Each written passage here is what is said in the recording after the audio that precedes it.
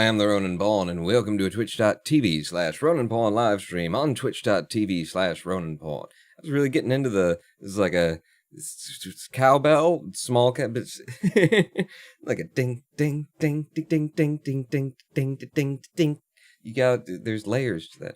Hello, Pika Pop. I know about how are you today? He's online today. Welcome to the live stream and to the Hardcore Pawn Lives, Day 8. I can't believe it's only Day 8. Maybe I've misnumbered some of these days. Is it just Day 8? And do I just have 2 days to file my taxes and pay them? Is that what's going on here? Because, I still didn't, I've been thinking about it since I knew it was July 15th in America. It's July 15th for the tax day. They pushed it back 2 months, COVID, and so I've been thinking about it since July. I was like, all right, I'll get it done this year. I'll do it ahead of time. I didn't do it ahead of time. But I did just look at my my tax bill for my house here and note that my due date appears to be August 15th. So for COVID, the city of Detroit tax bill has also been pushed back from when it usually is. I guess the summer tax, I don't understand that, actually. Why is it August 15th, 2020? I thought my summer taxes were, apparently my summer taxes were usually on July, and so they pushed those back 2 months as well, and then April, so they pushed those 2 months back? Is that how that worked out? That's interesting. You know what really needs to happen, and this could still happen, and this is what they need to do, is they need to make it so that next tax year, no one's charged for 2 months. Because what happens in this, there's no better way to do it. It's good that they did it this way, but you push it back by 2 months, that just means that, like, you're going to have less time between when you paid your taxes this year and when you have to pay your taxes next year for the tax year of 2020. So it's like you have less time to earn the money that's needed to afford the tax bill, that, it's less period of time. So what they need to do is just forgive 2 months worth of taxes. What do you think? Everybody on board? And here's my recommendation. Just forgive it for people below like $120,000 a year income. And then you can still collect all the 2 months taxes on mainly the big corporations and stuff, but also, hey, if you're doing okay, if you're making 6 digits and then some, then just fucking quit bitching, please, for the love of God, Vazaman, you live in Detroit willingly? I do. Yes, I do. I own my home here. I bought it. I bought it for $2,500 and $2,501. I purchased my home here. It had been gutted and I built it back up into, if it works in this house, it's because I made it work, or my dad. But my dad was a little bit, after I'd already gotten everything working, he came in, did a little work. He helped me out with some of the work there, but it's mostly me, Dad, in case you've forgotten, okay? Do you think that you did all the things around here? I hooked up my own fucking furnace. I hooked up my own goddamn water heater. I plumbed the whole goddamn house. I have the fucking electric lines everywhere. I had... What's Detroit famous for? Deaths per year? Deaths per year, maybe? We have a lot of murders in the calendar. We have I think, more like deaths by gun violence than there are days in the year, which, the country has caught up with us in terms of now the country as a whole has more like mass shootings per, at least in 2019 or something, right? It's, if you gotta laugh or you'll cry. But I think we're one of those, top crime cities in the world. I believe the statistics actually go something along the lines of 1 in 5 people in Detroit per year will have will have some kind of, like, the police were involved, it's on record. When you look at the crime rate, the crime data, you will have an act of crime, and I believe it's specifically violent crime, at a rate of like 1 out of 6 or 1 out of, I think it's like 1 out of 6 people. Something around there. So, just, and Detroit always sells themselves as a city on the rise, a city coming back. We used to be great. We were the Motor City. We built, Henry Ford was here, and we built all this stuff. And then, things it took a bit of a dive economically when the plants basically moved out.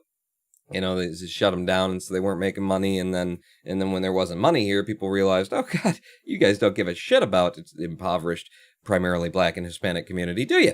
And then there were riots, and then there was white flight, which is degentrification, I suppose you'd call it. And the city's been like a shithole for 50 years.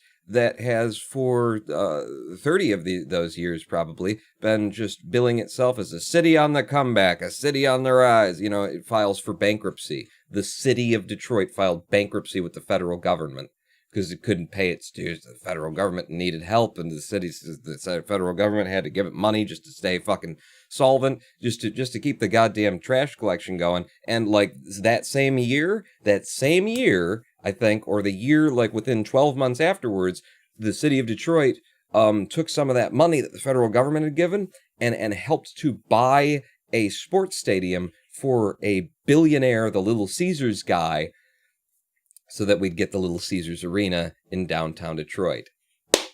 Didn't have enough money they were actually using at that time too. They were saying our response time for police response is like 50 minutes, which it wasn't quite that bad when they were saying it. That was a twisting of the numbers, but it is bad, and it's always been bad. Can't pay our police to fucking show up. Can't afford to have trash collection go around. But hey, we can take money out of the city of Detroit's school budget in order to underwrite a billionaire building a sports stadium because we want the Red Wings down, and we want a new place for the Red Wings. They were already down in Detroit. We want a new place for the Red Wings. We want to get the Pistons here from Auburn Hills. It's fucking those are the choices that Detroit has always made, and I don't know why the 120 square mile area is 118 square miles of blight and shit and crime, and then 2 square miles just along the strip of Woodward that look like, oh, the city really is coming back. Oh, look at that. Put a new coat of paint on that. And then you go over by one street from Woodward onto John R., and it's just fucking crumbling and crackheads. And but, they created a green zone in Detroit so that they could sell their marketing of the city as not a shithole, as not a, post-slavery urban ghetto that it is, because they spend their money giving it to billionaires as opposed to, the taxpayers in the community. RoboCop took place in Detroit, but turns out they were too optimistic. Little bit, yeah. We could use some fucking privatized corporations. I'm a socialist over here, and I'm very much for, let's do it as a public community. Let's put all our money in the hat, and then let's do what's best for us. Let's be able to fight the corporations. There are places in this city, at this point, I kind of am on board for the idea of the privatization of the police force, because the fucking city of Detroit can't do it. The 11th precinct is a goddamn nightmare. They don't know how to fucking be police, and the Supreme Court says that the police don't have an obligation to do the job of being the police. They do, however, say things like, you have the obligation to not take the law into your own hands, but the police, they don't have an obligation to uphold the law. So a bit of a gap there in the law, isn't there, Supreme Court? That they don't actually have to do their end of the job, but you're required to call them to do the job that they won't do, and then if you take care of it yourself, maybe you're going to prison. You see how that doesn't work? Anyway, welcome to the live stream about space program, spacing, Kerbal, rocket science. I thought these politicians were supposed to be smarter than this. Nope, too bad for the rest of us. That's indeed. Ronan Pwan, how would you fix this? Is Insights LG. I have a very straightforward and simple fix for the city of Detroit, and that is the city of Detroit needs to be smaller. It is 120 square miles. They have let multiple casinos into Detroit, which has happened just in like the past 12 years, I want to say. There were never casinos in Detroit. You couldn't have casinos here. They let casinos in. Wherever you build a casino, 10% of the population who goes to that casino is going to become addicted to casinos. It's built. It's a Skinner box. It is built to create addicts. 10% of your population, when you let a casino into your town, is going to become addicted to gambling. So there's a trade-off if you're going to let that in. And it is a trade-off, and it's like, hey, if you need the money, we have at least 3 casinos in the city of Detroit that I'm aware of. In just one city, all downtown, you can drive to and from each of them in 12 minutes, if traffic's light. 3 of them, they still don't have the money to clean this fucking city up, apparently. Okay, then you can't have 120 square miles of city. You know? It doesn't work. So what you need to do is you need to either sell, if you can get anybody to buy the fucking thing, or give away, or get on your hands and knees and beg the neighboring communities to take a couple of miles on the border all around and encourage, certain areas to become their own city. You're going to have to give it up so that you can have that engine of economy that's downtown Detroit funding an area of the suburbs that you can actually afford to provide basic services, so that when we call 911, it doesn't go, deet, deet. It's not busy. Call 911, and all of our operators are busy right now, but we appreciate that you're probably about to die. Please hold. That's shit that happens in Detroit. And then, you finally get through to 911 and tell them what's going on, and the police will be there in an hour, because they don't have enough cops to cover 120 square miles. If you can't afford to have this big of a space, then you need to give it up. Shrink it down. Ask for fucking assistance from the neighboring communities. Beg them, give the land to them, give the fucking taxes to them, and say, we need it, and make it a fucking humanitarian effort. But the city can't be this big. You have proven, but over and over again, that you cannot make enough money to, pick up the fucking trash and keep the cops and the fire department and 911 running. You can't do it, then you need to scale back. That's it. That's all you gotta do. Boom. Fixed it. Fixed it! And I'm gonna fix Kerbal Space Program today. I'll fix it up real good. Let's get Kerbal going here. So yesterday, I've got a video, I've been putting edited videos of our live streams out on YouTube, on my channel, youtube.com/RonanPawn. And I've got the next one edited down, and it's ready to go. It's actually uploaded. Everything's done with it, except there's no thumbnail. So I didn't release it today. Also, we're starting the live stream late, so I'll release it, before the next live stream that we do. Hopefully a little bit earlier than this one. But I was going to call that video Kerbal... I'll wait. Pawn for Major 2021 confirmed. The Mayor. The Major. Thank you, Insights LG. So I've got this video coming out. I don't think we hold elections in the 21s. But I've got this video that will be coming out. I was going to title it Kerbal Space Program is a poorly designed game, with poorly all in capital letters. Because of what happens in that episode, and I won't spoil it if you haven't seen all of the live streams. But I have this other idea to make a produced video that isn't just cut together from live streams, but uses some of the footage from the live streams. That is called Kerbal Space Program is a poorly designed game, where I go through Kerbal Space Program from starting career mode to just step through it one by one and say, see this? This is a lack of design. See this? This is bad design. See this? This is broken UI. See this? This is a bug that's existed for 9 years since they started developing it, and it's still not there. See this? This balancing of the tech tiers and the science, and it doesn't work. See this? They released this part of the... So I have this idea of doing that. But in order to do that, I'd have to take a lot of time and create, like, a big list of all the things that are wrong in Kerbal Space Program. So yesterday, I wrote a 27-part list with subcategories, which really turns it into some of them are headings, and the actual problems are listed under there. So it's probably like a 35, 40 count of everything that I could think of, just going from the very beginning of the game and what we've seen in the 8 days, apparently. This will be the 8th day in the 7 days so far of playing Kerbal Space Program Premiere Mode from the start, and we're just at Minmus now, and I have like 35, 40 things to talk about in Kerbal Space Program as being poor design, as being an aspect of poor design. So, I'm interested in making that video. Sorry for interrupting. Thank you, Insights LG.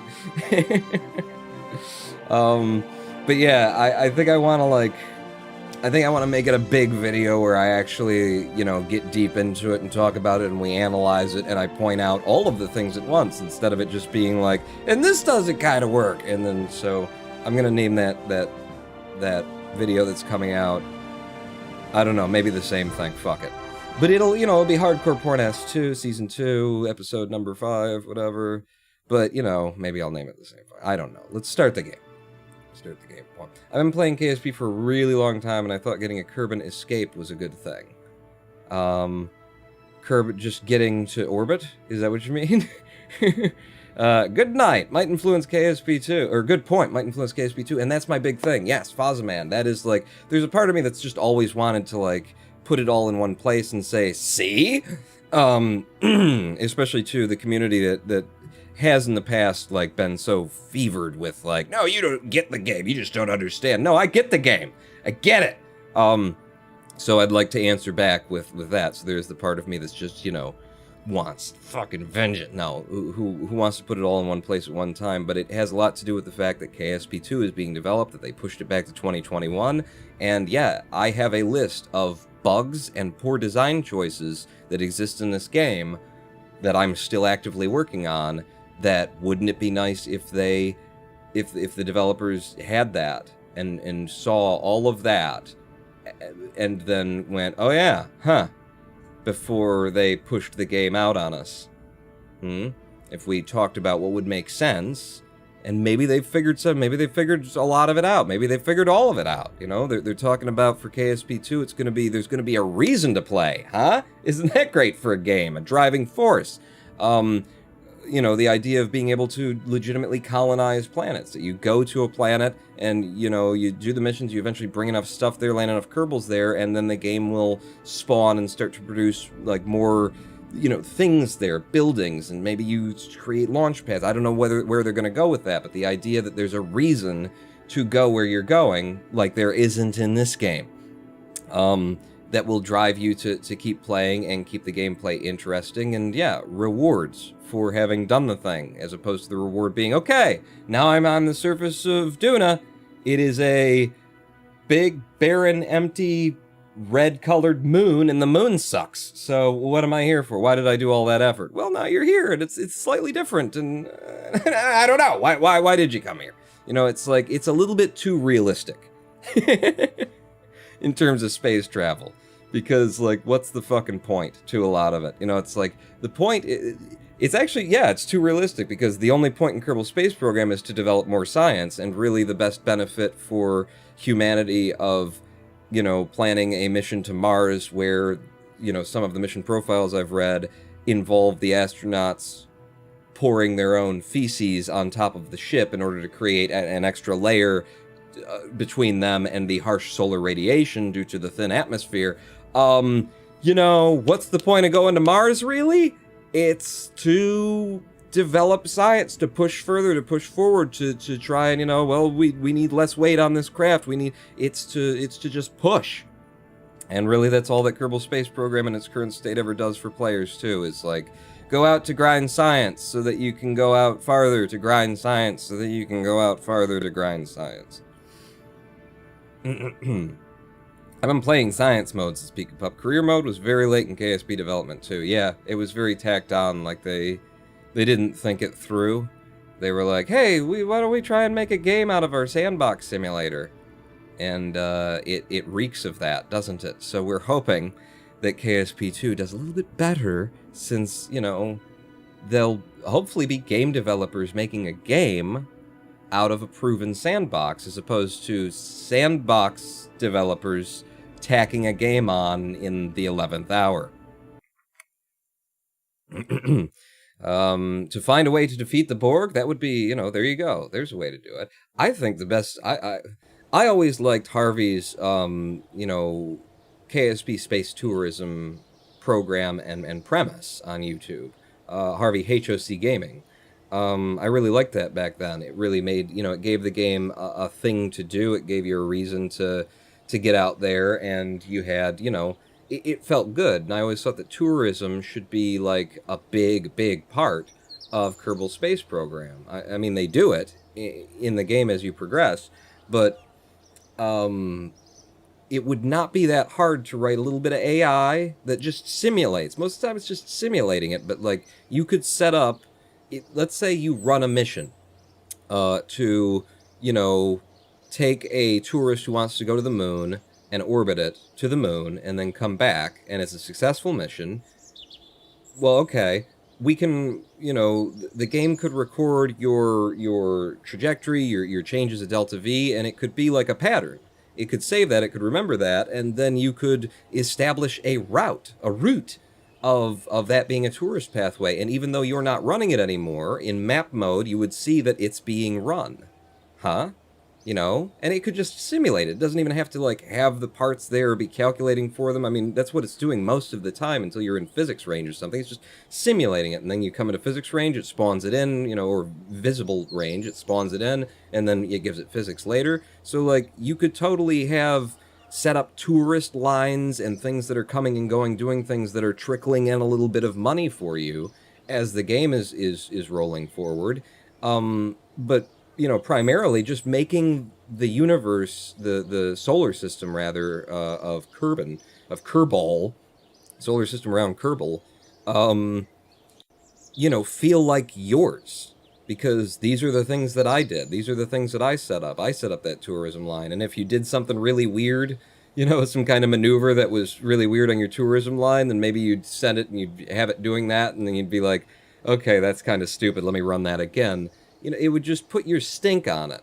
Whereas, you know, the KSC here, another thing that I thought would help put your stink on it and make it feel more like it was yours is if, like, the crafts were... if there were like a museum of craft that you could go into, and none of them had physics, but like all of the craft that you'd built and flown, not just that you'd built, but that you'd flown on a mission, would be there. And you could sort of walk down the halls with your Kerbin, and because there's no physics applied to the parts, it's just models. And the models could be one-part models, where it's already sort of fused them together and just textured them with the, you know, it can all be done in you know, with the right programming. Having a museum, having the ability to refuel your craft at the, like, on the launch pad, or, you know, parked over by the KSC or by the spaceplane hangar. You know, you bring them to a certain place and you've got refueling. They might have integrated that finally, but that was a big thing that, like, back in the day, I was thinking, wouldn't it be cool if you could, you know, leave your craft outside, reland them, fuel them, refuel them, and then take them out again, you know? And then maybe you just park your craft. Have a parking mode for the craft where it reduces the craft down to one physics object, unless it's, like, impacted with something else or something. But, you know, so that it's not draining the physics engine to have all of those parts being calculated while you're near it, but something so that you could see you in the game. So that it felt like it was your world and not just, it's always, you know, I put something out on the pad, I look back at the KSC is the KSC. It always looks like the KSC. Vozman says, KSP2 developers have talked about routes for resources that happen automatically, just like you described. Good idea. First craft to land on X, first craft in orbit, etc. Yeah, these are ideas, and I'm glad to hear you regaling or recanting, repeating, what is it? You telling me that they have made comments about things like that, because it sounds like, you know, developers who are concerned with there being a game and it feeling good and it keeping you involved. I remember, I've said this many times before, but I remember hearing about, like, the statistics, the gameplay statistics that Kerbal Space Program collects as you play it, and that internally the statistics told them that, like, a majority of their players never go past Duna in the game.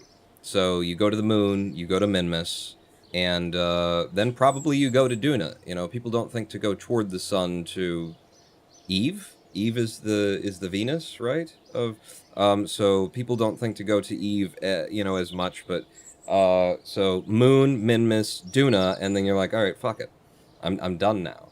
And I think that also has to do with how hard it is to figure out how you get to Duna, you know? Because you either just have to throw up an incredible amount of fuel on a ship and then burn it from whatever time of year it is, or you have to know, like, what time of year in Duna's circle around you would be most, effective. It's really hard to transfer between planets, and this game, Kerbal Space Program 1, has no inbuilt system to help you determine when would be the best time to leave for a planet that is, rotating in a completely different place. You literally have to look it up. Or install a mod that will calculate, you can just click, give me, take me to the best time to leave for Duna, and it will roll time forward until it's there. But trying to figure that out in game, they didn't give you any way to do it. So, once you've done it once to Duna, you're like, okay, and then you get there, you look around and go, okay, so this is just another barren place that I have nothing to do. I'm not going to do this for another planet. I'm not that stupid, So, good to hear anyway. Such a good run for 30 minutes, then I pulled into a gas station, clipped the fuel pump, and I got like 70%. What are you talking about? American Truck Sim. Oh, okay. In real life, it's Moon, then Mars. There's no Minmus in real life, so I don't care much for it. I don't care for the Moon. I don't care for Mars. I care for Minmus. Duna's boring. The Moon sucks. Minmus is fucking fun and brightly colored and interesting, and the low gravity allows you to do things, and it's just the right size, too, because it's like, it's got all these different biomes, but you also don't have to, like, it's not hours and hours of journey away to get to the next biome. You can get there with a little bit of fizz warp. It's perfect. Minmus is fucking perfect. The Moon, being realistic, sucks, just like the actual Moon. Mars, being realistic, sucks, just like Mars. If you gotta land there and then shit on the roof of your own building in order to keep the radiation from killing you as fast as it's already going to kill you, maybe it's kind of a shitty place to live. I'm just saying. The issue with the sandbox game, if you're not inspired into getting yourself some goals, then the game seems empty. Also, hi, says yes. And sadly, they made the sandbox, but they also made a career mode, and they didn't give you any reason to play it. So they made a game, as opposed to just a sandbox game. They made a progression-oriented game, and then they forgot to design it. So I look forward to making that video where I talk about my 30-some, and I will add to them. By the time I'm done with it, it'll probably be 50. We might add to some of them today. But, okay, we have gone to Minmus. We brought back over 900 science from Minmus, and we've got it to spend. And we have unlocked the R&D center, so I can now get at all of these 160 tier. This is level 6, I believe, according to the Wikipedia documents. 160 each of one of these costs, and I can afford like 5 of them, right? And 947, 5 times 160, and then there's probably like 5 of them that I can get. So this basically, at this point in the game, and really even before, I can go to Duna and I can land on it. I can absolutely. So it's down to me deciding when we're going to do it. Because that was the challenge that got me to start playing this, was the subscriber goal. You guys hit it, and it was, I will come back to Kerbal, and we will play a career mode in hard mode all the way to Duna. And that's what we're doing, and we could go if we wanted to now.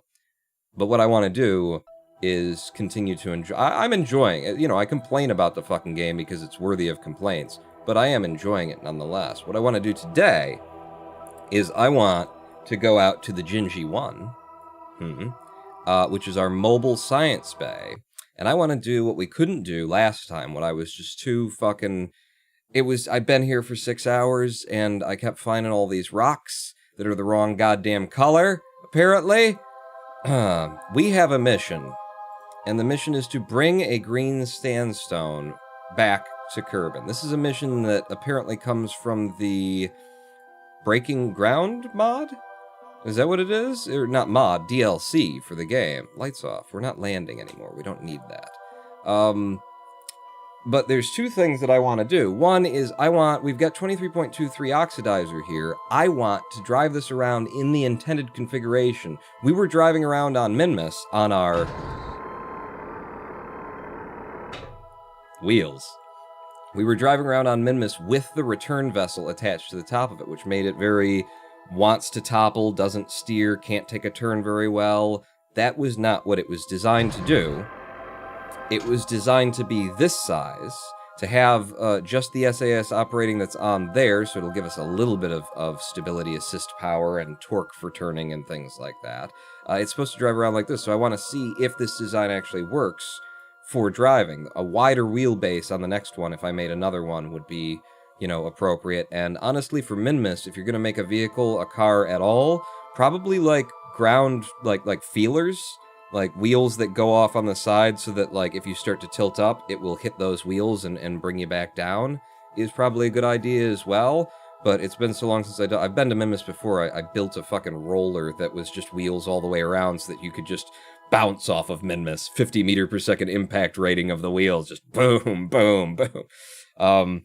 But I want to see how this drives, and since I do want to see how this drives, and it's so fun to be on Minmus, we might as well go looking for the green sandstone, which apparently is gray and probably made of metal, because we found green stone, and this is the green stone that we found. It is decidedly fucking green, isn't it? That is a greeny kind of green. I mean, it's a stone with like some green. Is that moss growing on it? What's going on Minmus with this? This is interesting, but it's definitely green. So they can color something green on the surface of Minmus and let you know, your eyes are gonna go, that it's green. Apparently, the green sandstone that we're looking for, in addition to being so tiny that it will be almost impossible to see until you're right fucking on top of it on the surface of Minmus, it's also gray in color, relatively to the surrounding place. Also, they've got, apparently, it's looking to me like they've got 3 different sizes of rock here.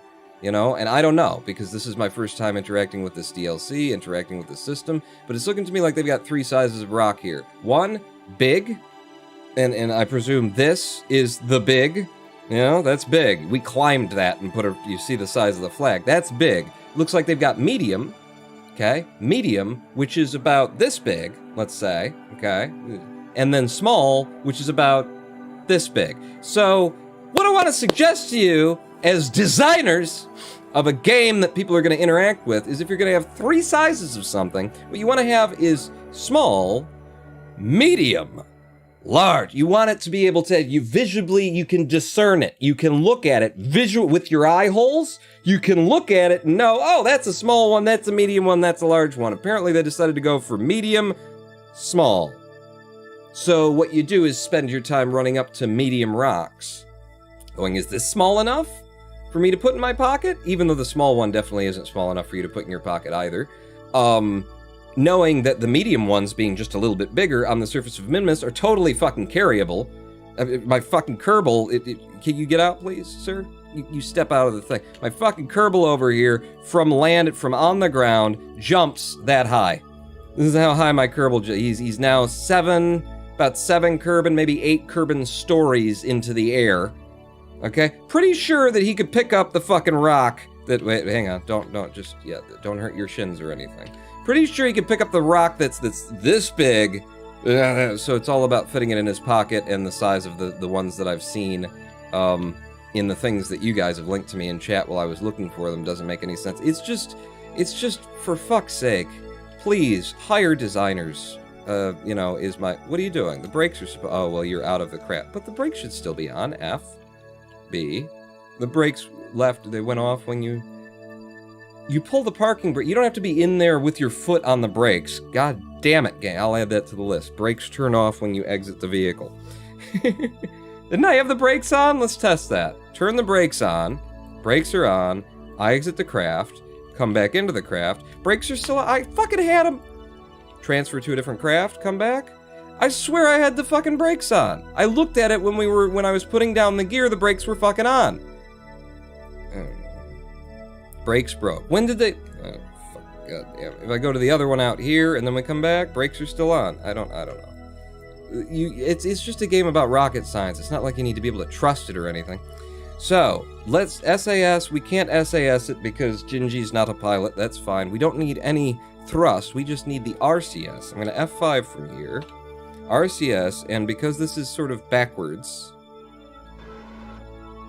brakes off. It's K to go forward, and we're leaving the stack separator behind, apparently. But we're gonna get up some speed, and we're just gonna drive along the coastline of the Greater Flats here, looking for some green sandstone. That's what we've been told to look for. That's what we're gonna look for.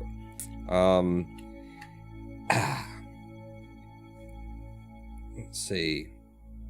Have a great EVA, says Insights LG. I want to drive this around. And you know what? I do want to find out. One of my big points of doing this is that I want to find out if this thing will actually steer. So if I turn RCS off once we've got speed, and I try to steer it, how are we doing here? So we've got the brakes are 45. That's fine. Wheel stress 0.3.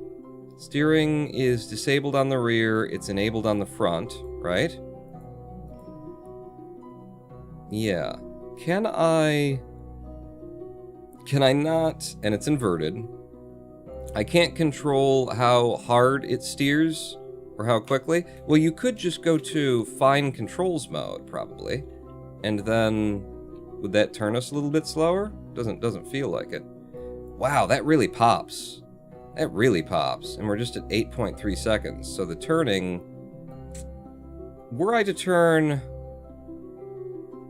it's because on the ball in our control point, left and right would pull me down, so I'm actually twisting the ship whenever I hit left and right.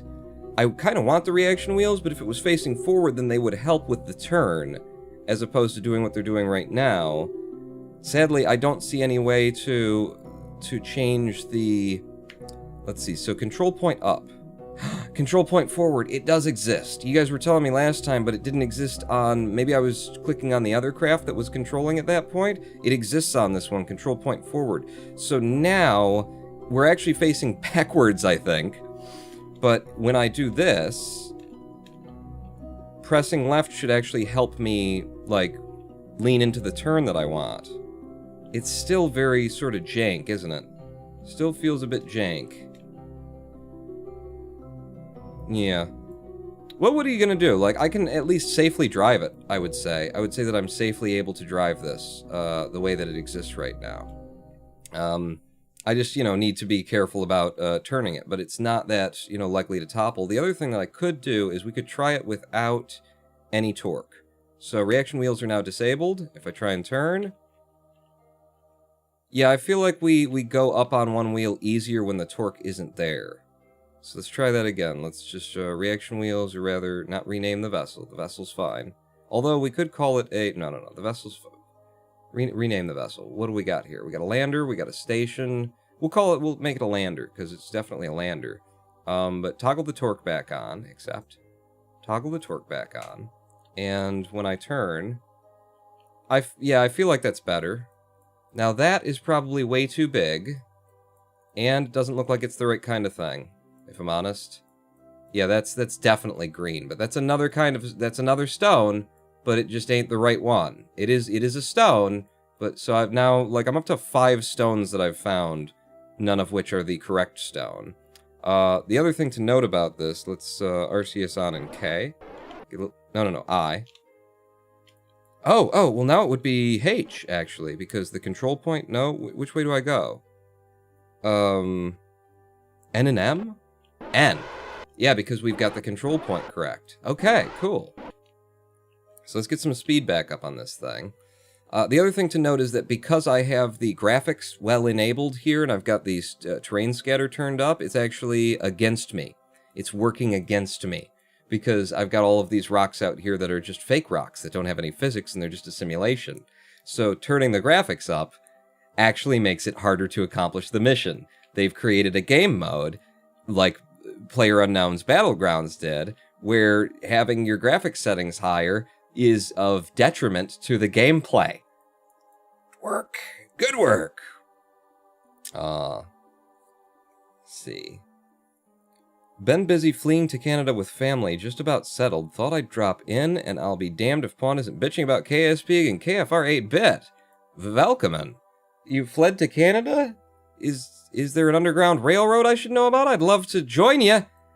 And it's just over there a bit for me, too. I'm in Detroit, so Windsor's just over there. Is there a plan? Are they getting people out? What's going on? I would like to fizz warp. Are you not letting me? Oh, that's the wrong button. I would like to fizz warp, but we gotta be careful. We gotta be careful. We gotta be ready to react and respond. The last time that I fizz warped... Oh, get this, too, guys. When we were here, we did 2 F9s, I think.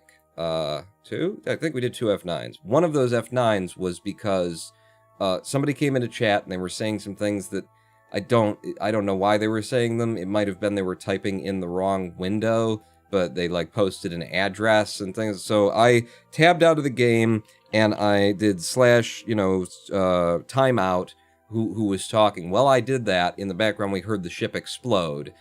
And we came back and I'm like, why did it explode? We were on perfectly flat terrain. These ice things, they don't have any, it's just flat. It is flat.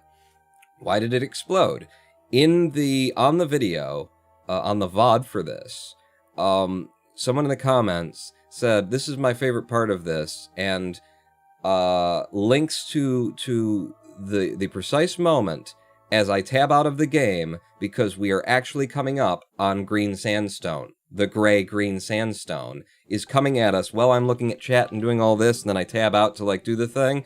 As soon as I tab out, we have about 3 seconds before our tire goes over green sandstone on Minmus's flats. On the Great Flats here. So, we found some. Who knows if it was the right size? But because somebody in chat was saying something that I had to mute, I didn't see it, and it also destroyed the craft, and we F9'd because of it. Confusing graphics settings with their difficulty selector. Who? Yeah, okay, the graphics settings is their difficulty selector. Right, turn the difficulty selector up by increasing terrain scatter. I don't like how Underground Railroad didn't involve trains. It's a bad name. You're a big train guy, aren't you? We are not seeing as many rocks now. We've gone out of a terrain scatter area, which might actually be better for us if we're in sort of a vacant area. And the one green sandstone, the gray green sandstone that we did see, that we did encounter, was actually out in the middle of the flats. We weren't going along the coastline. So maybe I should turn us... Oh, not in Fizzwarp. Maybe I should turn us out and point us out to sea here, and we'll just head out and keep our eyes wide looking for, anything that's on the terrain. Because anything out there, as long as we don't have a bunch of rocks, will definitely be sandstone. It's turning. I want to have... Do I have the torque on? I do. I want the torque on, just in case. If I roll... That's to the wrong direction, so that's what I want to do, is I want to roll while I turn. Whoa! Don't want to roll while you turn. Nope. Okay, this is fine. This isn't fine. Fuck. It's gonna be an F9 for me. Gonna be an F9. We covered a lot of ground, but that's fine. From where we were before, if I can turn the ship out and head out, straight into the ice flats, that's better, for me. So yeah, this design is not as good as it could be. It just requires a lot of getting things done too. Like, one of the things that I would do probably to make a turn like I want to make right now is I would turn steering on the rear wheels, and then all of them would help us turn. Make sure also, come on, where's the control point, is forward. Like that. And then when I turn SAS on, or RCS on, well, get me a little bit of forward velocity. Brakes off. A little bit of forward velocity, and then RCS off, and then turn. You're all turning in the same direction. Okay, well, see, this is why it's like a lot of fucking work. Steering inverted, and now that should turn me. Like that. Maybe I'll stick with this. Steering inverted. It's a lot of, force to steer it with, but fuck it. Leaving you behind. Are we slow enough to know? Alright, well, now that I'm pointed in the direction I want to go, turn the brakes on. Very gentle braking that I've got here. Quick save. And then RCS back on. We've got the reaction wheels enabled as well. I think I've got the ship built in a way that I kind of like now. Maybe. Or set up in a way that I kind of like now. We'll see. So with RCS on, let's build up some speed here. See how much monoprop it's actually costing me. Ooh, we do not have a lot of this stuff left either. Yeah. Wow. Damn. And that's draining from all of the places, right? Including here? Yep. Alright, we don't have a lot of monoprop left. Counting topples. Wanna bet? Topple counter, topple plus plus. You can mount the wheels tilted too. Helps with wheelbase and suspension stability. I think, too, for Minmus, I would have, like, curb feelers so that if you started to roll, you know, it would push it back down. But I've got a lot of problems here because the ship is sort of backwards as well. Apparently this is the forward, I guess. So I'm driving, it says I'm driving toward the 90, but it's also, that's my retrograde that we're burning at. So it's telling me information from here. So when I tell it to go right, the SAS is telling it a different thing. So it's just not everything is quite the way that you'd want it to be on this build. And this is the second one we built, too. We built one for the moon, and then we built this one. Let's do 7 meters per second, and we'll have a nice, like, wide zoom as we do this, so keep our eyes out in front of us, and we'll fizz warp it. So it's 7 meters per second, but it's, you know, we're doing 14 meters per second in-game. And we just keep our eyes open, and if we think we see something, we get down a little bit lower and take a look. In that general direction, pawn. Warper in that general direction. Well, thank you, Insights LG. Yeah, so we'll just keep our eyes open and looking for something very small and that is almost the same color as the terrain, because the people who designed it didn't design it, because they don't know how to design it. They don't know what design actually is, either in gameplay or, you know, visuals, like colors. The number of things in my list of the design choices that are objectively fucked, that relate to color palette choices, is a lot. It's a lot. It's shocking how a lack of, like, good color sensibility can really inhibit gameplay and fuck things over. You can send a monoprop refuel probe. Oh, absolutely. I absolutely want this to be out here. I don't know if we'll actually end up doing it, because all we gotta do is go to Duna. But I love the idea of this refueling and being out here, and yeah. I've been loving my hardcore KSP game. Thanks, Pawn, for giving me the idea to try it this way. Have you been completely, like, F5 or F9-less? Because I think we've got, like, maybe 5 or 6 total F9s at this point. 2 of them are, like, completely, it's fine. Like, those are definitely not my faults and not a thing. No reloads, cool. Do you have the ability to? Because you really should give yourself the ability to. If you have to edit the fucking save file, make sure you have the ability to, because the game will glitch. But, yeah. There's been, like, maybe 4 reloads that we've done where it's just like, I'm here, no, it would make the game less enjoyable to play. I've been willing to even accept the Kraken, really. I wouldn't, no, sir. We weren't going that long, I don't think, before we encountered that green sandstone that was gray out in the middle of here. What are you? First Minmus tour? Oh. Oh, that's where we originally landed. That's where we originally landed this thing. Yes. And then we hopped over. We did 3 different biomes worth of all of the science that we can possibly do, which is how we came back with 900. But yeah, I don't know if we're just so high. Oh, wait. Brakes on. So fizz warp off, brakes on. That's something. See that? That's something right there. That might be the one. So, brakes on. Brakes on. I'm losing it. It's back there. It's back there. Okay. So, slow me down to a full and complete stop, or shall I keep some momentum? Keep some momentum, and then let's see if we can turn this without everything going to shit. Okay, RCS off. Like, all 4 wheels contributing to the turn at once. Seems to actually be pretty stable. Yeah. So we're turning back to there. I could just get the Kerbal out, but we've got a car. Let's fucking drive to it, you know? Because that's something. Whether we'll be able to pick it up or not, whether it's too big. I mean, it looks pretty fucking big. The fact that we can see it from all the way back here as well as we can. Looks pretty goddamn big. I don't know if we'll be able to pick it up.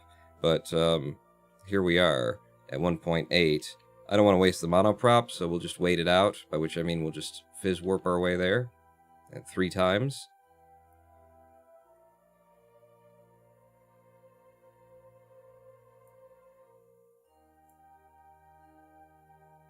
12 to 13 meters per second, remember? I had brake harder. It's... I don't want it to... Oh yeah, we probably could brake harder at this point, too, because we don't have that thing that topples now. Oh, this doesn't look... Is it the right thing? Alright, so down to there. Let's pull right the fuck up to it.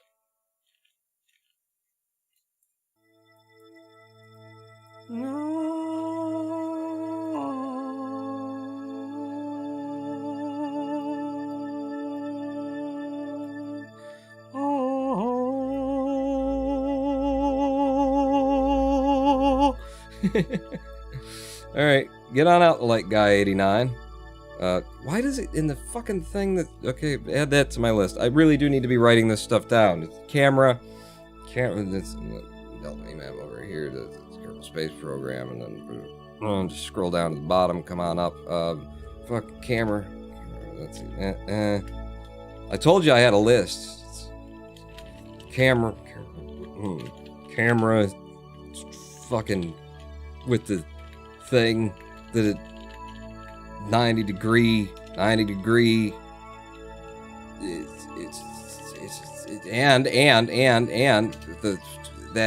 then that'll be that, and then it's like no, and then you got like 90 degree EVA spin, and then the other camera thing would be the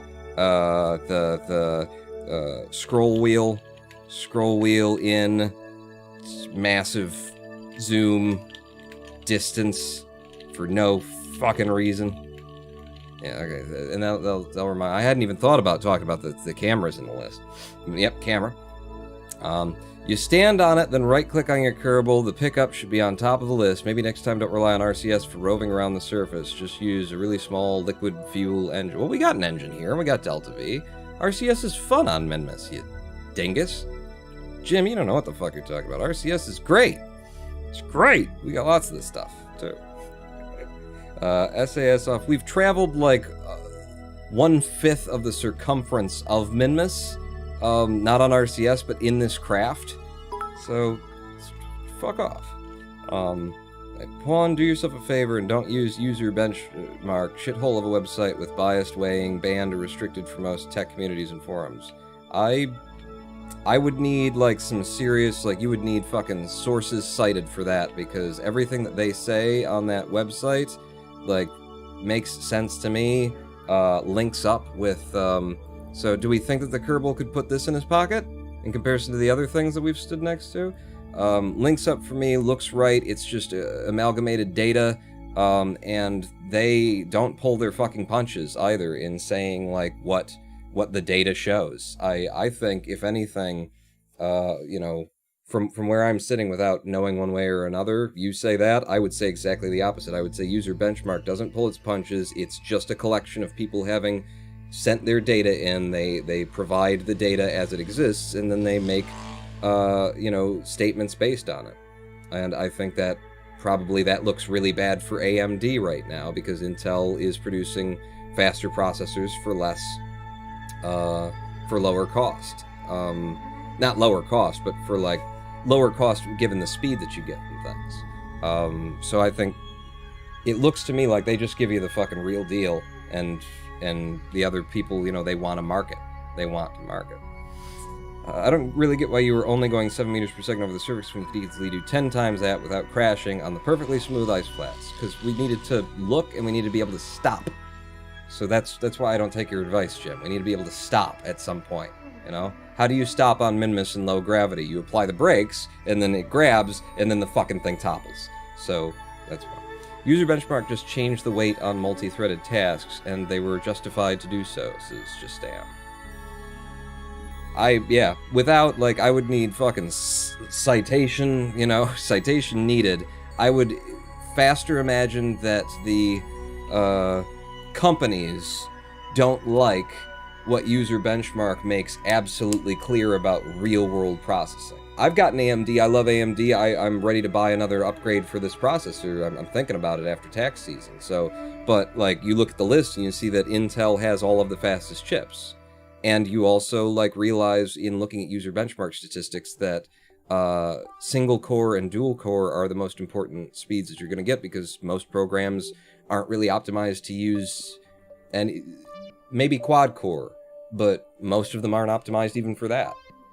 Gameplay isn't optimized for quad-core in most instances. And so, like, having 8 cores and stuff, it's good for me. I'm a video editor, I'm a live streamer. Having extra fucking threads is good. Transcoding, encoding, you know, processing video data.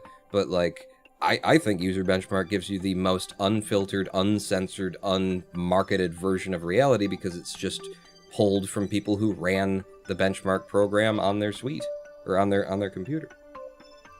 It's banned from our Intel. So the company who, you know, a company, I would quicker believe a website that exists as a, you know, accumulation of raw data than I would, you know, a company who's trying to sell you a product whose products are shown and critiqued on the website that is just of raw data. So she watched Gamer Nexus sum it up. All right, well, maybe I'll look into that. But I would not trust, like, I wouldn't trust, I'd need data. I'd need scientific. Don't trust anything when it comes to, you know, Intel or AMD or NVIDIA or EVGA saying, oh, user benchmark is bullshit. The people who are trying to tell you, you know, AMD, I just got a check from AMD because I owned an 8-core, one of the first 8-core processors that they made. It was at the end of the sort of bulldozer, was it bulldozer? Era of their, you know, it was sort of the last wave of chips that they made for years, and then they came out with the Zen architecture. But I got a check because of a class action lawsuit because they marketed it as 8 cores, and it was 4 cores with 2 threads each. It was fake 8 cores, but they never said that it was fake 8 cores. They said it's 8 core. You know, so don't listen to the company, and also don't necessarily listen to the guy who has fucking deals with the company. Like, I don't watch Linus Tech Tips. He has too many fucking sponsorships by Intel, and you know, he gets paid by fucking the case manufacturer, you know, to tell you, and he receives gifts from them for free and everything. The amount of in that relationship with the company that you're supposed to be, like, reporting and reviewing and critiquing on, way too fucking close. So I'll look into Gamer Nexus, but they better link to some real world shit and not just be talking about what other people are talking about. They better link to, like, some statistical reality or some observation of how they skewed data intentionally. I mean, I just was at User Benchmark for this and landed on a page where it said, you know, our data is just our data, people. So maybe they're responding to the bullshit, you know, that's out there about User Benchmark right now by, I landed on a page that was basically saying, hey, the data is the fucking data. It is what it is. Deal with it. Our Intel is a subreddit, not a company pawn. Okay, our Comcast is a subreddit maintained by the company where you're not allowed to talk about Comcast. So, does Intel have nothing to do with the our Intel subreddit? Do they not have any influence over that? Because they definitely have the legal right to say you can't have the our Intel subreddit. Do you really know that it's an independent community? And also, is it an independent community when it's our Intel? You know, do they like... I won't trust a motherfucking thing. If you got a claim to make against User Benchmark, make it, because I know what the program is, I know what it does, and I've seen the collection of data, and it has lined up whenever I've used it. So, you know, I don't read description comments, I look at the fucking statistics, and I go, okay, I see. And now that we've had the computing thing, let's finally try and pick this thing up that is way too big for a Kerbal to carry, just like the other stones, but maybe this is the right kind of stone. We can't. Nope. I'll tell you what, just to be absolutely sure, climb it. You're on top of it, right-click. I can take a surface sample, I can deploy my chute, I could EVA report, I could plant a fag, I can pick up the green sandstone. And he pulls and he animates and he does a thing? And then in his inventory, green sandstone analysis worth 90. Kerbin scientists are curious about how Minmus managed to have salt flats despite its low gravity and lack of atmosphere. These old rocks provide numerous clues. Also, they kind of look like sprinkles, right? No. No, they don't. Actually. And then it's gone. Okay, that's fine. That is all fine. I did not see that I had the ability to do it while I stood next to it, so a thing that is just slightly the width that a Kerbal can stand on it, I have to stand on it, and then I can take the sample? There's no radius of where it's effective around the thing. The green sandstone is kind of a yellow, beigey kind of green, and you've got other green rocks just over there in the same area. Sample must be returned. It must be. It is green? Yeah, it's green. That was green. Why is the green sandstone not green? Yeah, why is it the size that it is? Why doesn't it activate when you're in a range, like when you're stood next to it?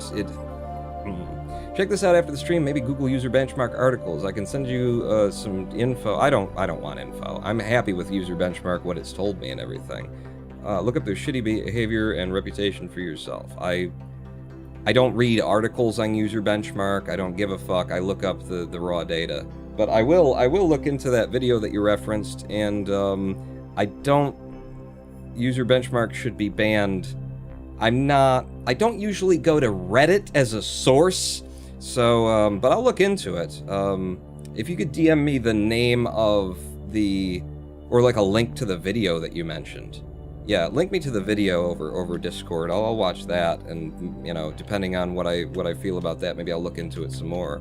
But I don't read their fucking articles. I use it for the statistics that they draw in. So unless the statements are that they skew their statistics one way or another intentionally, that they have fucking dealings with AMD and Intel and are paid to do, or NVIDIA or EVGA or something like that, like, doesn't affect me.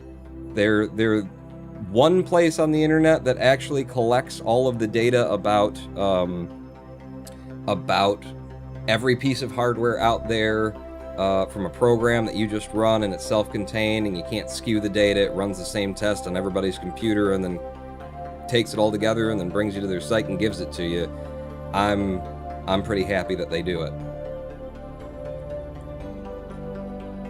You can stand next to it and pick it up, however, it is really finicky with the sandstone. Okay, so you can, but it doesn't work, but you can, but it doesn't work. That's doesn't really help the argument. Doesn't really help point out that they're good developers and designers and that they make things. A Minmus rendezvous coming to return the sample. Rendezvous coming to return the sample. We'll see.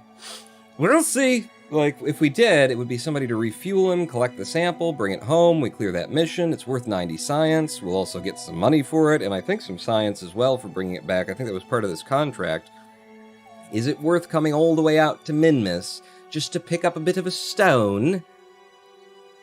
Might be worth it if we tooled around Minmus a little bit more and got some more data. But I don't know where the data is, and it's a mission we just did, and I can't be bothered. We did it, though!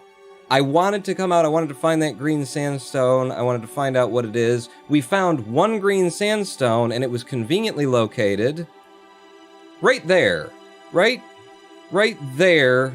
Just sort of there. Now, we found, like, 6 different fucking green, some other kind of stones, apparently, that we don't know what they are and we can't take samples from, and it wouldn't let me do anything with those, that also have physics and that actually contain the color green, but we found one sandstone, tiny little fucker out in the middle of the ice flat here, surrounded by nothing. So, in terms of gameplay, good design. Good design.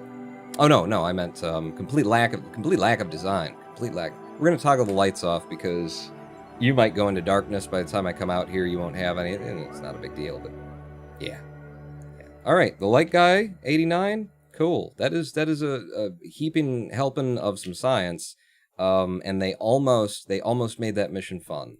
If I would have found it the first time that I was here when I was running around looking for it, if the green stones over there were the stones, that were the thing, then if they wouldn't have fucked it with it didn't work even though it should have, and I found all these other things, if they didn't have multiple types of stones in one biome, which would be a better way of doing it, just if you're gonna have collectibles, 1 stone per biome, so that you don't confuse players with they don't land out here. What you do is you think about what's gonna happen when somebody plays your game the first time, not having watched a Scott Manley video telling them how it's done or what they're looking for, and then you say, are they going to find it? Is it going to be figured out? Do they know the mechanic? You look at it as though you're the new player, and then you make it work. That's all you need to do, that you clearly haven't done at all, ever, in the development of this game. So please do that. We're going home, though, back to the Space Center. Must stand in a way so crummy animation looks acceptable. Yes, yeah. Kerbals also, by the way, they all just carry, stone picks on them at all times, whenever they're on EVA. It's a new... I just love it when I, make a valid complaint about game design and, which I've done, mainly in the past. I haven't encountered a lot of people, today, and since we started doing this, who are up my ass about this or that or the other thing. But back in the day, I would give valid critiques of Kerbal, and people would reply, you don't understand, it's supposed to be realistic. And I love that, because, Kerbals are pulling pickaxes out of their assholes, and there are Kerbals stranded in orbit of the planet that you go to pick up. And where did they come from? You're the only one launching ships on this planet, and yet there they are, stranded in space. How did they get there? Sometimes they're in technology you haven't even unlocked yet. It's supposed to be realistic. There are so many things about this game that are like, it's not realistic. When you invoke the, but it's supposed to be realistic defense, it's like you're just choosing the places that you care that it's realistic, so that you can, defend the game that you like. So it doesn't really matter that it's realistic, It's realistic, which is why the Space Center looks like this boring, ugly fucking thing, instead of, having character and flair and starting out with a barn.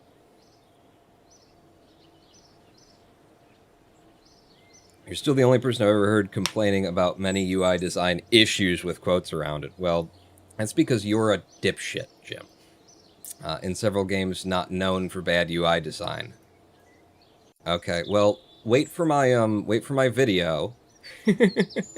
Since apparently you don't pay attention during the live streams, where all of my list that I've got over here that I'm still adding to is made. It's based off of everything that's happened in these last 8 live streams.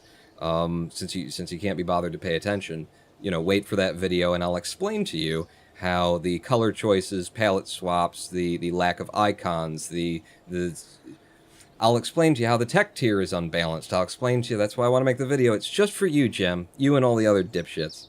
I'm a dipshit, but that has nothing to do with this in particular. Look how realistic it is. It doesn't even have a barn. Darn, you got there before me.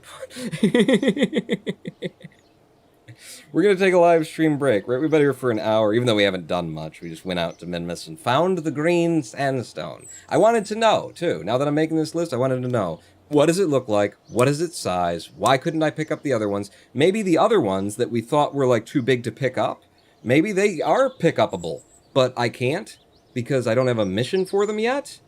Or can I?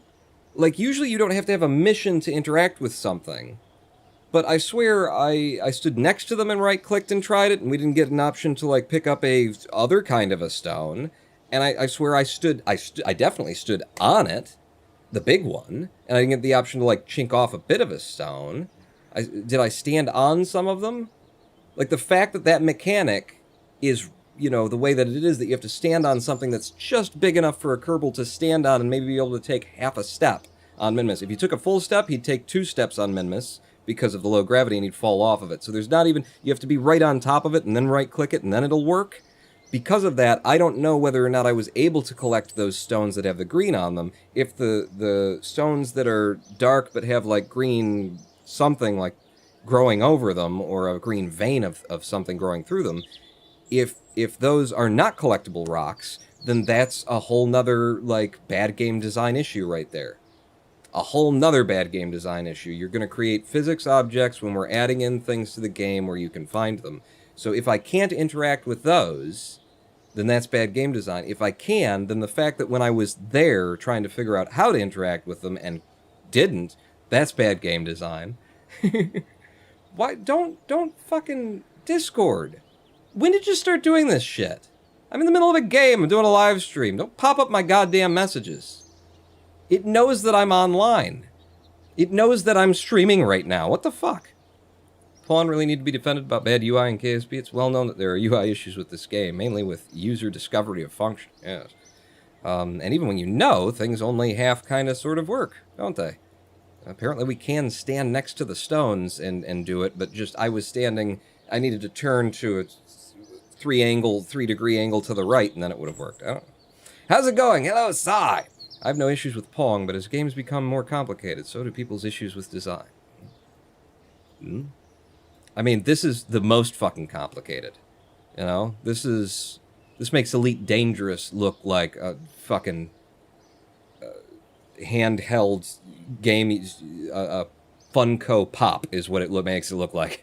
You know?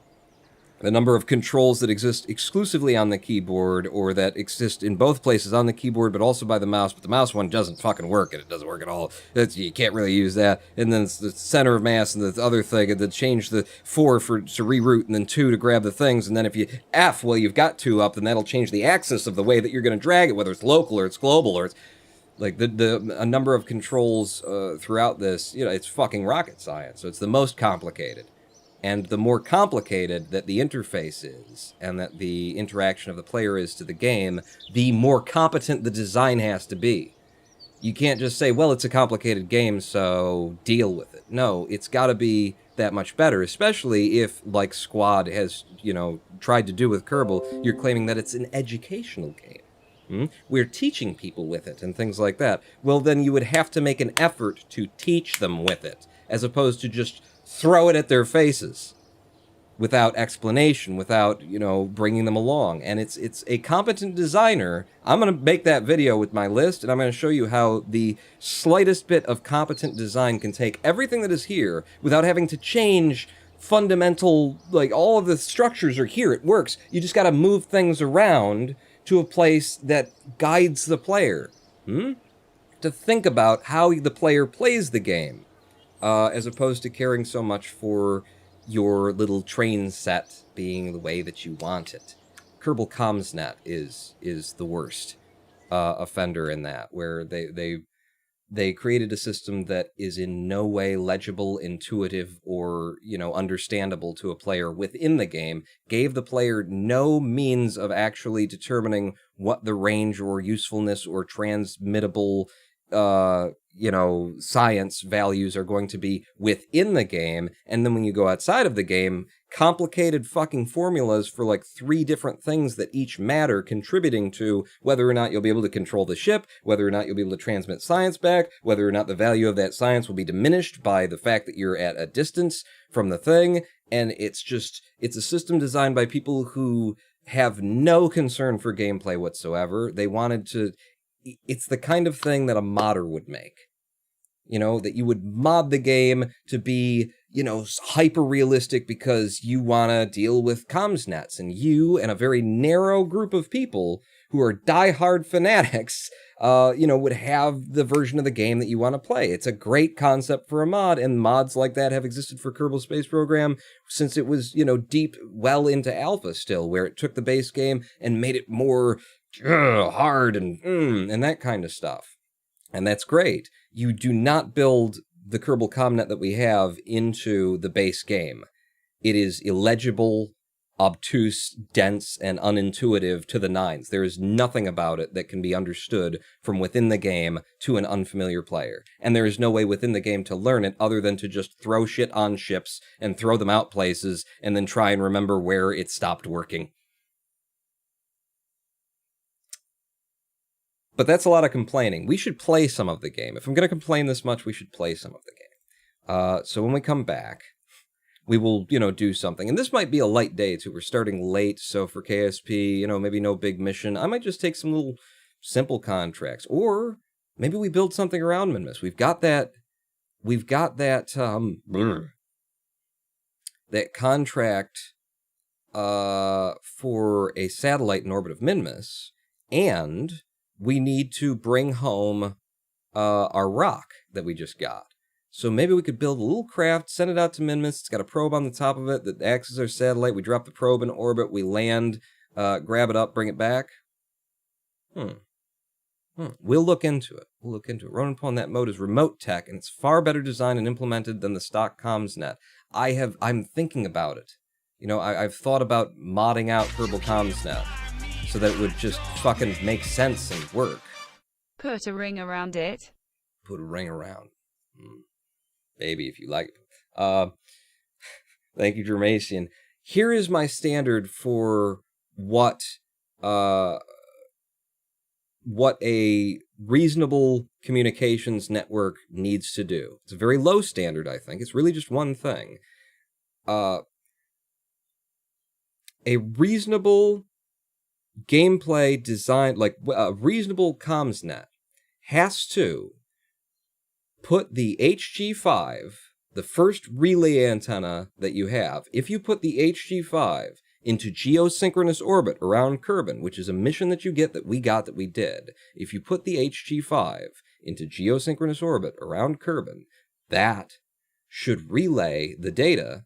That should give you comms strong enough to control a probe vessel in LKO at low Kerbin orbit. Regardless of the ground stations, whether there are ground stations there or not, it should be able to relay ground stations back to you at LKO from geosynchronous orbit. And the reason why that is my standard is because you only get one relay antenna until you upgrade the R&D center in the tech tree. And if that relay antenna does not work halfway between Kerbin and the moon to bounce signals from the base stations back down to a craft that has just a communitron on it, if that doesn't work, then your entire system doesn't make any fucking sense in game. You can't, that is a level of, that breaks trust for me as a player. My trust in you is that if you give me a relay antenna, it will be useful as a relay antenna for the most obvious purpose that I have right now. And the most obvious place that the game actually trains you to put that relay antenna is in geosynchronous orbit. It'll always face one side of the planet. That's good. I mean, you could put a comms net that goes polar and that has multiple of them, but at geosynchronous orbit, it'll always face one side of the planet. Put one on the other side of the planet, boom, you've got almost max coverage. You've got, it's a good system for a very little going into it. But it trains you to do that. It trains you to put it there. You put it there, and then it doesn't work in hard mode. It didn't work for us as a relay back down to LKO. If that doesn't work, that breaks my trust in the system entirely. I have no idea what you're going to do anywhere else, because I had 2 relay antennas on a craft that's at geosynchronous orbit porting back at us, and it wouldn't transmit to the Communitron 16. Then I don't know what you're doing. I don't know why you gave me this part at this time. I don't understand, if what is required is that from now on I have to put these basic HG, relay antennas onto every craft, that is a whole nother bag of issues, and I get into it in my list. That is a whole nother bag of issues.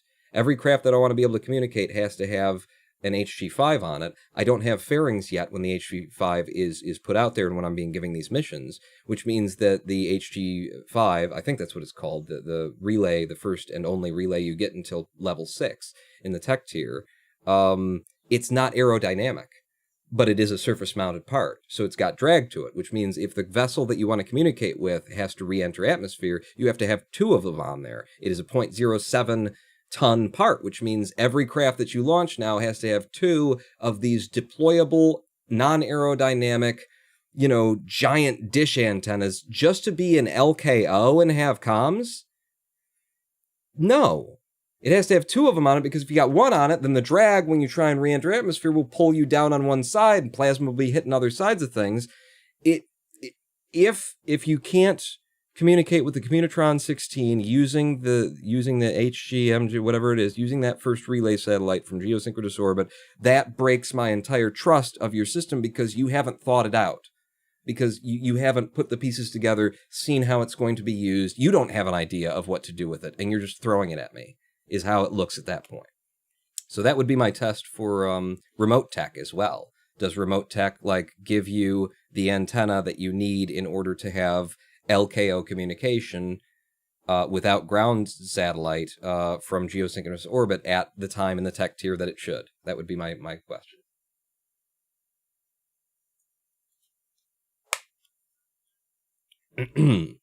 But okay, I'm still bitching. Just damn, the current meta is to rush manned missions, then set up relays when you have the best relay. Yeah. And it's just like, you're missing out on so much gameplay, and it's all in there. It's all in there. You just have to fucking rebalance it. You just have to build it right in the first place. I don't know where they came up with this system.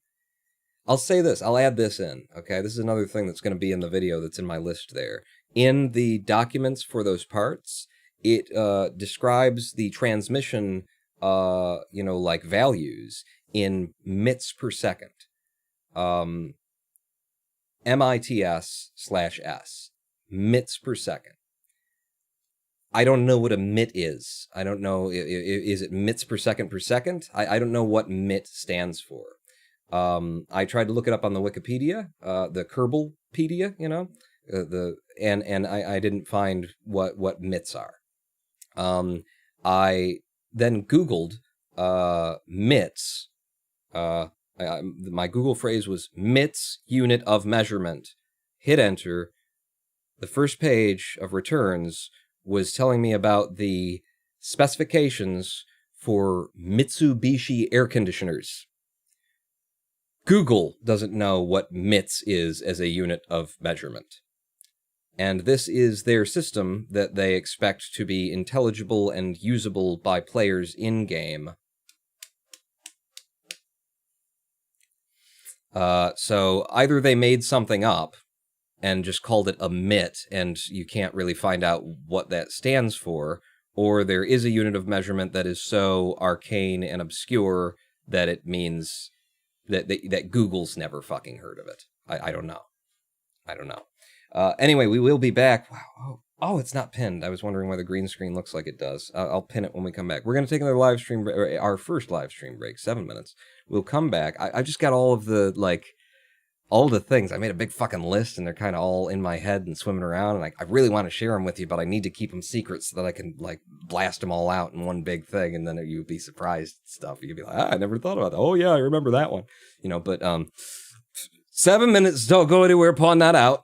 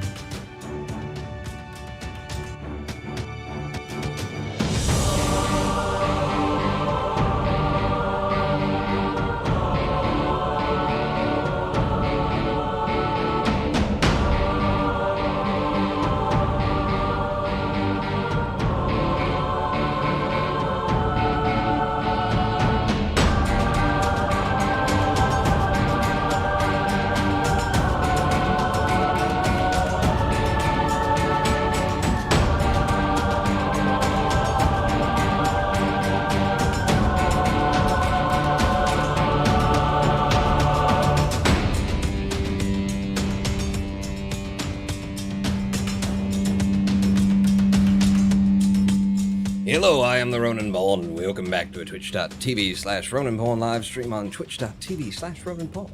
It's just what I always say. Deal with it, people. Ooh, I like this part, though.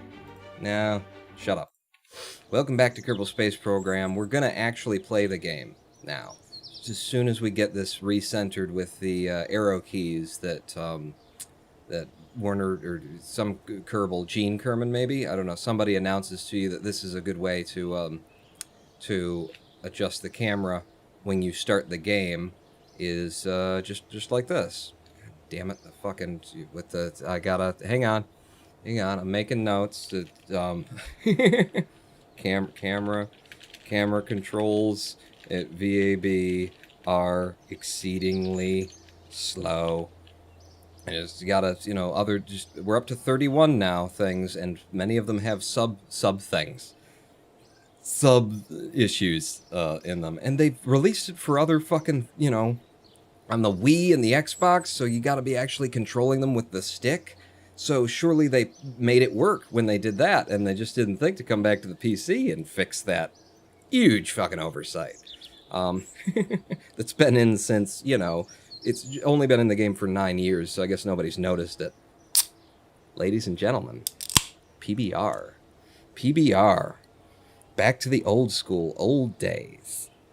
The lady of the house went out and fetched the beer. Thank you, lady of the house. And they didn't have straws. They've been getting really bad on having the straws, like, there, and you can see it. Sometimes they got it in the back, but you can't find it. It's just, I don't know. But they don't put it out, so... She got me the PBR. Here's to old school. I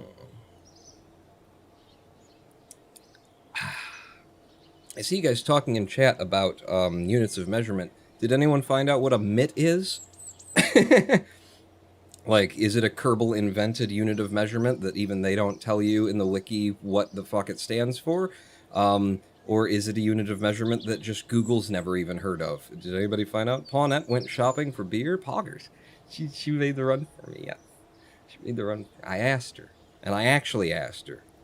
And we had a conversation about that. Because it's a thing, isn't it? People don't just ask other people to do things for them, you know? Like, you've got to word it in such a way that you're kind of asking them if they'd like to do it, or you're asking them if you asked them to do it, would they do it? But I'm not actually asking you. We had a conversation about that, because I actually asked her, as opposed to, you know, miring it in some bullshit. This communication that makes it so that I'm not responsible for having asked you, I'm not actually asking. But we all do that, don't we? It's interesting. The name MIT is suggestive of the word bit, Basic Unit of Digital Information. MIT is the abbreviation and nickname of the Massachusetts Institute of Technology, highly regarded research university. So we're reverse engineering it, but we might figure out what the fuck they were thinking about. The closest thing I found was a smoot, which was an MIT prank and is 5'7". I'm a smoot tall, more or less. I might be a smoot in an inch. But I'm right around a smoot tall. All right. We learned something about me. I'm a smoot. Are you a smoot? Smoots are the best. Generic unit of measurement, like a widget, but for data. They made it up. It sounds like it more and more, doesn't it? And, you know, this game is realistic. So, you know, that's the big defense of all of its charges, all the charges I can bring against it. It's just trying to be realistic. Inventing units of measurement that mean nothing but in the game while asking you to do fucking math in order to figure out whether the comms network is going to work for you. And we invented our own units of bullshit that no one could know about because it's ours. Any smooters in chat? Ask Insights LG. Let's hear from my smooters. From the Big Smoot Club, everybody. Big Smoot. 5'8". Thanks, Pawn, for streaming on YouTube too, cause Twitch Europe was offline the last hours. But this way I didn't miss anything. Shadow Dragon HD, thank you for the 500 bits. That's a big cheer. You're welcome. That's why I streamed to YouTube, and also, I'm sorry, because you didn't miss anything, and what you didn't miss has just kind of been me sitting here not accomplishing much and bitching. It would have been fine, basically, if you'd missed that first hour, so my apologies to you. Is there anything that we could do, like something that just, I'm interested. Rescue from orbit of Kerbin, rescue from orbit of Kerbin, satellite in specific orbit of Eve. Already sending me to Eve, and they haven't given me like a primary mission, like a, explore Eve mission, and they want me to put a satellite in specific orbit of Eve. Give primary missions, use them, tell a story. You're not like controlling them. The player doesn't have to do them, but you can use them to tutorialize as well as, tell a bit of a story of space exploration and, build the... rescue Sigstead from orbit of Minmus. All right.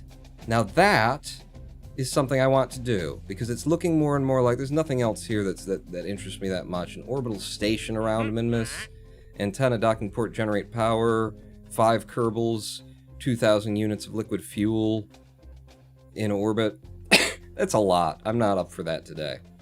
But what it's looking like we're going to do is we're going to do our position, go back to mission control. What it's looking like we're going to do today is do our position satellite in synchronous orbit of Minmus while we recover a Kerbal and land to collect our little stone that we're going to bring back. Huh?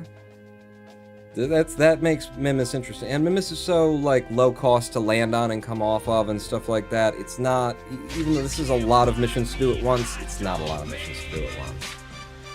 A combo Minmus mission. Combos. Years since I ate those things, man. Years. I really liked them either. Little pretzel things with the cheese in the middle of them. It's just kind of weird. After all, you get... It's a taste that you develop and then you want them. And combo Minmus to mission. What? Thank you, Jermasian. All my rescue Kerbal missions were female Kerbals. All of them, like 20 or 30 of them. Ooh. Building a Kerbal harem, are we? So we do have 947.2 science as our reward for having done all the things we did at Minmus, and we've got a lot of tiers to look at here. Advanced electrics, I'm starting at the bottom. Usually the bottom is more interesting. It's electrics, it's science, stuff like that. It's neat. CMM for short. For combos. Snacking on combos while we're on our way to Minmus. It's a CMM, baby. Game didn't give me any male Kerbals to rescue, shrug. But who wants men anyway? I'm one of them and I don't think much of them. Extendable, retractable solar panels. That's worth a lot. And the big panel, some thermal shit. What's this? First of its kind, intelligent programmable controller. Manage a number of parts across a vessel. Not entirely autonomous entity yet. Okay, so that would be for robotics then. And I don't know anything about robotics. I haven't learned it. We'd also get the big battery, 400 charge in that one. That is looking tempting, and we've got like 5... We can probably buy 5 of these things. I haven't done the math, but it's around there. The actual relay antenna that you don't get until you've done, 1,000 science in a single mission, at least in our playthrough, in hard mode, by the way. There it is. That one actually fucking works, is what I'm told anyway. But a better Probodyne.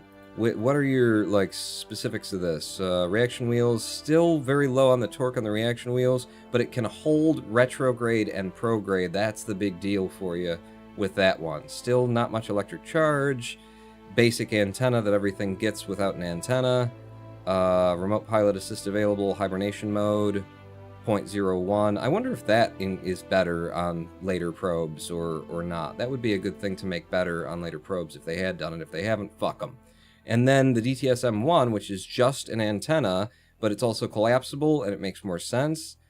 The antennas and that probe are interesting to me as well. I told you all the good stuff tends to be at the bottom. We've got the mobile processing lab, which I have never understood how to use. I know, you return science to it, and then you leave it there, and then it makes your science worth more, and then you bring it back or transmit it? Is that the concept? That is such a long-winded, long-term concept. And if I recall correctly, the amount of science that it additionally generates for you is not really that much unless you stock it with like 9,000. Well, it's only got a crew capacity of 2. So 2 scientists in there. Is there a later one that carries more or something like that? I just remember like trying it and being very underwhelmed at what I got out of it for the amount of effort to push a 3.5 ton processing lab into, orbit, and then instead of bringing science home, which would be easier, rendezvousing with it, dropping it off, putting it in there, leaving it there, and bringing it home. Kind of a very long game, sort of doesn't make a lot of sense in the career mode thing, if you ask me. I can buy 5.92? Shit, I wonder if they'll let me get the 0.92 for free, huh? I've been shopping at this store for ages. Give me 0.8 off. I'm spending 947.2 in your fucking store here. You put the science in there, take it out immediately, and it'll still process it, but it's been a while. It's not needed. Science is way too easy to get as it is, yeah. Ladders are a neat thing to have. Not necessary in most places, but neat to have. And a scanning arm. Light scanning arm is capable of independent work on distant planets, analyzing the geology and composition of rocks and other surface features with 2 different instruments. So this is like something that I would put on... Is this what I would use on the green rocks on the surface of Minmus? That I would just sort of point it at the rock or something? Tracking speed 30, rated for 3,000 dynamic pressure. Okay, reach 2 meters, electric charge 13.6. Collectible, so science experiment, collectible data, rerunnable, resettable, max science. So this is a science thing? Does it have to go over rocks and surface? But this is a science collector. Okay. It seems to be, anyway. They've got science. It's a science experiment. It says it is. Shake it off, buddy. Shake it off. And then we get the bigger pod, the bigger bay. Okay. I told you all the cool stuff's at the bottom. Put it on a rover, get it close to a rock, it will scan and get you more science. Cool. That's neat. The cupola module, or the cupola, it's just cupola rolls off the tongue so much better. 3 command pod, so the larger that holds 3 Kerbals going up. The Mark II lander can. Oh, that's the service bay. What was the other thing then? Container module. Capable of storing a wide array of equipment, storing precision scientific instruments, protecting them from the rigors of launch. So you put things in it? Do Kerbals legitimately have fucking pickaxes and they don't just keep them in their assholes? What is that about? Wait, what was that other thing next to it? That's the scanning arm, you idiot. Alright, so yeah, that stuff. Mooner Excursion Module. Through hearing pilots refer to their current line of landers as easily crushed tin cans, the marketing department decided that what customers really wanted was a lander that resembled an already crushed can. I'm presuming that's from the Making History expansion? So it's probably modeled after the actual, like, original moon lander, something along those lines. Interesting. Specialized control, fly-by-wire, big reaction wheel, monoprop, and Verners. Verners, there's a lot of cool things you can do with Verners. Bigger heat shield, landing legs, bigger landing gear, light-duty rotor, small low-torque, high RPM electric motor. Okay, so... it gets up to speed slow, but it goes fast kind of thing, or it can't carry a lot of... yeah, if you put a lot of weight on it, it'll take a while to get there, but it'll RPM. I get you. And then a light-duty rotor, small, low-torque, high RPM electric motor, same but smaller. 0.06 tons, 0.058 tons, the same weight. You know, almost. What? What's the fucking difference? Just the way they look? They're both light duty, one has an S on it, and it's only 0.02 tons less weight. I'm just looking back and forth. at like the stats and trying to get an idea.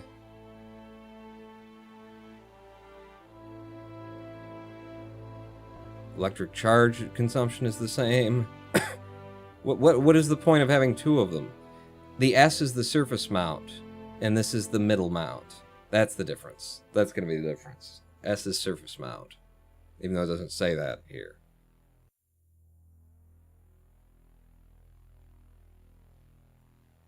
Or maybe it's just because it's got a smaller head on it. No, it's not a surface mount.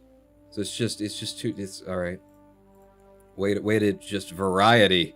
Oh, but the variety. And then here's turbo shaft engine. Massive turbine engine consumes liquid fuel and outputs angular acceleration. We'd say it's the most powerful thing you can buy, but it's still not a rocket. Okay. And then a whole bunch of plane parts. Supersonic flight, whole bunch of plane parts, including the Panther afterburner engine, and things that we've seen before. That's fine. Actuators. Get the claw. We get the claw and the claw junior both at the same time. Cool. And then hinges for robotics stuff that I don't know how to use. Telescopic hydraulic cylinders, rotation servos. Okay, yeah, mostly robotics shit and the claw. Specialized construction. Big old fucking fairings. It'd be nice to have when we go to Duna. Stack separators, girders, the proper docking port, the biggin.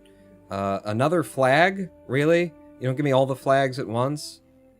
Well, 2.5 meter, fair enough. We probably didn't have that size liquid fuel tank until here. Some adapters, structural tubes, grip pad. Non-slip pads that you don't slip off the back of your mech bot as you stomp across KSC in search of science. Okay. And then a grip strip. Interesting. I know nothing of the robotics. Those rotors and turbine engines take skill to figure out how to control and work. They don't just work by installing on your ship. Cool. That's what this game needed, was more complications. Adapters for 1.25 to 2.5, and RCS and monoprop. A better a lot of better monoprop containers. A jumbo fuel tank. So some big sons of bitches. For engines, the Twitch liquid fuel, the surface mount, small one, right? Very small, but surface mount, which means you can build some really cool things. Same thing with the Spider, super small. The Puff monoprop engine, very fucking neat. Dumpling, that contains LFO, really? Okay. And then the donut, I remember the donut, the Vernier engine, but it's a Cub. A small version of the Werner? What does it use? Use LFO? Liquid fuel oxidizer. Yeah. Surface mount Werner engine. And a small one. Neat. I like that. And then we got the mainsail and the twin bore and thoroughbred solid fuel bursters and big engines that I don't know nothing about, that when I buy them it'll just be because I need to, I don't know. But okay, so out of all the things that we could buy, I like the electrics. I like having deployable solar panels and the bigger one, and as well as the bigger battery. So boom, research me that. Oh yeah, we could actually go up from here. We could get more science right there. How much do these cost? 300. More science. What? It's an experiment too. Okay, so you get 2 scientific experiments, another relay antenna. Okay. That stuff. I don't think I want to do that. I think I want to do it tier by tier as we go. Gigantor, and then you, and then you, and then you. Yeah, we're going to go tier by tier on this. I was interested in having the better probe, as well as the deployable antenna. This makes sense as an endpoint antenna, whereas the Communitron in this system doesn't fucking work with a relay antenna RA5.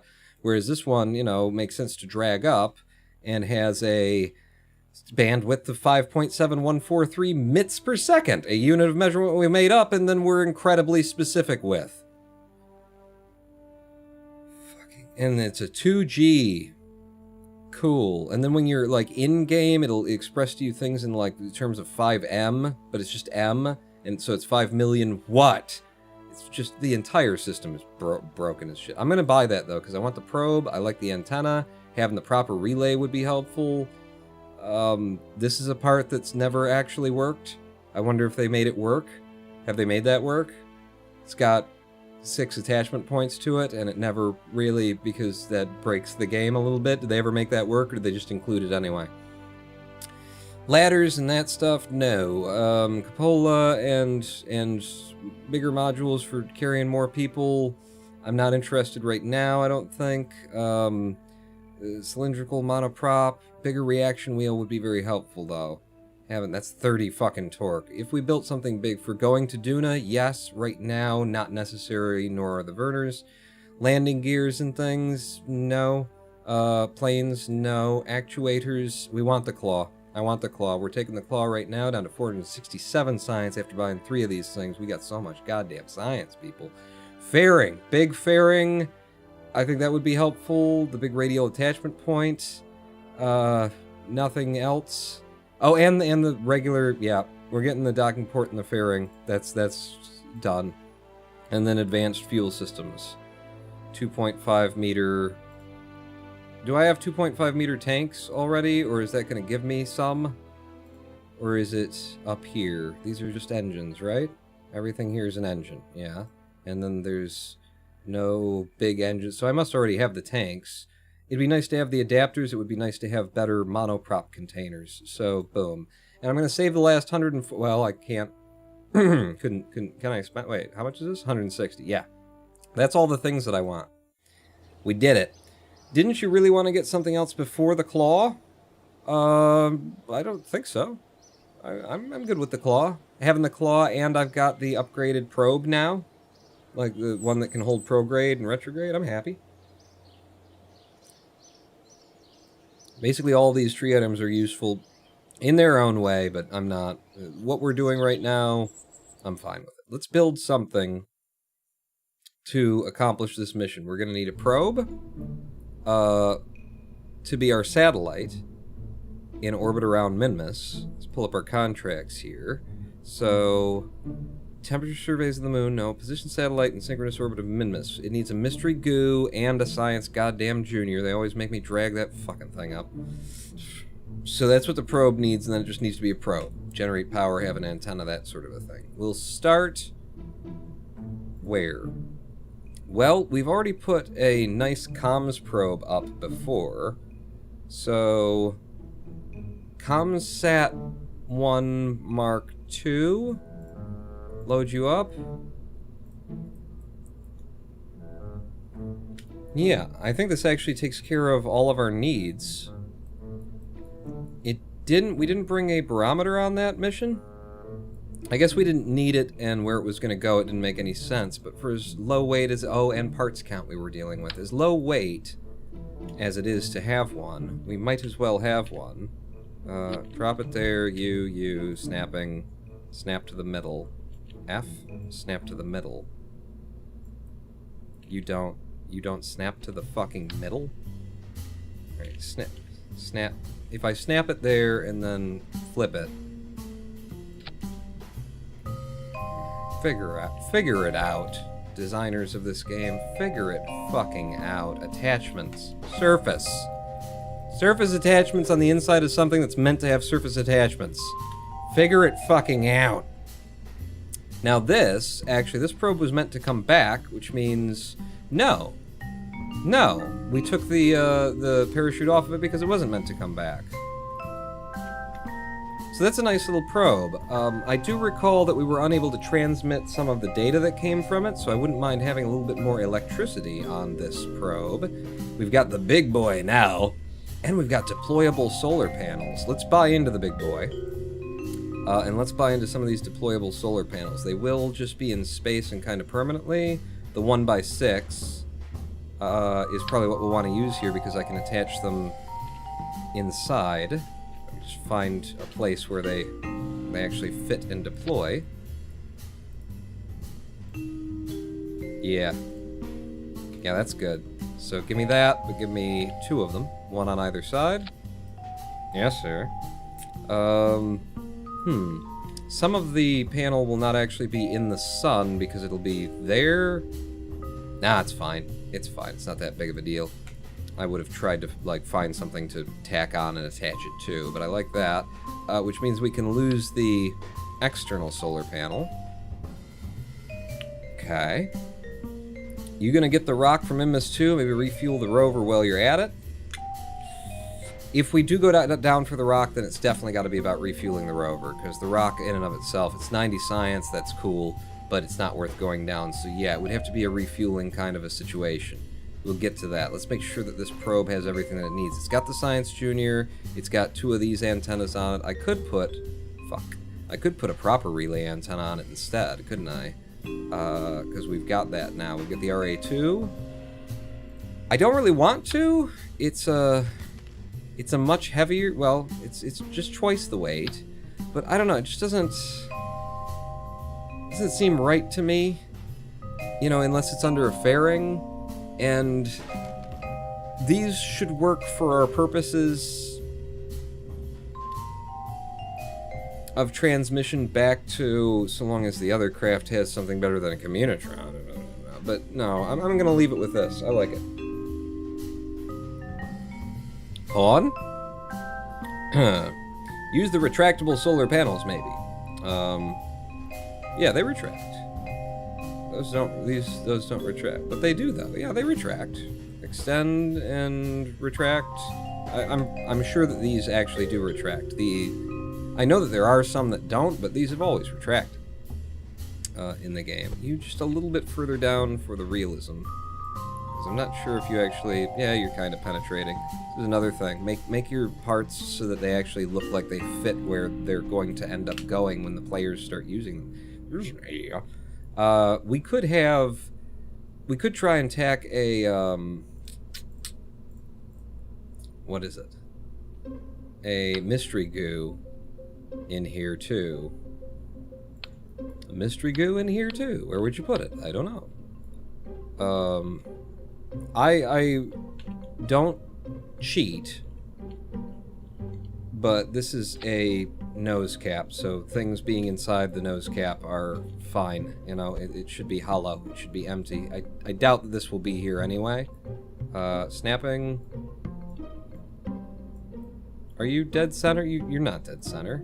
Then why isn't the fucking snapping working for me? Absolute. There we go. Snap it.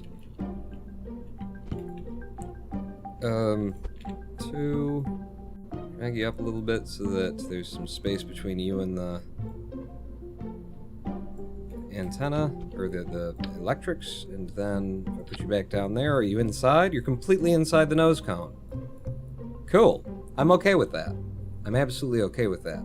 Being able to click it, that'll be hard, but we can do it through the... I don't know. That'll be hard. It's fine. It's there. We've got all the science that we have at this point in time on this little satellite, and it is just there to be a satellite anyway, but it's nice to have it out there. Hello, the Light Guy 89. How's it going? I could ask you the same thing. How is it going on Minmus? We did a bit of a little tour with you, and we found the green sandstone. You found the green sandstone.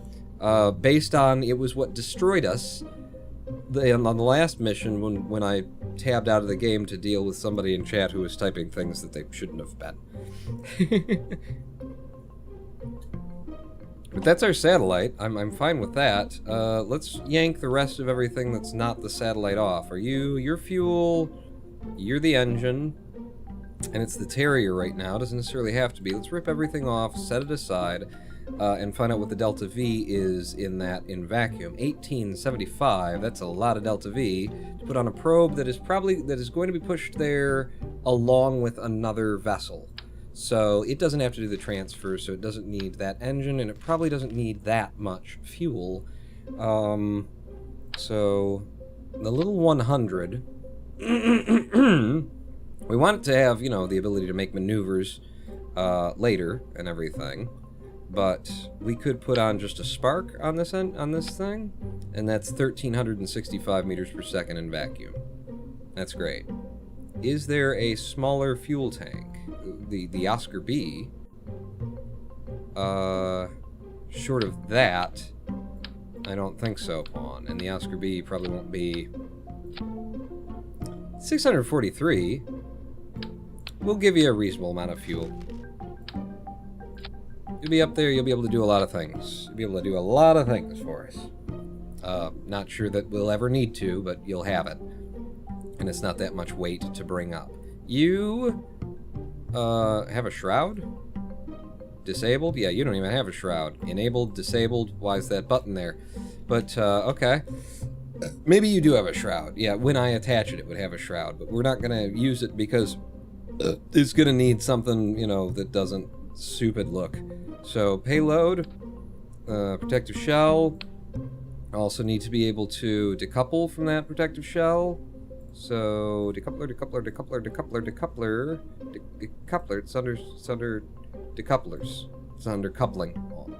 Do we finally have like a small stack separator instead of a small decoupler? Yeah, we got the small decoupler. I'm not sure if that will be bad for us in terms of stability, but this thing doesn't weigh that much at the tip of the ship anyway, so fuck it. So from you to you, snapping on, and attach at the lowest possible point. Thank you. That hides our little engine in there, and that's our payload. That's part of our payload anyway. What are we looking at here? 1.5 tons. Very meager payload so far on that. The idea here, though, was to drive that up. You got the probe and everything. Do we want to replace the probe, have a better one on it?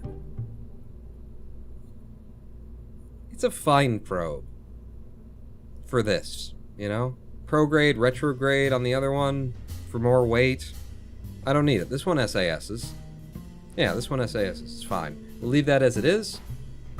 But the other part of this mission would be we want to bring a Kerbal home. So this probe actually could...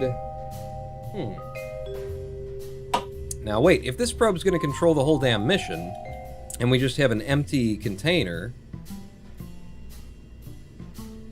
then the guy who might not be a pilot that we recover in orbit of Minmus has to fly and land it without... We're going to have a second probe if we brought an empty command pod. Otherwise, we bring two of them. You know, we bring a pod that stores, that seats two Kerbals. Jeb flies. We pick up the other guy, and then we land with that on Minmus. I'd rather build something that it'll just have a probe on it to give us SAS. Yeah. It'll have its own probe, it'll be empty, and it'll be just a one-man kind of a thing, is my thought. In fact, another lander can. Something that's just, it doesn't go from a small to a big kind of a deal. What, Mark II command pod is like that? Yeah, no. We could do an inline cockpit.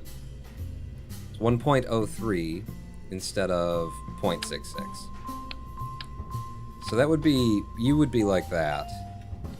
And you would end up carrying this top bit, where the fairing used to be when we decouple for that, and you'd have the decoupler on you.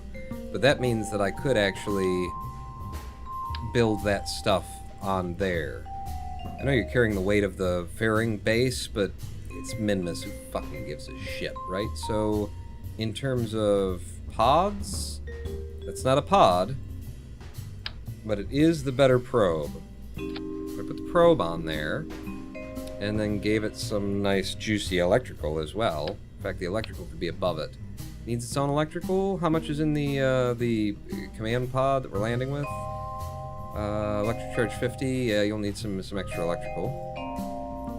So one of these for an extra 200 is fine, and then you, and then you. This is something that needs to return to Kerbin, however, so we got to keep that in mind also.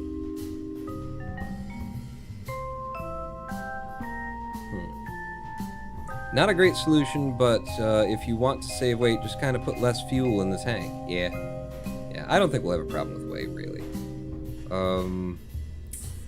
We'll have this attached to us all the way out, but we will need our own, like, ability to communicate once we're there. At Minmus, once we're leaving, we should have, you know, base station communications, so just having a single one of you on there should be fine. Tack you on. Your ability to come home. which also means that you need parachutes, my friend. So those are going to be radially attached, rude attached, rudely. God, they're so big. They're so fucking big, though, aren't they? Jesus Christ, I don't want to cover up my flag. Would I have a problem if I put them on like that instead? Two of them. Two of them. You got to come back in atmosphere here, my friend. If you do, I mean, it would be better if they were, maybe I could penetrate them in just the right way. A way that doesn't make my eyes go, ugh, no. For example, that's kind of nice. Yeah. So there's parachutes for your ability to descend. Let's not forget that you're going to need a blader. Fire pod. The fire button. 0.25. You fit on the bottom of it, but really to properly ablate, you'd want something like that. Maybe... I've got adapters and shit now, huh? It's the wrong size and kind. What was that? Ronan Pawn. Fozman and Jim were saying that the panels do not retract in space. I mean, I'm fine with that too. Even if they don't retract in space, it's a probe. Once it's up there, it's up there. It doesn't have a parachute. It's not going to land anywhere. We're going to drop it on the way. I'm okay with that. And we'll find out if they were correct in saying that later. But it doesn't look like FL10 adapter. I need something that goes bigger. Rockamax brand. Yeah, there you go. No. Like a small one. I don't have the small one. I have to buy an adapter tier or something. Fuck it then. Fuck it then, you're just going to have that, and the rest of the bottom of you will apparently get a little bit of hot. I don't fucking know. The amount of blader that we'll need is about 80. We do want to check the weight of that, the center of mass of that before we go. Somebody do remind me to do that. Anything else that this pod needs?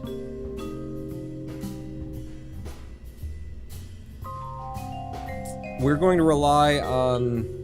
No, we won't. We won't rely exclusively on that. Let's give it its own electric generation with just some small, lightweight photovoltaic panels. Here, 2 of them, one either side. Just a little something to be able to generate a little something. It does have some monoprop on board in the event that we get really screwed. In fact, let's do this. Let's make it look neat.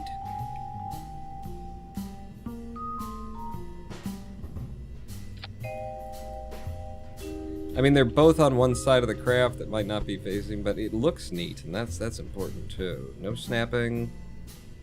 You in. Move you down. Nope. You. Move you down so that you're touching there. In fact, and then maybe... I kind of like that. A bit less angle on you. Oh, he's gonna get really minutiae on this, isn't he? Yes, he is. It's gonna like there, toes there. And then up a tick, in a tick. Nope, it's embedded now. It's touch. It's not supposed to. Oh shit! I fucked it all up. Put it back. 2.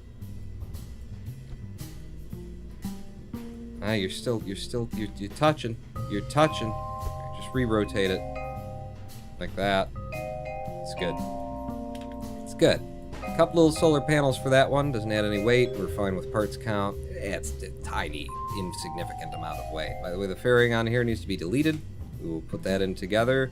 So that's the return stage for the Kerbal that we, send home. Is that enough for him to, come and go with?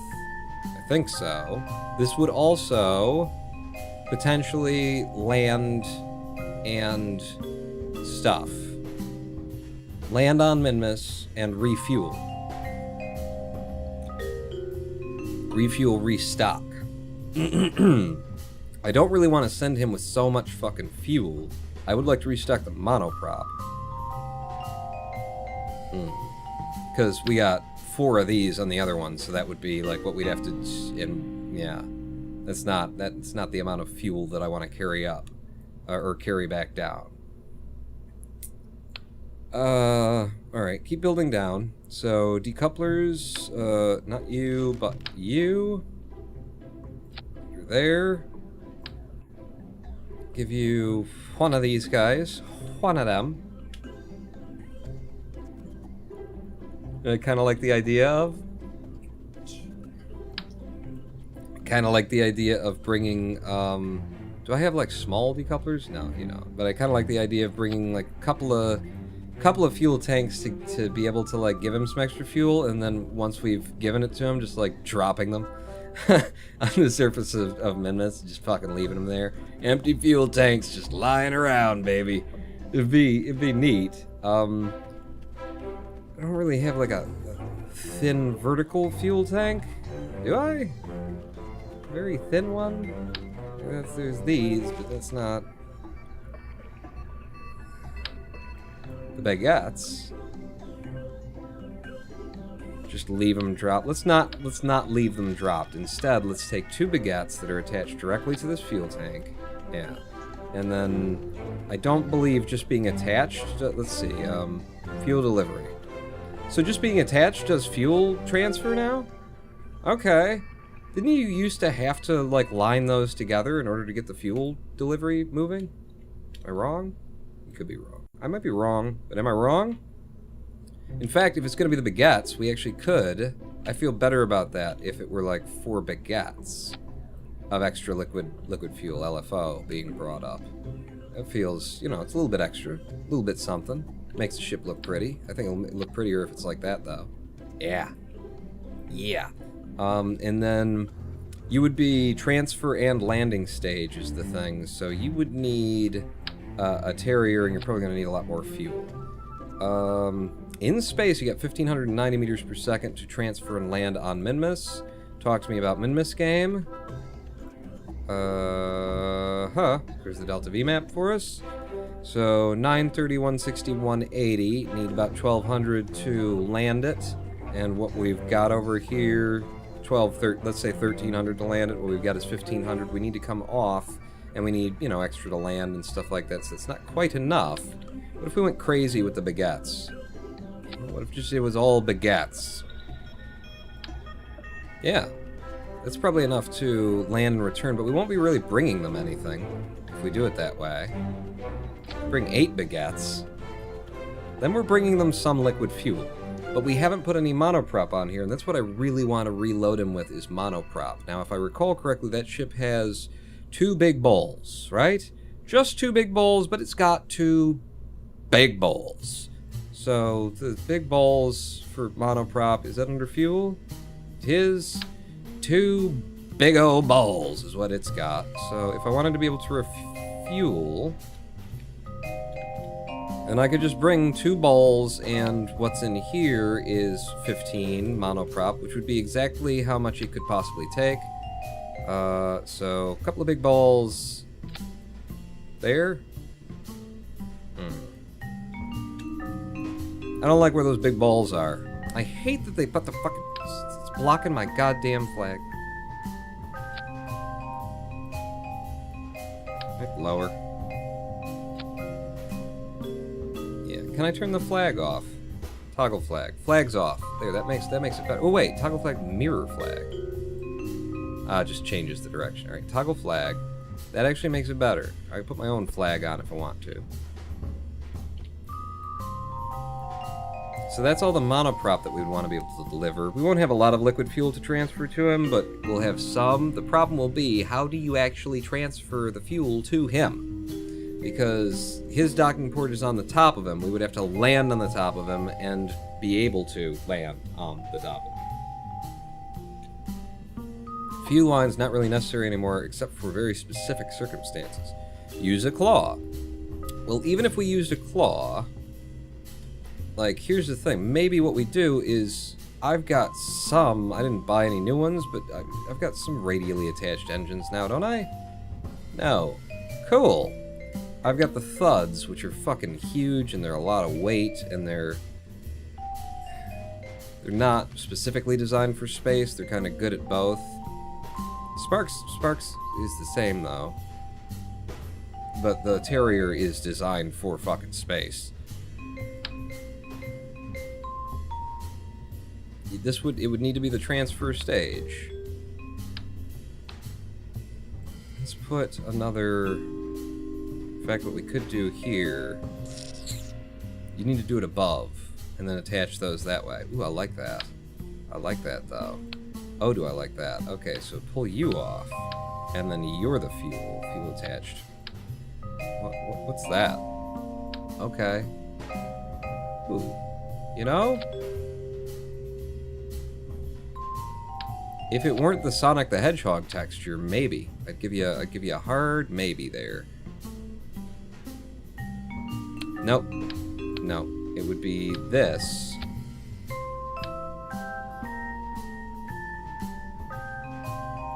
It just doesn't work what I'd like to do, does it? Because these got to be attached to... Well, you've got more fuel there, so pull these off for now.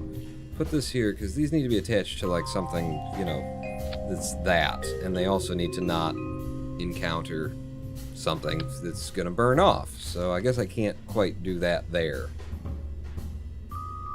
Alright, fair enough. But with the two of you on there, what do we got in Delta V? 563 meters per second, and that is in vacuum. They're just too heavy. They're just too heavy. For being able to land on him and get a docking connection in Minmus gravity, we're going to have to build out. So, yeah, but we could. We could pawn. Could we? We could. Okay. We can use Oscar B's, and we can attach little engines to the bottom of Sparks.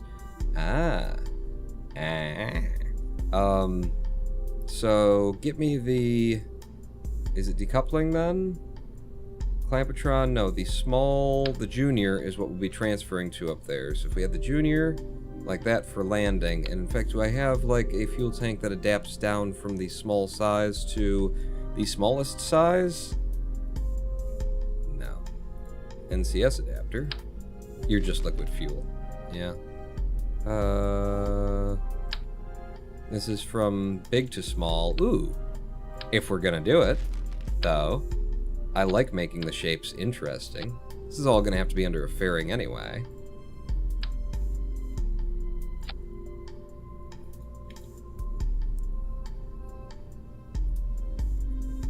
I like that. I like that. Who doesn't like that? So that would be for landing on them. We might put some more of those on, but what we're gonna have to do is have some radially attached tanks that we can attach engines to. And I was saying the Oscar B's. That's probably what it has to be. Just looking at my other options there, though. The NCS adapter is just liquid fuel. No. You. 2.5 to 1.25, 2.5 to 1.25. You're huge, aren't you? Yeah, you're fucking huge. And you're going to be similarly huge. Jesus Christ, it costs a lot to just get into it to see what it does, what it is and what it does. I don't presume that I could attach... Yeah, you don't have connection points like that, so it is going to have to be the Oscar B's. Alright, fair enough. Now, the Oscar B's are not going to want to be at a reasonable... Say there were 4 of them. Not going to want to be at a reasonable, like... inclination for this, which should mean either merging them.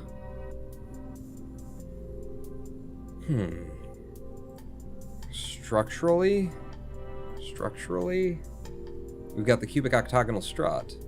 We have some actual structural parts now. Might be able to do something with this. I wanted to test the micro nodes.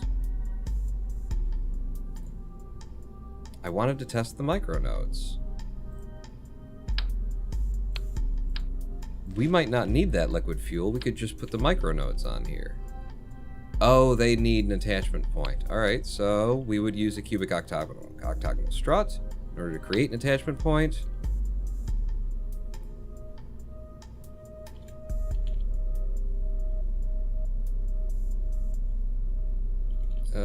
I need you to... Alright, well, I'll have to do it... Yeah, I'll have to do it by hand. So from there, down to you, we're still snapping. Get it straight up and down on absolute, please. Boom to there. And then these... Where can I embed you that it actually makes the slightest bit of sense?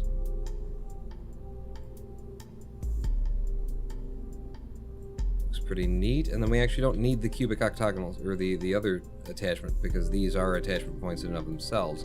Although, I might.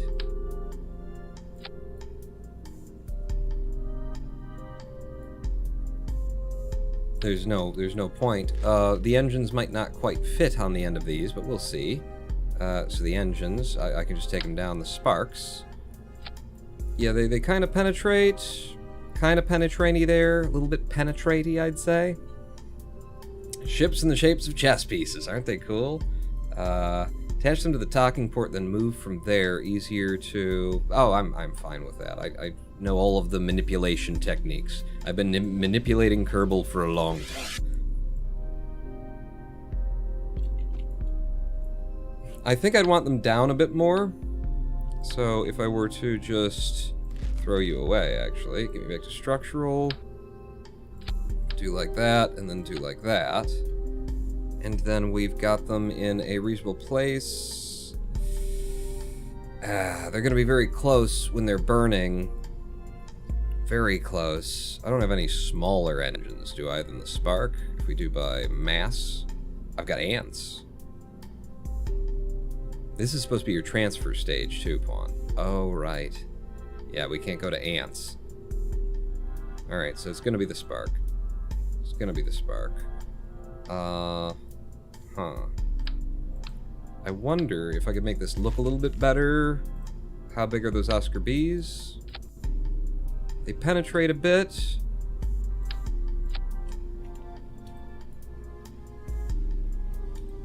But I don't hate it. And what I would do to accommodate for the fact that they do penetrate a bit is I would take a little bit of fuel out of each of them to just, you know, giving back something of what I'm taking up. So that it makes more realistic sense.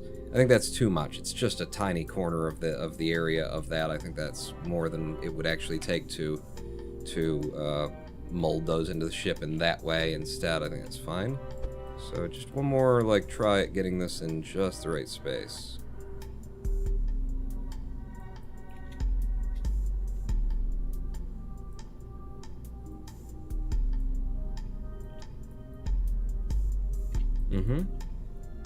Now, for you, well, let's just check the fuel transfer. It transfers fine through those parts. Boy, I hate that it does, though.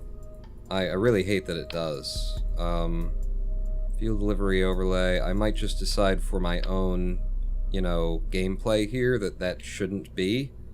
And since it shouldn't be, I rotate you, rotate you, rotate you. I might just do it myself.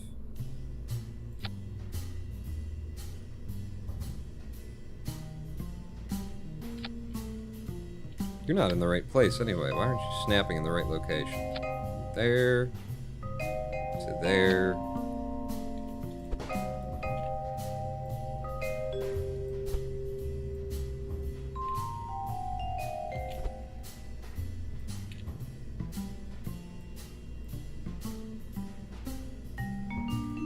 It makes it look more, I don't know, realistic to my sensibilities too.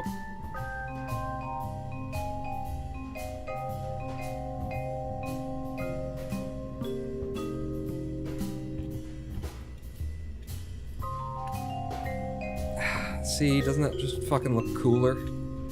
I might have you come out just a touch. Okay. Yeah.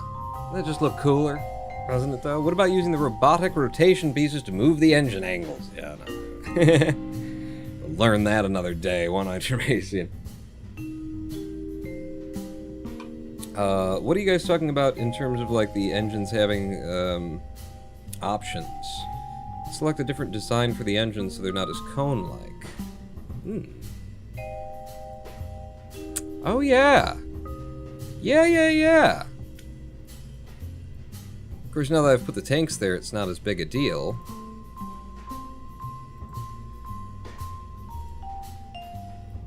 But I think I kind of do like this harsh structural kind of a look.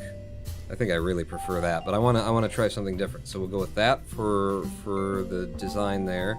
And then is that like this is all that, and then that's before anything breaks off, so we're carrying all of the weight when we're doing this calculation, and then you're a completely different thing. That's 1,450 meters per second at delta V.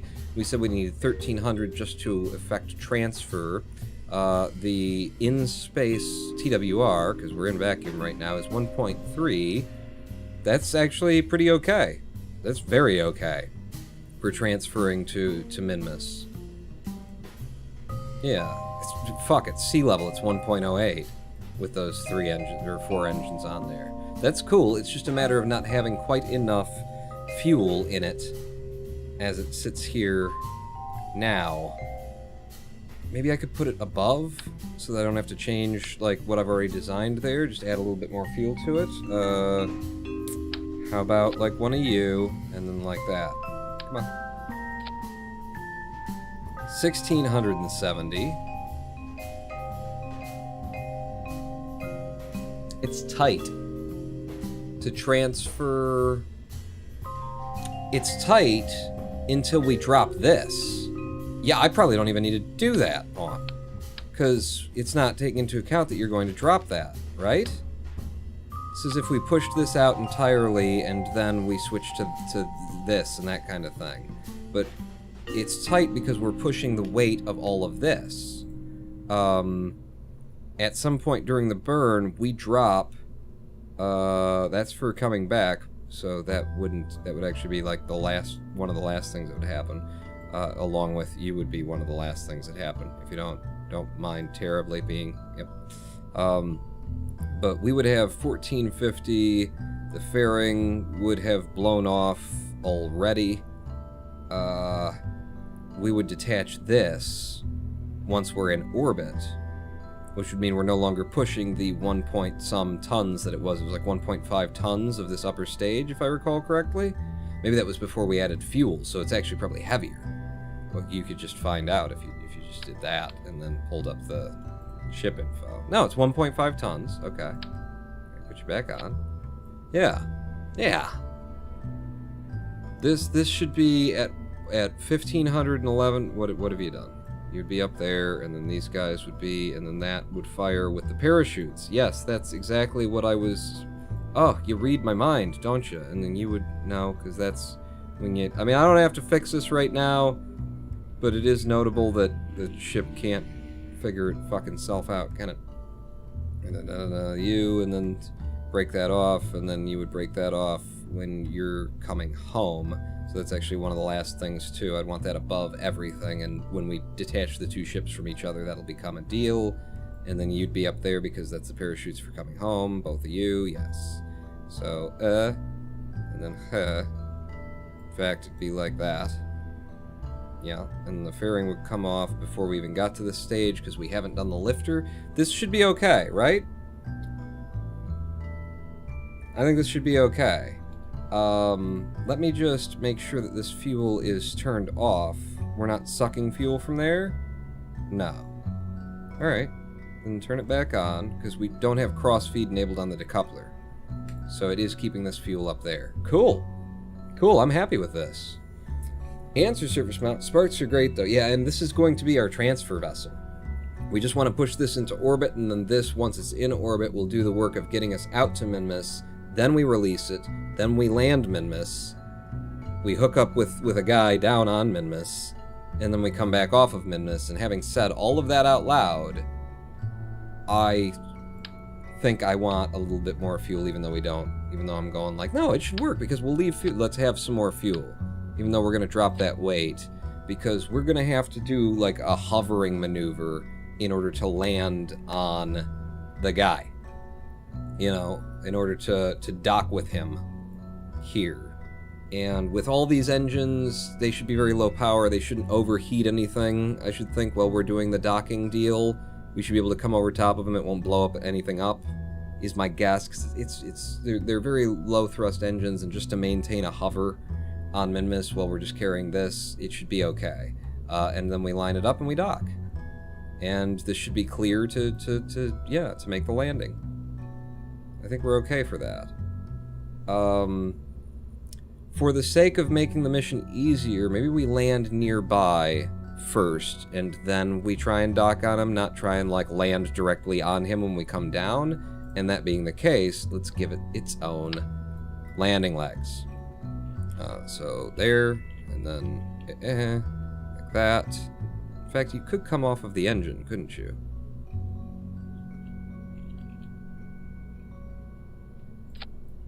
Yeah, if we give it its own landing legs, it would probably be better, generally speaking. Oh, this has fucked up all of my fuel things that looked so good before. Why did you twist them again, you fucker? I made them look nice. They don't need to be there, even. Let's see if I did like that. Looks kind of cool. Take out the fuel ducting.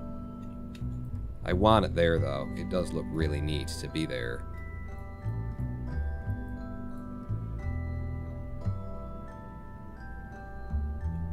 Snapping.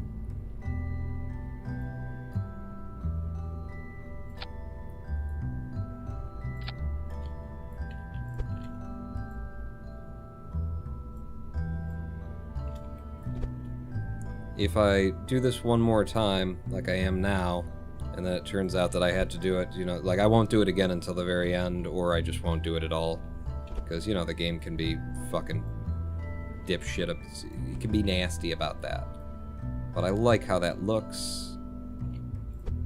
It makes it look more like we're doing a thing.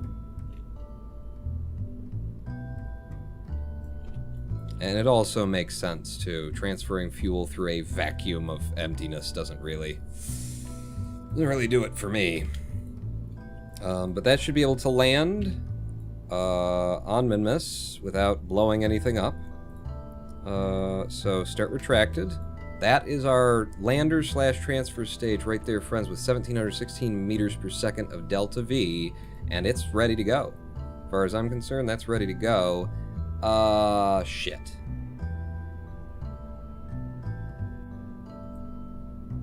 I'm kind of thinking that everything down here should be under a fairing that connects to there, which means that this fairing comes off. There's no reason for that fairing to be here because everything will be hidden under it if there's a big fairing that covers all of this. Comes out to like there and then comes straight down. If we did it that way, it's more fairing, but I mean with the aerodynamics of all of this weirdness that I've got going on here are pretty fucked. It's gonna want a fairing below it that covers all of this. So there's a little bit more fuckery to be done with this before we can say we're done, and that's gonna be the parachutes, the U. Ah, fuck, that was where I had you on there too, huh? Alright, well, we just need one of them. And for now, that's not a great place to have it, if I'm honest. Tell you what I might do for you, is I might snapping and have two of them. How do you feel about two of them, huh? In fact, have them this way.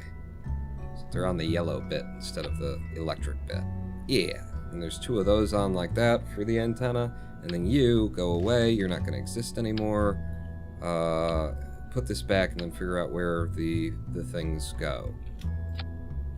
And it broke my fucking things again. Yep. So I won't touch that until the end, and maybe I won't even remember it once we're doing it.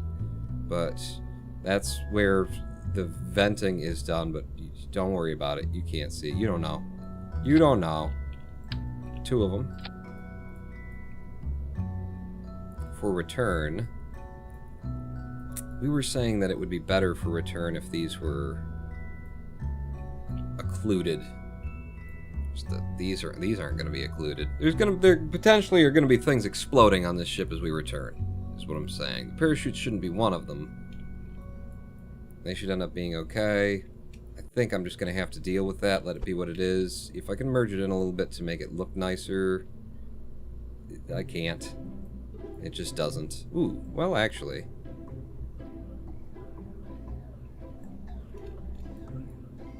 Well, now you're changing the center of mass on the fucking thing, so maybe don't fuck with it. Yeah, that's going to be what it is for that. And then in terms of the electric charge, we'll do something like we did before, which would be to attach it to, like, you, except for this time, be at a harsher angle. In fact, that harsher angle could be with snapping. We get a pure 45-degree angle on it, which I think that is. No.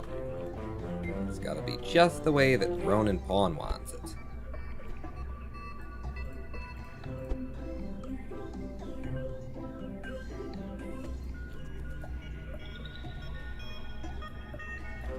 F. Slide you up a bit. Slide you out a bit. Just the way that I want it. Kind of. Can you go up a little bit more? Okay, that's half and half, and then if I pull it out by another tick, I'm sorry, friends, but this is... I decided that I'm going to enjoy my builds, and this is the kind of thing that I like to do on my builds. Is take the time to make it look the way that I think is cool. Okay, so you got 2 of those, you get the parachutes, everything's back on that was on there before. We got rid of the fairing because reasons. The lifter stage, this isn't going to be enough to push that up. What are we looking at? 6.824 tons. So this little thing that we had on there before, that also would need a decoupler. Coupling, and the 12. Don't need the 12 here. Ooh, but for stability, does it help with stability? I feel like it would make me feel better if I had the 2 there, and then you like that. We'll do some struts. But so that's not going to be anything, right? Like, even if these things weren't stupid. You're firing, what are you firing? Oh my god. You 4 and I don't know. Boy, when the staging doesn't do what it should do. What a nuisance. No, not you.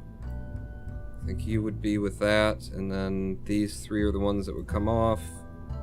And yeah, that's nowhere near enough fuel anyway, so we'll build down. We'll build down from it. But this is looking cool. So I think what we're going to do again is we're going to use an adapter, maybe that one. Yeah. Yeah. Oh, yeah.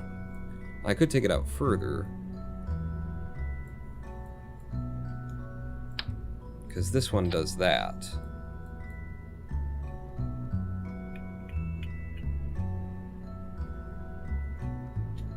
I'm thinking about the fairing right now and how far it needs to... The closer that the fairing is, the better, so that you're not dragging up extra fairing weight. So actually start with this and get open like that, and then with the fairing, which is going to be this one, I'll get around to building it, but we'll build it from there anyway. So now we're already out to that, and then if I brought it out even wider, like so, can we cross feed through the fairing? We'll check it when we're there. Probably, maybe. I don't know. But I can fix that if it is. We'll check it now. Fuel delivery, yes, it can get through there. So that's there. The fairing, we'll build it when we're done. The rest of the fuel, it's not the right size. But you, it's also not the right size because we've gone to the super big ones.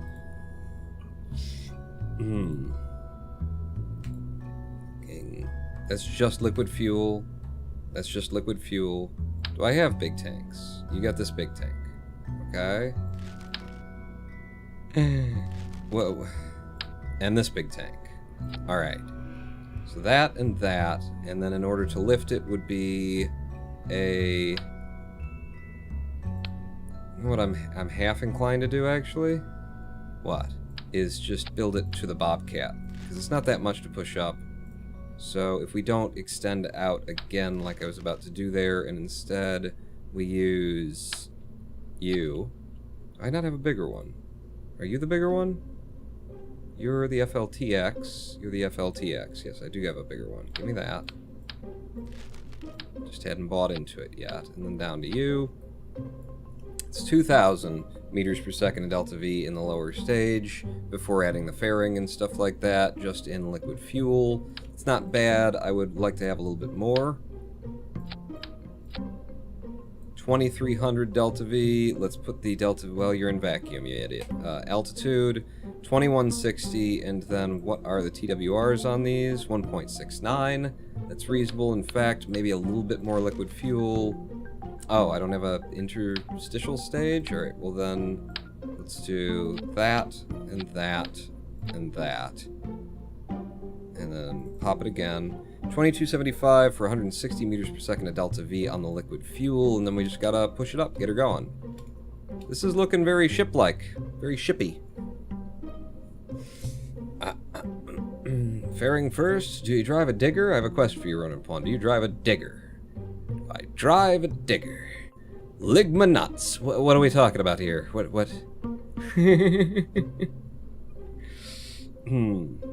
What is Pawn failing to retract? I'll retract the shit out of you. Fairing's weigh. You need to add it now to get accurate delta V. I know they weigh, but, like... Alright, I'll add it now. I'll add it now. Build the fairing. I just didn't want to, like, build it and then be in that bullshit situation that you're so often in with Kerbal Space Program, where you take something off the craft, put it back on, and then it doesn't quite put on anymore. Ooh, you will cover my balls all the way to there? Oh, you're so sweet. You're so sweet for covering my balls with that amount of, like, damn, that's a lot of ball coverage you're offering me. Can I can do it there, and then to you, close the fairing. Now it's 2,185. Let's try rebuilding that. I'm not a fan of the shape of it. Delete. I am also trying to build it though from the bottom with a mind for the whole, like, that it be as weight efficient as possible. So I'm trying to build it up where it doesn't waste space coming up. So that. And then we go just over the balls, just past the balls there, and then we come in. Okay. I'm happier with that, I think, generally speaking.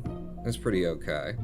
Delta V in atmosphere is 2,187 meters per second. Now we need a little bit of SRB to push up the rest of it.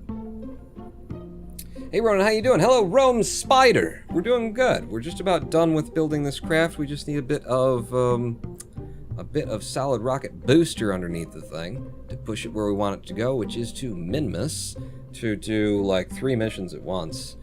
But they're not complicated. They're complicated. They're the kind of missions that I can do at once. Give me the fucking coupling, and then. With the fairing being what it is, and as powerful as the SRBs, I might end up using these ones that stand off pretty good. 2 of them, 1 on either side, and what have we got in terms of SRBs that we want to use in order to get ourselves an extra 1,000?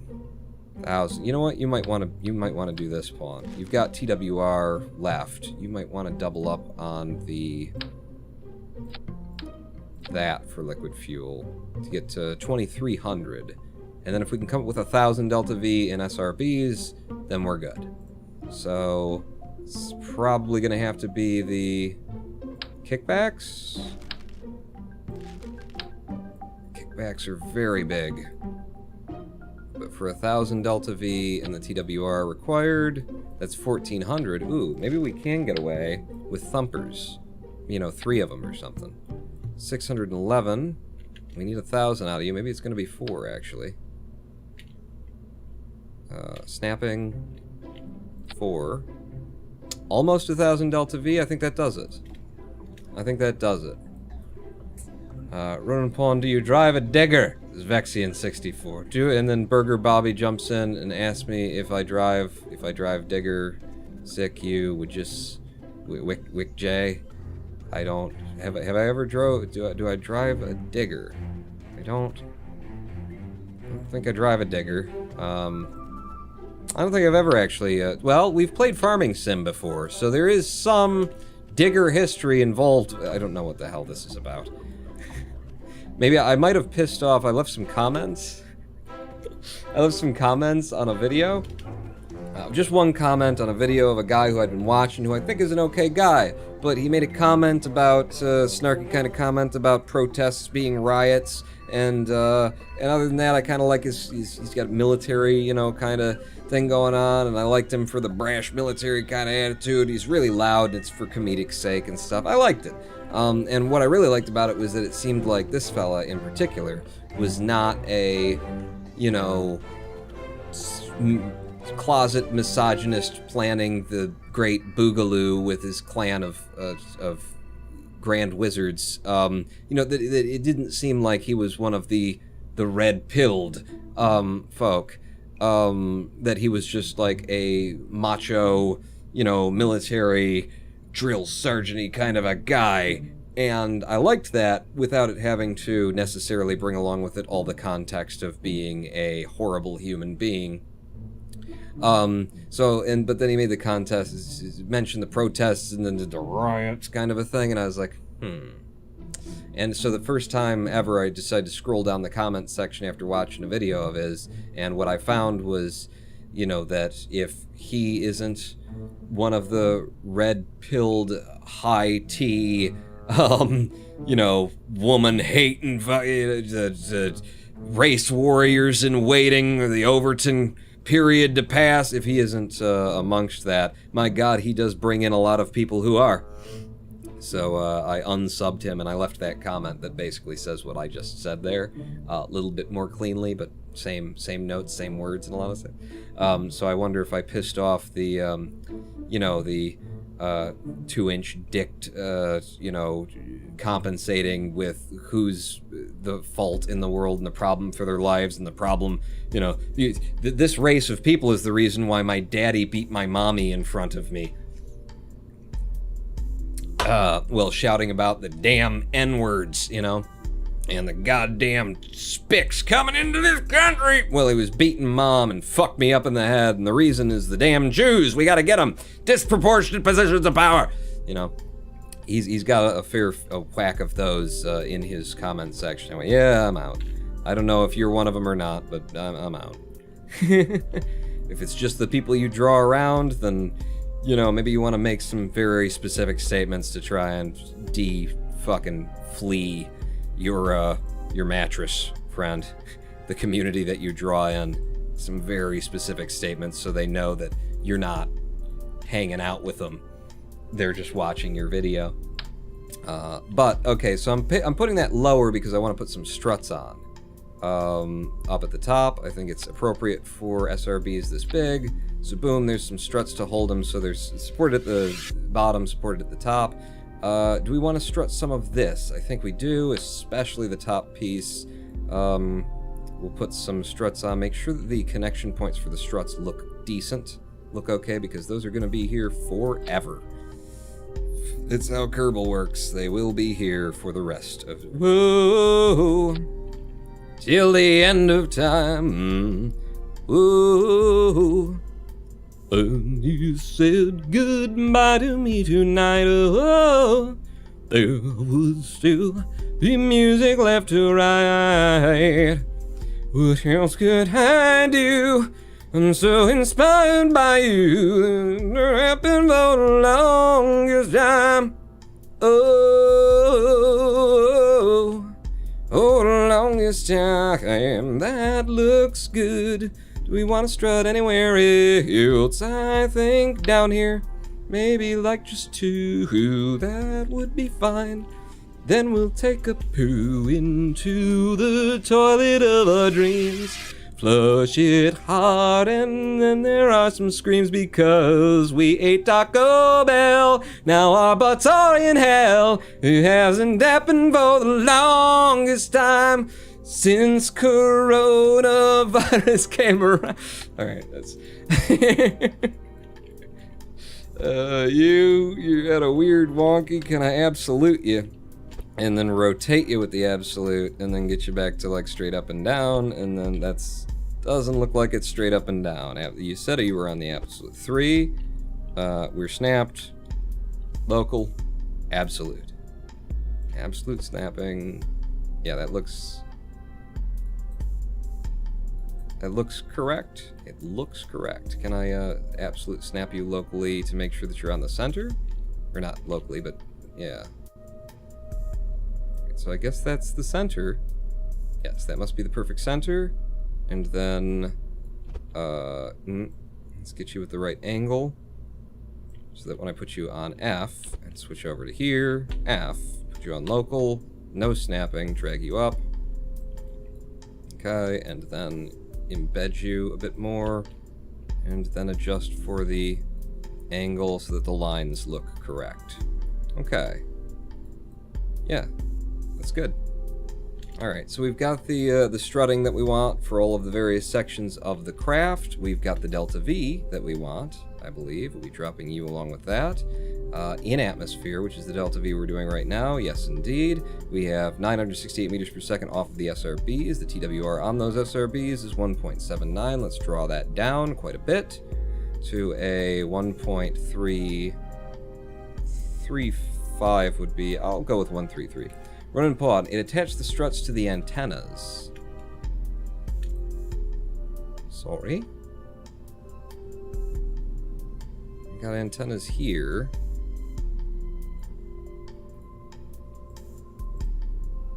And I got antennas here. It looks like it went right through them. You're right.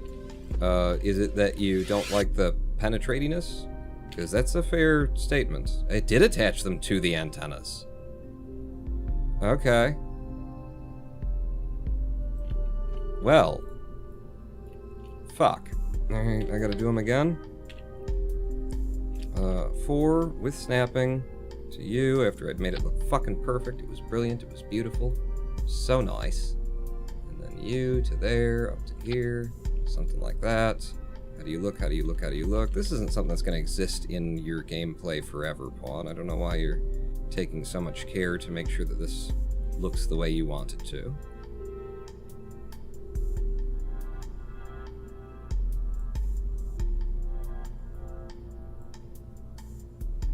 Kind of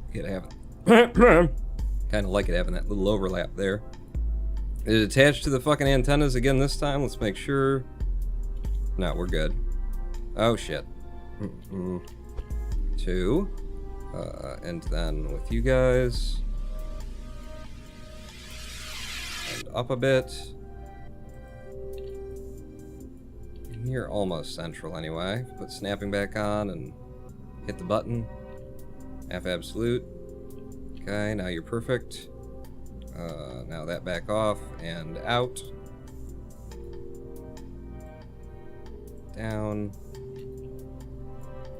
Yeah, it looks nice to me. I'm okay with that. Okay, so all strutted. All strutted. Struts are still good here. They are still good here. Thank you. Yeah. Looks good. Looks good. So let's look at our staging now. We're going to fire the SRBs. We're going to drop the SRBs, fire up the liquid fuel. We're going to drop the fairing once we're in space, which we should be with the lower stage. We should actually have like the entire circularization with that lower stage, presuming the aerodynamics works out, and it should.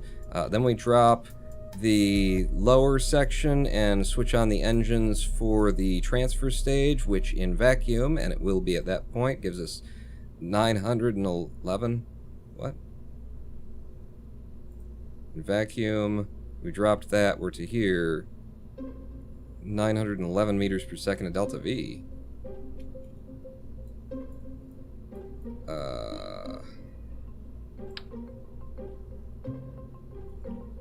Why is it only 911 now? When we built it... When we built it before, it was showing us a lot more. I put you here first.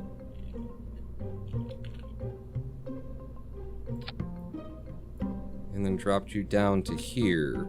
Maybe you'd remember where I dropped you from now on.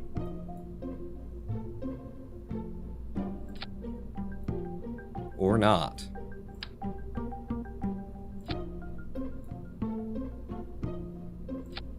it snaps to a part that's like between where it's going and where it is a thing. It's a thing to happen, so it's catching the that every time that I try and snap to something. If I just put you on here and then down to there, this is mostly fucking visual for me. And I know it costs delta V to bring up this visual component, but apparently I'm okay with that. And you up.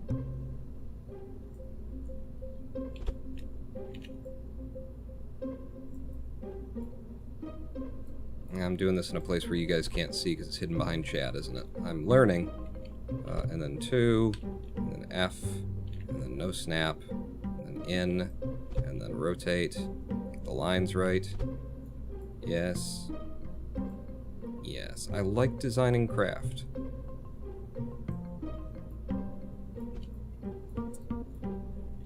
Doesn't that look so much nicer? But why is it saying 911 meters per second of delta V? We drop that when we're coming home, so that's entirely the wrong place. As a matter of fact, so we've got this breaking off. That's the wrong place. What is this then? What? What are you? You're that. What are you? Do I have 2 decouplers? Did I put on 2 I put on 2 decouplers. Okay. I must have decoupled on my decoupling. While I was decoupling, I decoupled a bit, and then we coupled. God damn it, I gotta rebuild the fucking fairing. But that's telling us the delta V that we expect again, so you guys fire together, and then the shit that goes on up there, I don't know, I gotta fucking edit the goddamn fairing. Just delete it, and I'll build it again. Delete the fairing, build the fairing.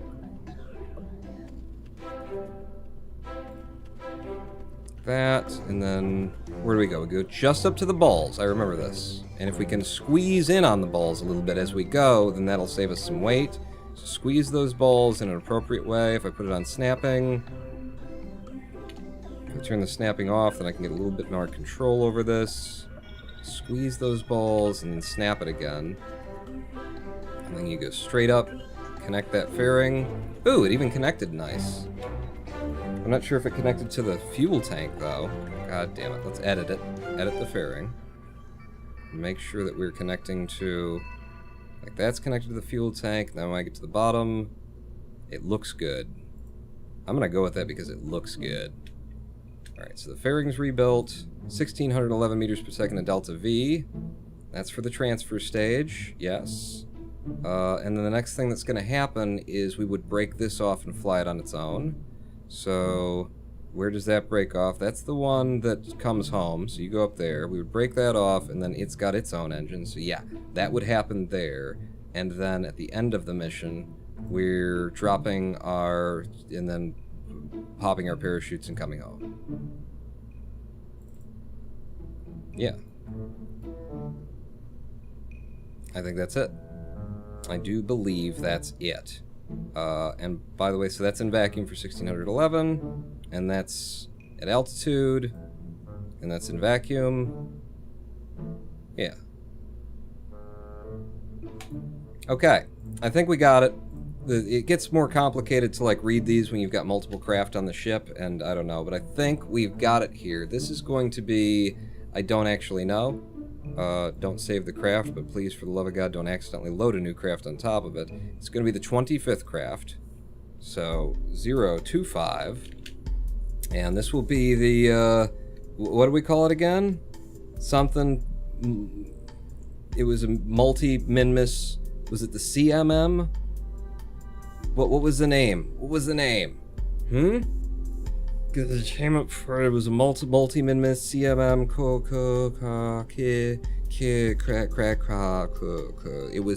it was combos. Combo Minmus mission. Yummy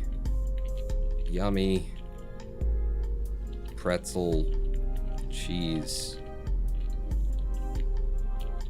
weird things. Okay, so that's the craft. Now, What am I forgetting?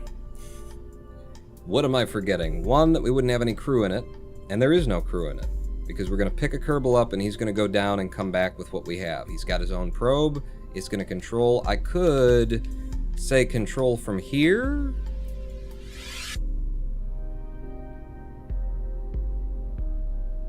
Which would actually be, at this point, it would be just rerouting to there, but then it wouldn't give me the correct delta V.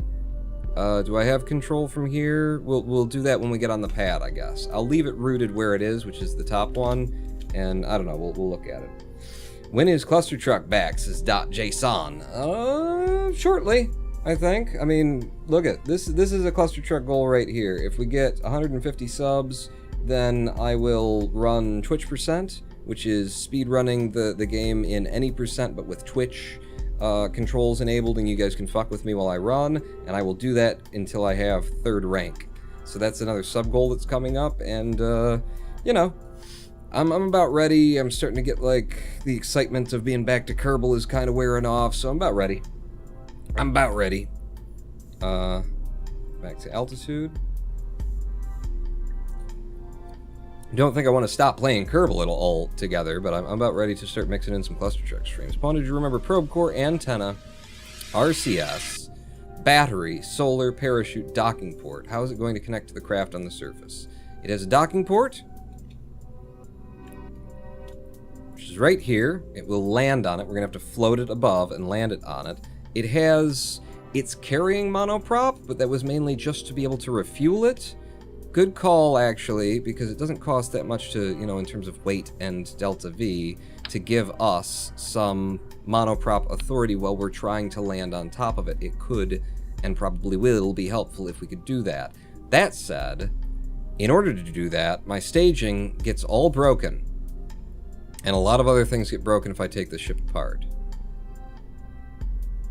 So I'm going to save this ship as it is, and then I'm going to rip it apart. I'm going to re-stage it so that this is the core right there, and then I'm going to rip it apart so that we're taking you off the top, and we're taking you off the bottom, and then the center of mass in this thing exists, oh, right on the line of the fuel tanks. And the fuel tanks will be a lot, you know, more drained by the time we're there, but it's not going to move that much. Yeah. So we will now reload the 025. Why? It must be at the very top, right? There it is. Why are you between the 24 and the 20? It's fine, but we'll reload it. Thank you.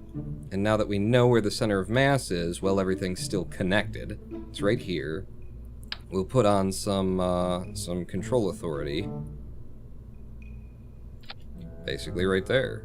I'll put it on the black line because I think it'll look a little bit nicer. Do you want it out more? Do you want those balls exposed, or do you want them? I like the exposed balls. Yeah. I think having the balls just a little bit showing lets everybody know what you're about.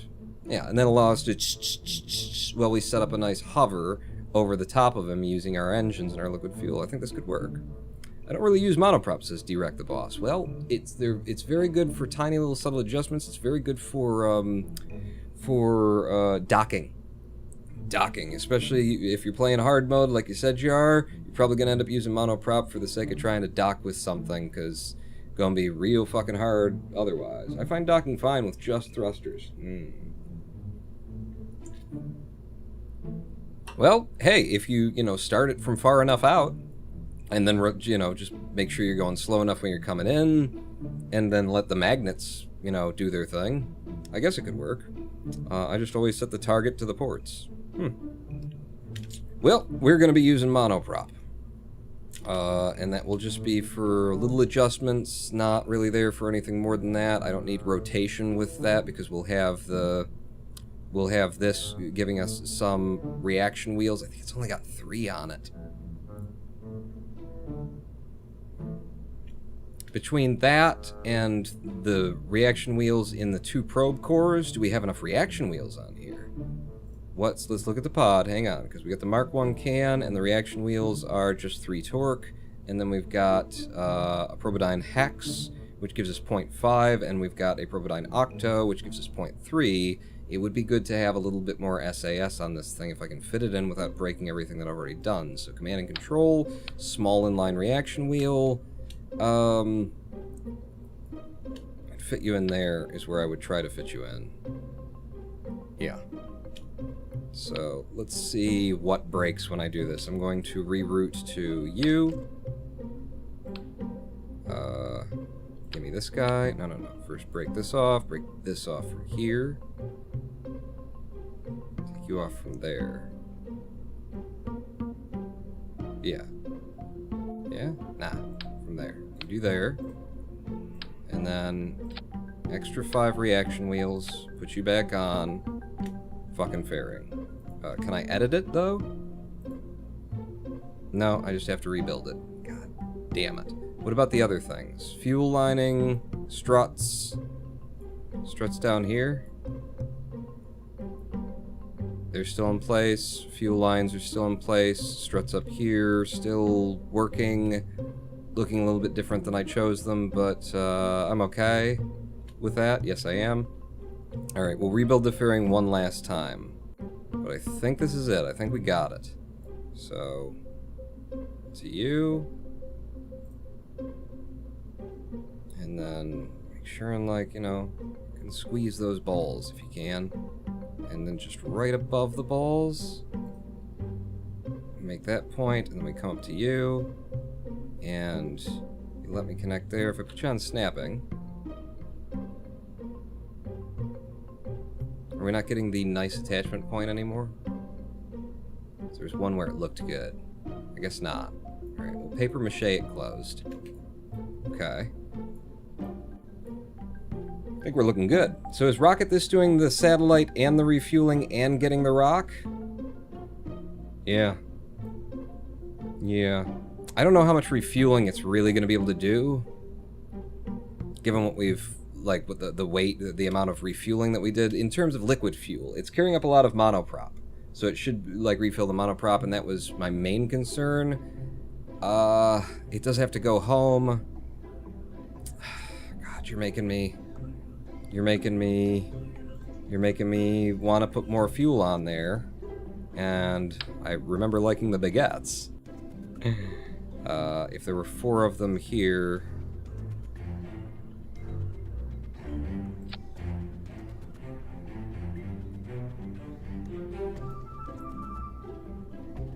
we broke all the fucking staging too, so there's that. But if we had 4 baguettes on there, if we could make them look like they're supposed to be there...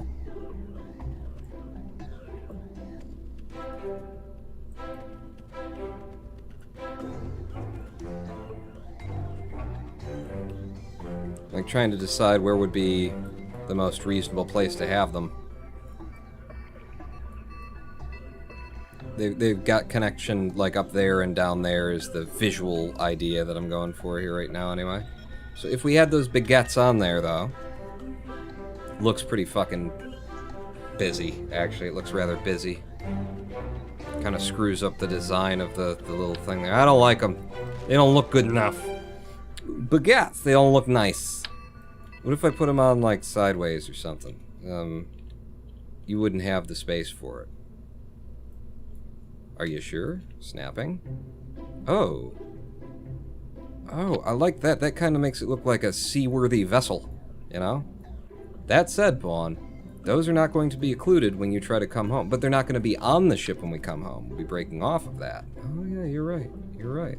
It looks like they could splash down, and then if I just move the, these up a bit to give it the space, then we managed to get the 4 baguettes on there. I like it. He loses some window view, but fuck him. I like it. That looks good by my standards. That'll float. So now we gotta, like, rebuild the staging to find out what, if anything, that really adds. But it'll be some amount of fuel that we're bringing up that's extra. So with you, and then we drop those, we switch over to this, we will drop the fairing as soon as we're in space, and then the next stage would be decoupling from...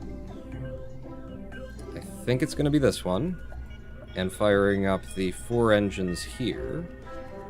and that's 1,630 meters per second of delta V at altitude. We're in vacuum. That's almost 2,000 delta V. That should leave him something to leave behind in terms of liquid fuel for them. Is it really, like, a bunch? No, but at least we're bringing something. If we're going, we might as well bring them a gift, you know? They just moved into this house. It's... You bring a fucking coffee maker, you get them... You know, something like bread maker. Everybody's got. You take the bread maker that somebody gave you the last time you moved into a new place, and you wrap back up, give it to them. That's how it works. It's just life, you know. Those are the rules, the unwritten rules. So we break off of there, and then we fire those up, and then the next stage would be decoupling and releasing you. Yes, and then when we come home, we break that off and fire our parachutes. The staging is back to the way that it should be. I think it's good. I think it's good, and I also know that what we do whenever we think we've got a craft that is, like, good, what we do is we take ourselves a live stream break, especially when it's taken me this long to build it, and we step away and see if the brain doesn't come up with something when you've got a little bit of distance. That's, oh, but what about that? So that's what we're going to do, Friends, Lovers, True, is live stream break. You guys think about it, see if there's anything that I've missed. I got antennas all over the thing, I got probes, I got electric generation, all kinds of shit going. I got a docking port for landing on them, we got RCS for getting the up there. You think about it, I'll think about it. I'm definitely going back in to paint it up, make the ship look the way that I want it to before we launch. But other than that, we're getting ready for a launch to Minmus for a three missions in one swoop kind of a thing. And we should get a Kerbal back that I can name after one of you when we're done. All these things to look forward to 7 minutes from now. Don't go anywhere, because we're not done for today. Pawn not out. 5, 4, 3, 2, 1.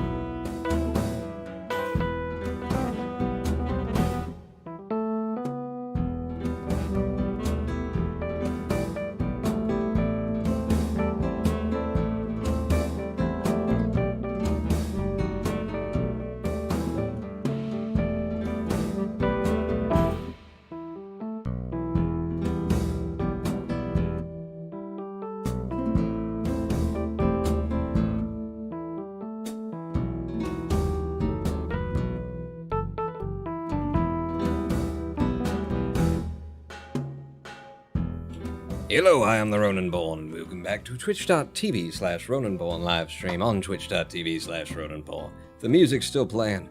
I ain't late. Is how I'm gonna frame that for you. Welcome back to KSP.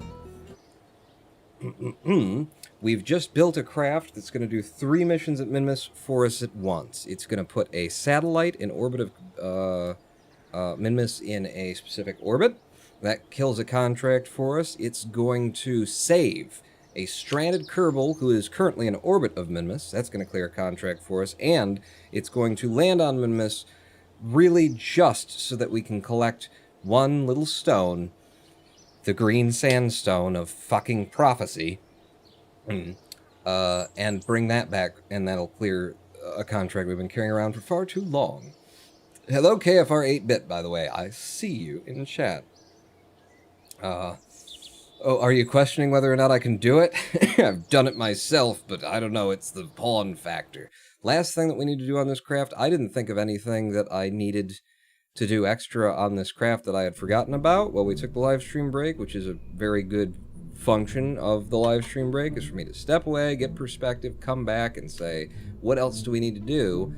I think we got it all. I think we're ready for this mission. The only thing that we still need to do is, you know, make it look purty. Make it look the way we want it to. So, what do we got here? I've been enjoying the orange.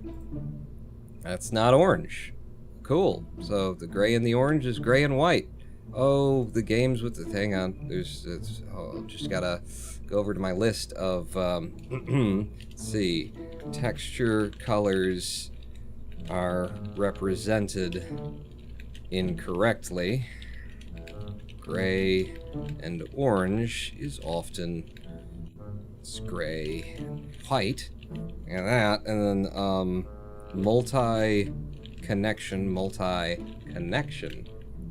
parts, fuel lines, and struts. Do not recall their positioning.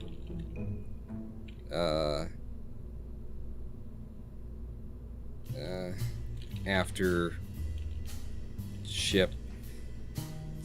Do not recall their positioning. I will say more about that because there's a reasonable multi-connection, thank you. There's a reasonable assertion for why that would be that way, but I have thought about it and I feel like no, it's just do it the way that is less convenient or less inconvenient for the fucking player. The way that it's done now is if you detach a side from another side, make modifications to it, put it back on, what it's doing programmatically on the code side is it remembers the point that you attach to that and the angle at which it travels to attach to the next part. So it remembers one point and its angle of attachment to wherever it's going, and then when it hits another part, it stops there. And you could say, well, that's a good deal because, for the physics of it and the attachment points and stuff, you detach it and move things around. Yes, that is a valid argument. The other valid argument, and it is equally valid, and I think more so, is that a lot of time you detach one side from another thing, you change something, you modify it, you put it back together, and nothing's changed. And because you do have this ability to do these fine controls and do special rotations and things to make things look just the way you want to, which is something they put specifically in the game because a lot of us are artists with our ships, it should just remember where those 2 points are, and it should be left up to us to look and see if it's still physics viable and accurate. Just maintain those 2 points. Because it really is a choice that you make, one way or the other. And for the convenience of, I built the ship a certain way, I put everything exactly the way I want it, and then every time I modify it, it gets fucked. Just remember both sides and leave it to us to look and go, oh, well, now that's penetrating, let me move it. Or, fuck it, I don't care, it's penetrating. They're already a cheaty-ass part, struts. They're already cheaty as shit. You build things that definitely would not work and would not hold together, strut the shit out of them and they'll fly. Don't pull the but realism on me on this one. Every player of Kerbal who has been playing for, a decent amount of hours has been frustrated with this. Just do it the other way. Kenneth 1 said something about calm, about center of mass. Oh, did he? But something to consider, you want to rescue the guy before you land and get them out to plant a flag for maximum XP. Oh, they get, I didn't do that with Jeb. Jeb didn't get out to plant a flag. I sent the scientists out. I didn't realize they got XP for that. Thank you. What did you have to say about the center of mass? Change the lantern's center of mass when you added the baguettes. I'm not gonna fuck with it. It'll be close enough. It'll be close enough for the RCS. It doesn't have to be perfectly aligned. We'll have SAS on, and we've got control authority. As long as it's somewhat near the COM, I'm fine. I'm fine with it, is what I'm saying. Not necessarily that it will be fine, but that I'm fine with not trying to fuck around with it again. Why? Because I'd have to detach it, and then the fucking struts would fight, and then the fuel lines would break, and, you know, all that stuff. I don't want to fuck with it. But let's make it look pretty. So if you're just gonna be white and if you're not gonna do the actual color thing, what do I think looks nicest? I guess we'll have the black stripes, but if we're gonna have the black stripes, carry them up. No. No. Yeah. Yeah, the textures don't really go together either, do they? Fucking things. Anyway, what about you? You've got variants? Yeah, you look like you match that now. If I went to that... Yeah, if I went to that... the gray doesn't really work with the black. Yeah. Ooh, that was the thing that I needed to check. Are we transferring through here? I think I already did check it. Yes, we are transferring the fuel through that part, so we're fine there. You guys... Do you look neater, niftier? If I do something, like if I did that and then did you? Yes, I'm for that. Oscar B's don't have a different texture. Middle guy, gray, white. Since you go from white to white, I might be more for that. Yes. Yes, I am more for that. No other textures for that part either. You guys do have a variant. Ooh, no. Color is beautiful. You guys, no variants for you. Up at the top, we got you. Gray, white, black. We'll just go with white there. No variants for you, no variants for you. Variants for you, though. Oh, wow. Oh, that's kind of cool.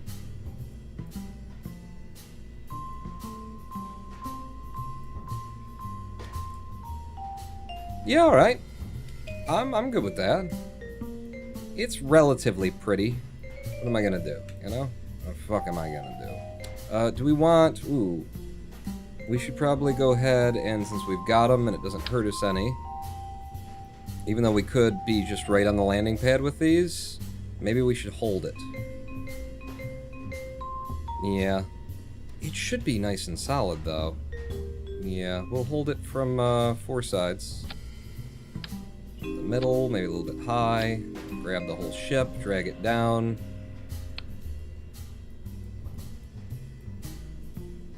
Yeah, okay. Okay.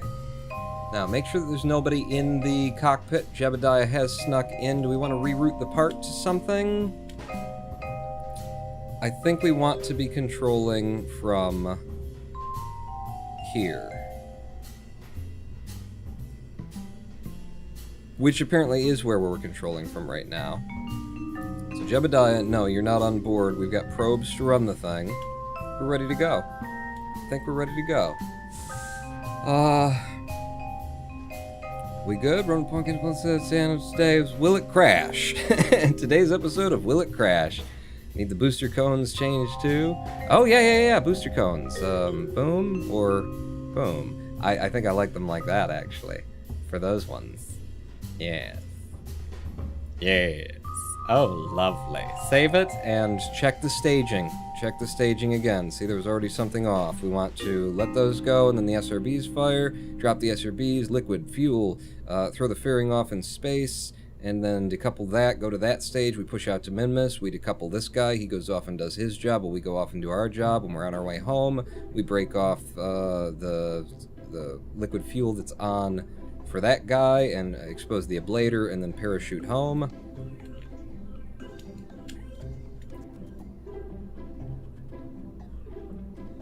Yeah. Ablator has 80. Ablator has 80. We're ready to go.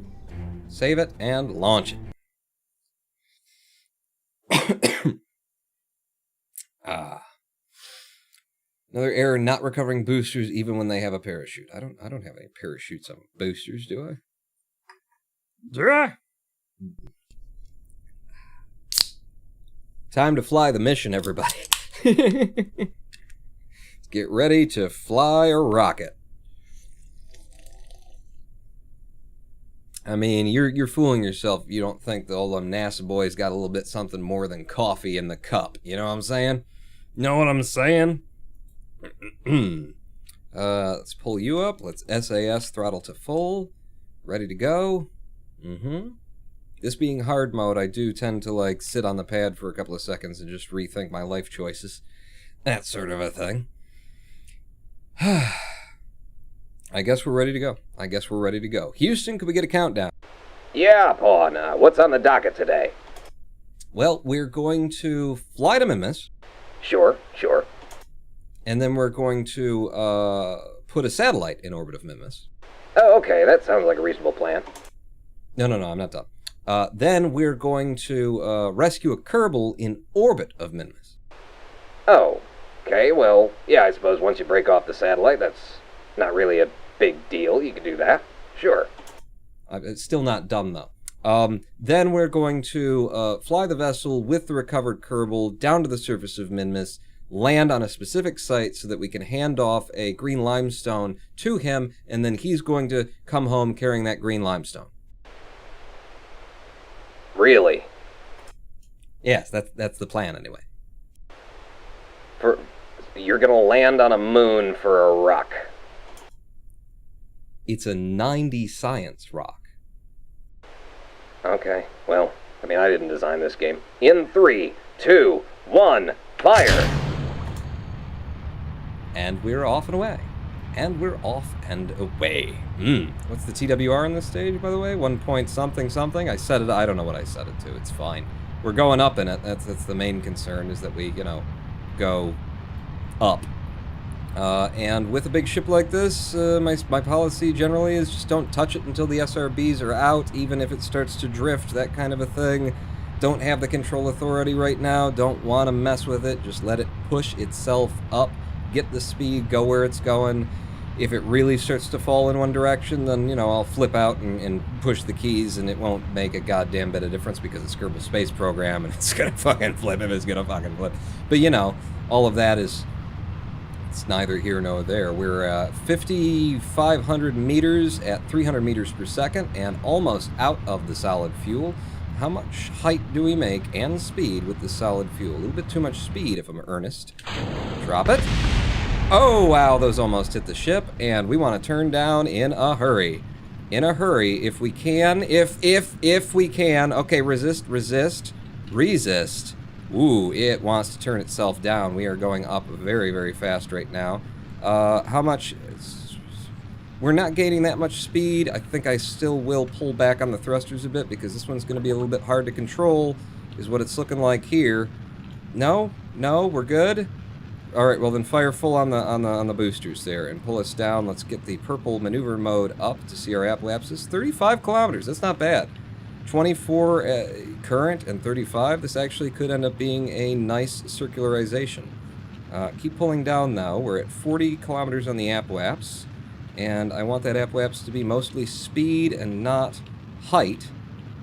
So the more that I can get down to the horizon, once we've got all that lift speed that we already had, the more speed that we can make out of it, as opposed to just going up, and then we won't have to kill the engines and lose that speed as we go up. But I will have to actually make the apoaps, make it to space, and right now I'm definitely pushing the edge of if that's going to happen or not. I think you're going to have to lift up a bit, Pawn, and blow toward your prograde a bit in order to make sure you make the space. Oh, yes.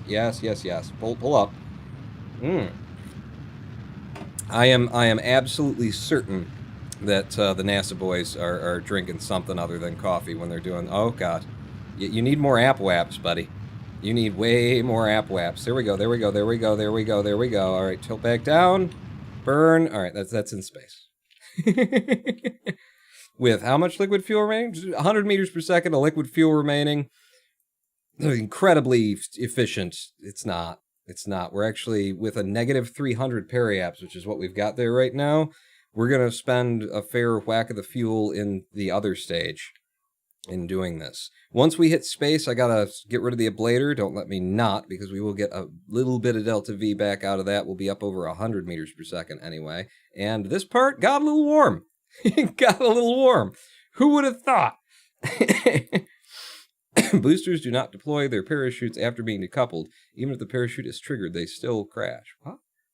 Better the boosters blow than they land on the VAB. Yeah, they just almost clipped my engine off on the liquid fuel stage. That was the way they tilted in like that.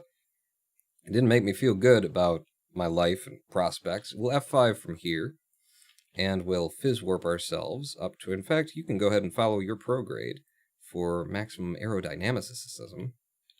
And we're in space now, so let's drop the fairing. Fairing goes away.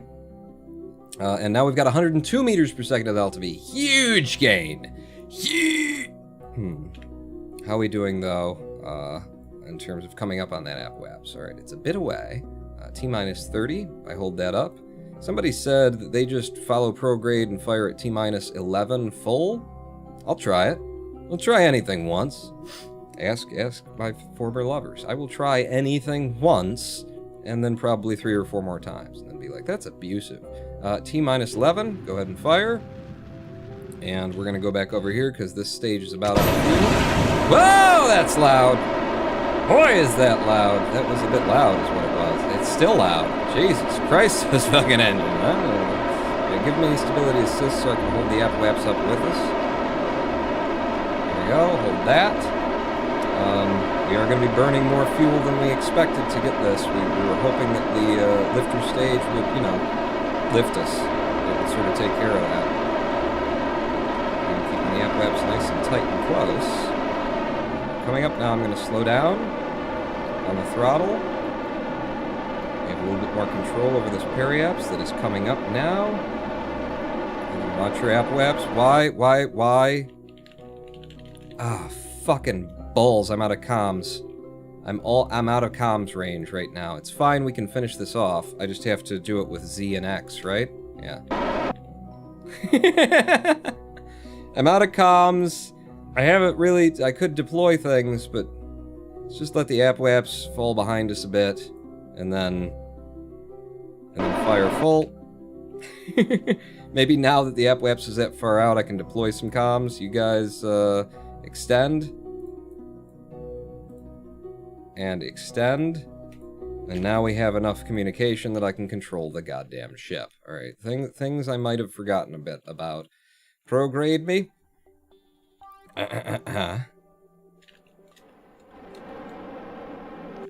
Boom. Beautiful circularization. 73.4 on both sides. A difference in periaps and APWAPS of like 23 meters. The perfect comeuppance. We have supposedly 1,569 meters per second of delta V remaining to transfer to Minmus, drop off the satellite, and then with the coming home and stuff. Those are the things that we with the in the oven coming home and stuff. That's what's going on here. Everybody. And we can also deploy these antennas. I should have put these on 9. I should have made some action groups. There we go. Now we've got even more communications, and we're still just fucking 3 bars. Jesus Christ with the Netflix. Come in already. 4G this is supposed to be. How are you today? Hello? What's going on here? You suck. That was quick. I added you. Who says romance is dead? This is really, you know what? These little, like, attacks of, you know, just people, like, sending bots in to throw messages into chat. You know, it's like... Twitch remembers how many people chatted in your, in your chat. They remember how many people came in, and it shows how many people, like, chatted in order to show engagement, and it might even use that in order to choose who to recommend and stuff, so... These attacks, not necessarily against me when you get right down to it. I could be, be convinced that this is a good thing, actually. Let's open this up, okay? We're going to open you up, and we're going to deploy our solar panels. Ooh, and we're going to check... whether or not you can undeploy these solar panels. You cannot. You were correct. Jim and someone else, two people in chat were saying that you can't undeploy these solar panels, and you're correct. But they're good now, unless I shouldn't have deployed them because we'll still be pushed. It's a vacuum. It should be okay. Hopefully, they won't break off at 5. I'm glad, buddy. Thank you. Thank you for the help, I guess. Kenneth 1 is working fucking overtime.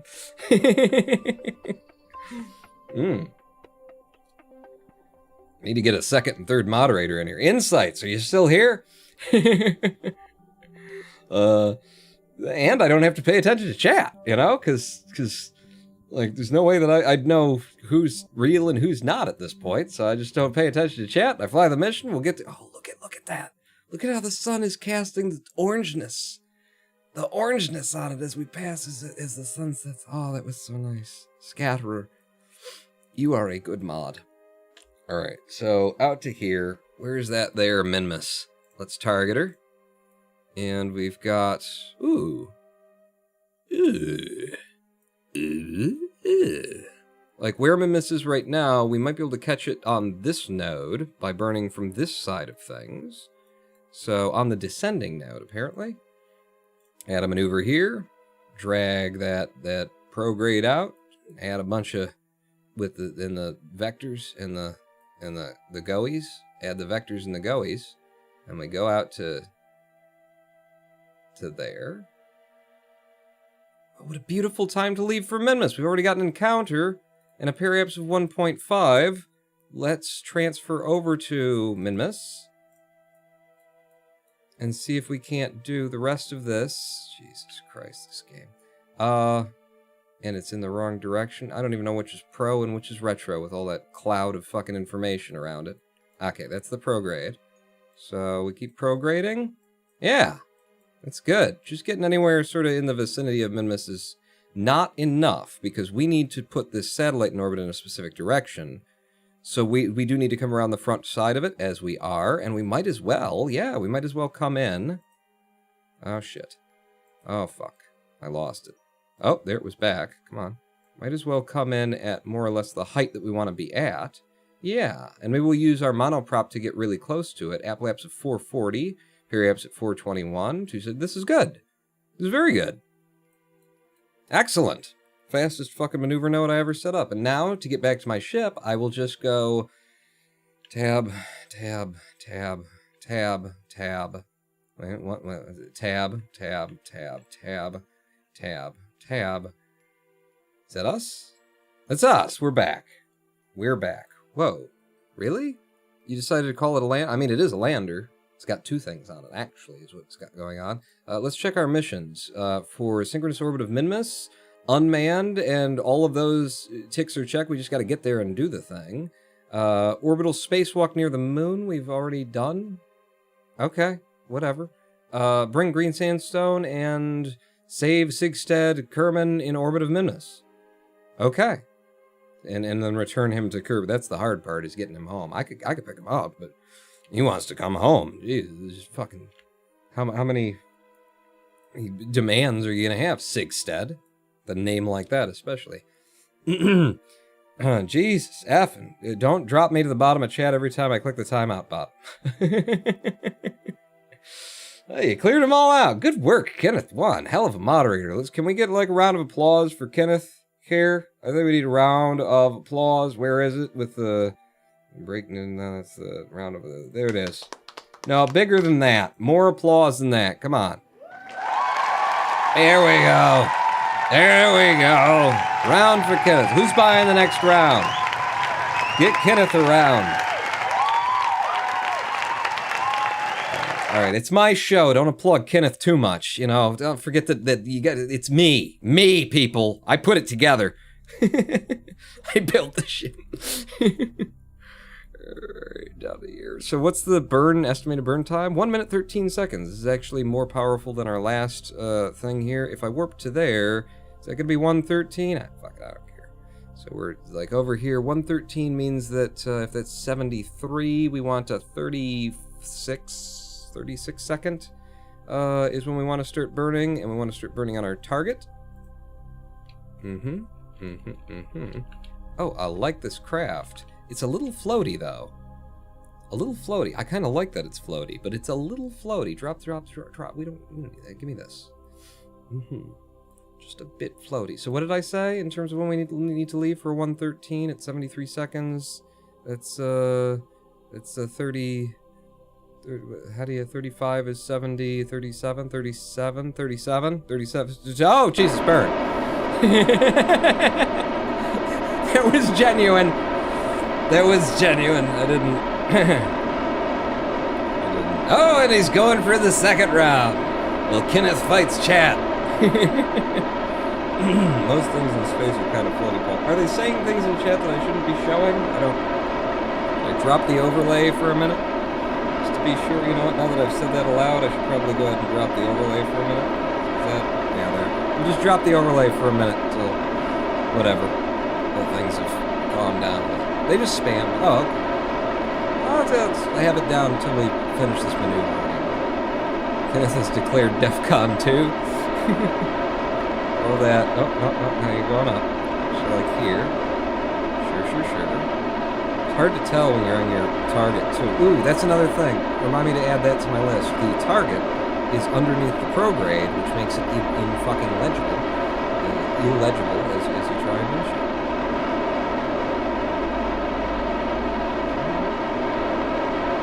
Okay, not a lot of meters per second left until we're there, so I'm going to slow it down and I'm going to chase it.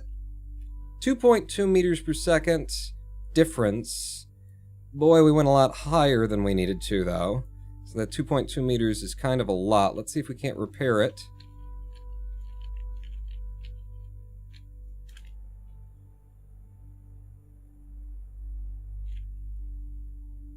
.2 meters per second. What's our real one now?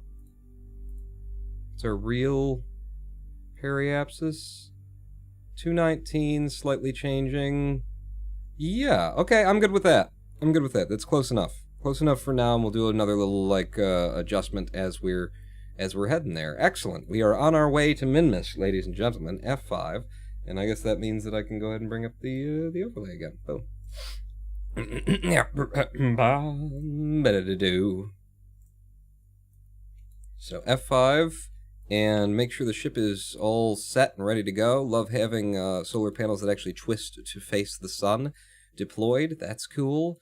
Didn't put any lights on this or anything. Oh, it's a cool ass looking lander. It's gonna look so cool landing like that. Fucking, I design a nice looking ship, don't I? Like, you might be like, why is he taking so long to design the ship? Because it ends up looking like this, people. Fucking cool-ass thing. That looks like a goddamn lander to me. Yes, sir. Alright, so let's set up our, to Minmus. Which way are we actually going to Minmus? Which way are we leaving? Going out this way, and then the blue takes me out to there, and then... Okay, I understand now. I understand what's happening. I just want to set up the automatic warp, if I can. So, warp to there, and then we can, like, watch. We can watch as Kerbin pulls away, as the moon flies behind us. Oh, wait! Shit, Pawn, stop that. Because you wanted to do another little, adjustment before you got there. Potentially, anyway. Okay. Let's just do it at Minmus, without, like, setting up a maneuver node. Let's just see what kind of adjustment we can make ourselves to get it where it's going with the RCS that we've got. So, at the current time and place, get me on my prograde.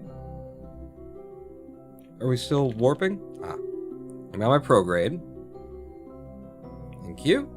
Our periaps is 223, and it's not quite got the inclination we're looking for either, so let's see what we can do with a bit of the old RCS. In fact, let's turn SAS off now, and use the RCS, and just start pressing things to figure out what we want to do. Now, the apoaps that we're trying to match is 440, the periaps is 275. We're going to be coming in, like, here, so between the two, we're looking for, like, a 300 and something, 275 to 440, 300 and something is what we're looking for. That's good. I'm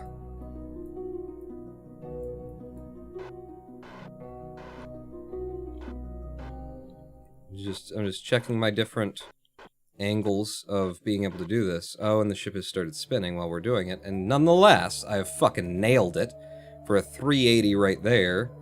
That's good. Oh, is that good, though? It's going to set us up nicely. RCS back off, SAS on. Go back to your prograde. It's a good place to come in to be able to drop this satellite and then carry on with our mission. We're going to get a lot of Delta V back once we've dropped this satellite, because right now we're carrying the weight, so it's telling us 636 meters per second. But that's a lie. That's a lie. It doesn't know shit about shit, does it? Actually, while I'm out here, would you allow me to warp up to here? You would? Oh, how lovely. All right, everybody keep your eyes out for Minmus. It's small, likes to sneak up on you. Bit of a ninja, really. You think of it? Oh, I caught it. I caught it. You're not going to sneak up on me today, Minmus, you little son of a bitch. Prick. Whoa. Is that... Yeah, there's Minmus, all right. Oh, we've almost got a fucking alignment. Minmus, Kerbin, and the moon. We will have, too, if we stay here long enough, but we won't. It isn't, it doesn't, it wasn't, it can't. What am I looking at now? Where am I? You're here. Periaps is ahead. Okay. Let's find out, with a bit of a maneuver node, how much it's going to take to get us what we need for the circularization. Okay, yep. Line that up with the apoaps-ish. Can I twist from here? There we go. And then once we're at the intended apoaps, we'll burn it back. That's not close, Spawn. That's not quite enough. Not quite what you're looking for. If I pull back, that's okay. I could rotate like this, and that would get it there. It's not much Delta V to do either, so I'll do that. And then actually that should allow me to take off. No, you're having to add because of that. Well, but I am getting closer to exactly what we need by doing it. So yeah, it's worth it. And pull it down, pull it down, pull it down. And this apoaps will be 426. It'll be very close to where we need to be. I pull more. No, don't do that. Don't do any of that. It's not helpful. Pulling on your... What are those called again? The radials? Yeah, pulling on the radials. Put that up again, 422. Is there something that I can do that makes it even better? That's really fucking close. For 184 meters per second of Delta V from here, it's fine. Make sure you orbit in the correct direction. We're going around this way. And it's showing me that it goes around in that direction, so yes. But thank you for mentioning it, Jermasian. You have to flip the rotation for your probe. Flip the rotation. We came in from this side. We're traveling this way toward our periaps. It's saying that the thing has to go around in that direction. We're in the right direction. What do you mean? What do you mean? Son? Yeah, I made him think about the baguettes. You did. Thank you for the baguettes, actually. The baguettes were lovely. We all enjoyed them. I can even transfer some fuel from the probe. No, I can't. I don't think... I didn't enable crossfeed. Yeah, so I can't. We'll see. We'll see if we can get her done with this. I mean, I could detach it from here and then make the two ships do different things, but I mean, we're getting closer to it. It's fine. Or it's not, and I can't be bothered. One of those two things is true. And move me over to that target. That's going to be a burn of just 12 seconds. So that's an easy one for us. Get us on that target. We're not quite there yet anyway, but, you know. So, go ahead and bring me up. So 12-second burn, we want to start it 6 or 8 seconds ahead, because I'm going to do it slowly on the other side of it.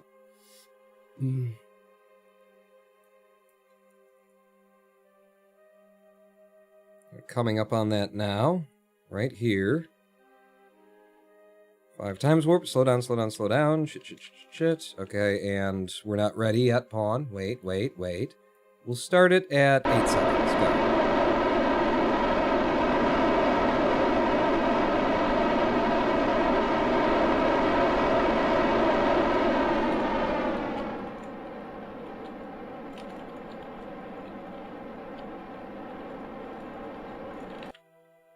Okay, difference of 0.7 meters per second. That's probably fine here.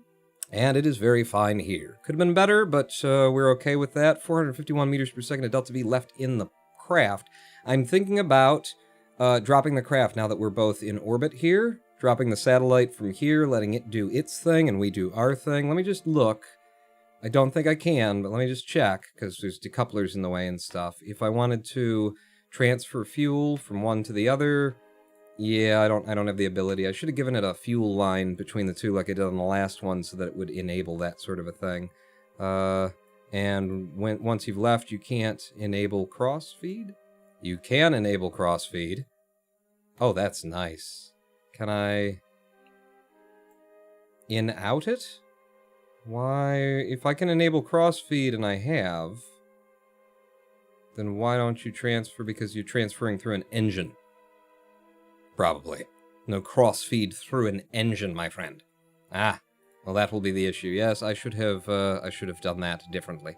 So don't worry about the cross-feed. It's fine. What are you gonna do? What are you gonna do? My left ear, with the burning of the engine, is that you're in headphones, aren't you, so Karen? F5. I think we're good. I think we're good for an F5 here, and I think I am going to drop this little probe now. So. We're throttled down, SASs are ONSs, and, the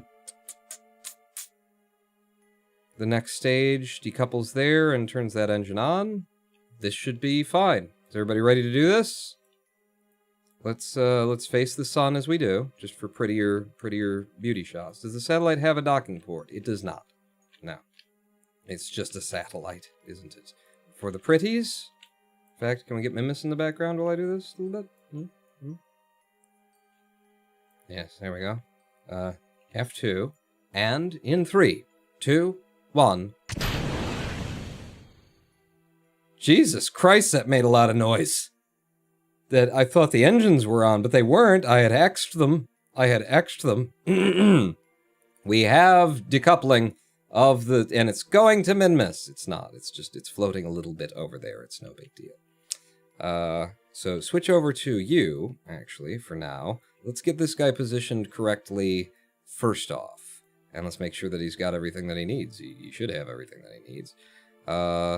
So from here, I think I could just fucking do it, make it work. We really want to burn on the radial, right? I've got control. I've got communication. Is this the right radial? I don't know, but we've got 1,365 meters per second of delta V in this, so I could totally fuck it up, and it wouldn't be a big deal.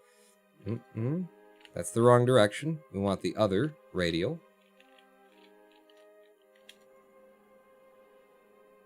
Pulling that out to 440-ish. And the apoapse is very close to where it's supposed to be. If we then pull a bit on one of these normals to twist it the way that it needs to be twisted. That's the wrong one. I can never be asked to, like, figure it out or try and pay attention or something. There you go. So we got 440 and 442, very close in terms of inclination and everything. And the periapse would need to come up. Let's keep that contract near and steady. And we can actually pull the notes open and see what our orbital specifics are supposed to be, which we can look at over here. Inclination 167 degrees, we got 166.4, so that should be good. 440, 275, 301.7 on the longitude, the longitudinal with the LAN. We got a 303, that's fucking close. The PE, argument of periapse, 293.6, 300, that's very close as well. We've done very nicely here. We go up to the apoapse and we burn it down, and we're ready, I think. Do you think? Everything's looking good here. What's about to go wrong is my question, because it's something. It's always something, isn't it? Which craft are we? Well, you not. Nope. Can't. Here we go. And tab.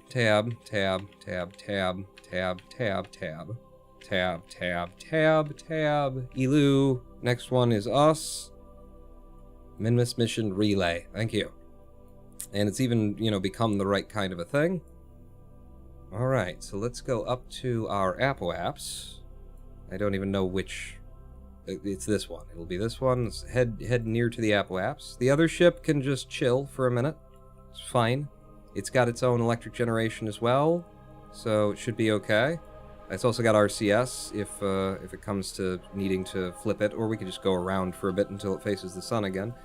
But alright, up near the apoaps, in fact right here is just fine for that, and then the difference of periaps is 291, 275, so find me my retrograde. Wait a second, which one is ours and which one is theirs? Who has to do what to the other one? Yeah, we do need to come down a bit. So from here... Ah!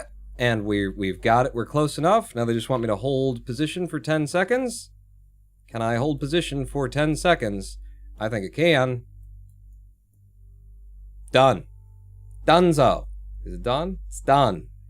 We did it, right? It's done. That's it. It done. That's a contract completed, ladies and gentlemen, boys and girls. The first of 3 we shall do up here. F5 from this state. I assume that tab is on my list of complaints, is so, Karen? Yes. Yep. Let me, you know what? Did I? Tab? Just in case. I think it's in there, but you're right. You're right. If I forgot it, I'll just make sure. But that's the satellite positioned in, correcticals. And in fact, facing back to Kerbin as it is right now, good place to leave it. It is acting as a relay for us.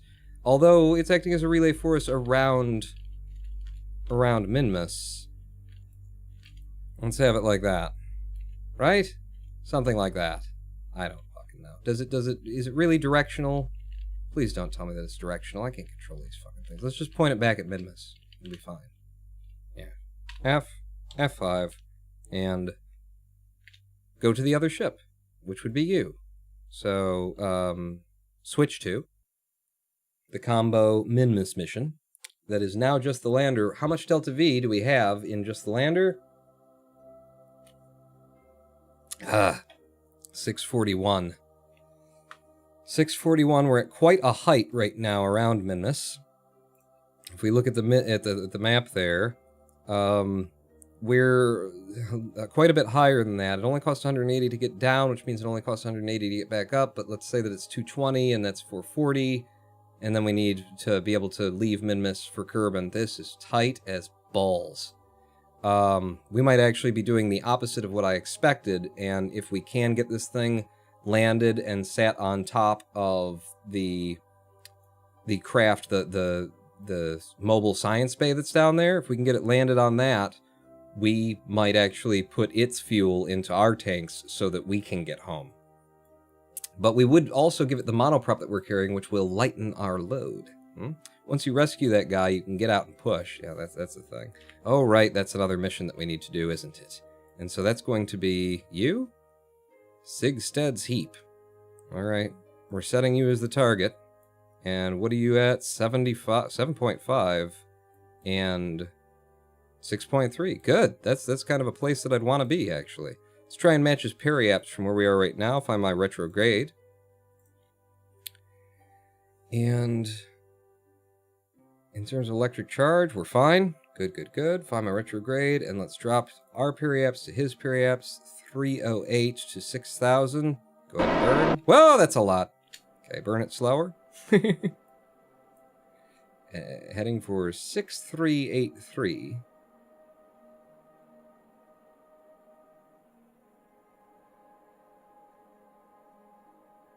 Okay, went a little bit far on that one, didn't you? Yes, I did. I was paying more attention. I was noticing the ticks. The ticks, they got me.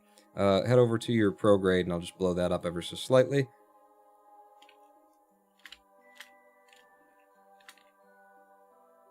Okay. 6.8, reasonable. F5, 613 meters per second of Delta V remaining in the tanks. We're going to go down to the periaps now. You know what I really should do? Because this is just being flown by the probe at this point, even though it's got that, is set it to hibernate and warp auto. Because that will, even though we've got the solar panels to regenerate it, we don't need to fuck around with that. And look, we've got a connection with our relay. Isn't that nice? Make sure that that continues to be an active, stable connection at this incredibly low distance between the two of us. Because if it isn't, then I add something else to my list of shit that don't make any goddamn sense in fucking Kerbal Space Program.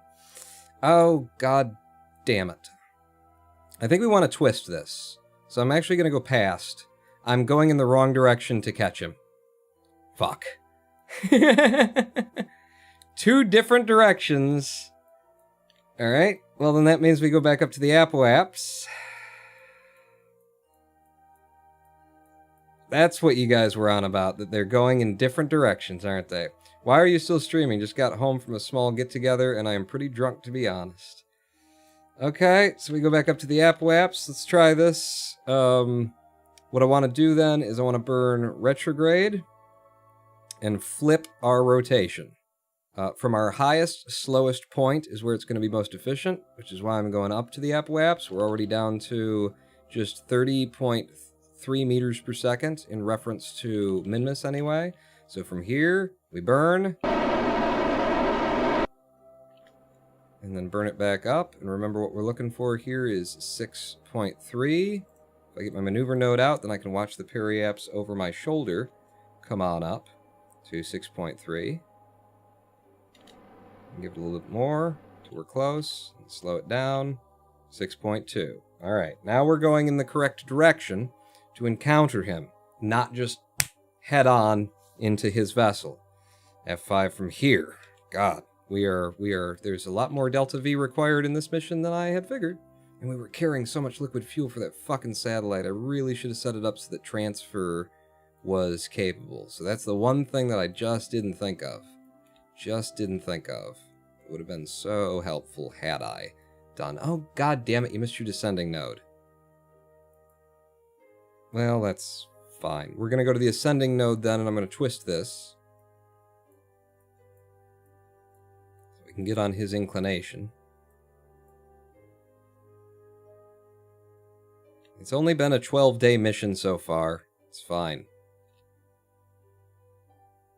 Up to the ascending node.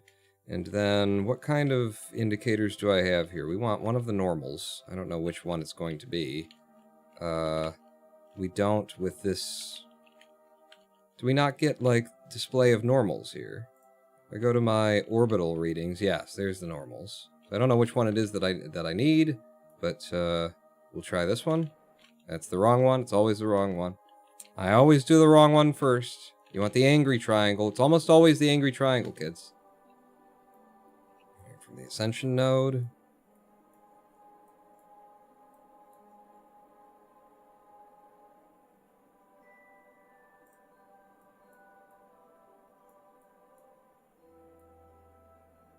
Get on this bro's level. This power level. Boom. Boom.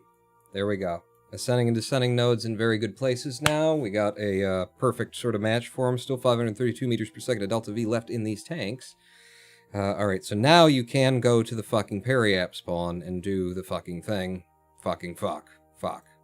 Yeah, stay with orbital readings so far for now. Where is your periaps? It's kind of lost in there, isn't it? Is it like directly under that tick or something? Well, I know it's the lowest point, so I think I can make it happen. How are we doing on our... Actually, no, our periaps is probably embedded, isn't it? It's 9.6. Alright, we'll drop it back down so that we're matching his 6.2. Or 6.3. Drop it back down, find your retrograde, thank you, and then 6.3, very, very nice connection there, and then down to the, we'll go on our prograde, and we'll head down to the periaps.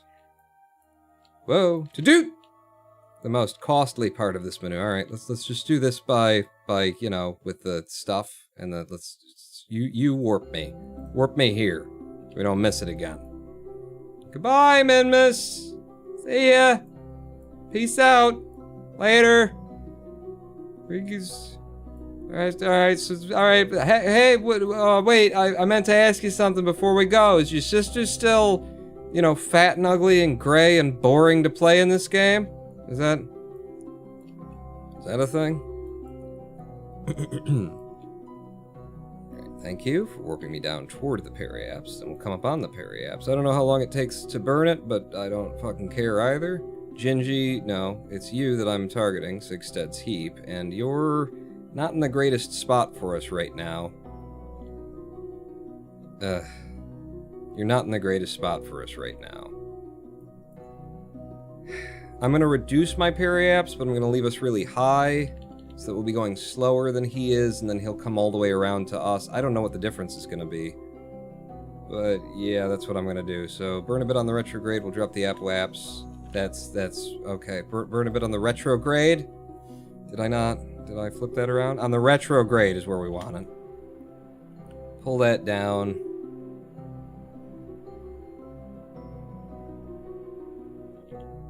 Maybe something like that. I don't know how long it takes him to get around in comparison to us. I could figure that out with maneuver nodes, but when have I ever given balls of a fuck? When have I ever given a balls of a fuck, baby? Yeah, see, he just goes around so much that we're gonna have to get a lot closer, and then maybe we can line this up. Or just get lucky. Or just get really, really lucky. We could get really lucky is another thing that could happen here. Because now we're going real fast, right down by him. I knew exactly what I was doing, and I did it perfectly. You don't know. You don't know me. So.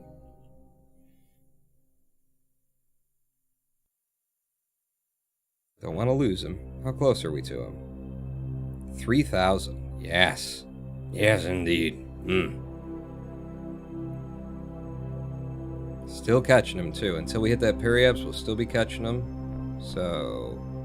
now.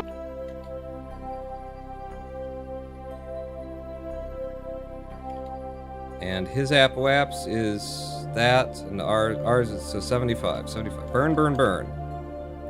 Burn. Ah, shit, we lost comms for a second. That's why I couldn't burn. Wait, get my apoapse up. What is it? God damn it. Hold the fucking thing. Quit flip-flopping him, you motherfucking cocksucker. What's his? 75. Well, our periapse is lower than his. That's good. We want to catch him. That's our apoapse, though. That's the apoapse is what you want to lower. 5. Yes, alright. Alright, so there's that, and there's that. Give me like the second one. 3.5. You're 2.7. Alright, we're fine. We're fine. We caught him. We caught him. We're gonna be okay. We're gonna be okay. F5 from here. 477 meters per second of Delta V still remaining in the tanks. We lost comms for a second. What are you gonna do? What are you gonna do? And then let's switch over to our target reading. So we want to be pointed. We want to go to the target. We want to get our prograde headed in the direction of the target. Do I not have a target indication on this ball? It's gonna be. You're just in the wrong direction, Vaughn. He's ahead of you, which is gonna be over there. He's over.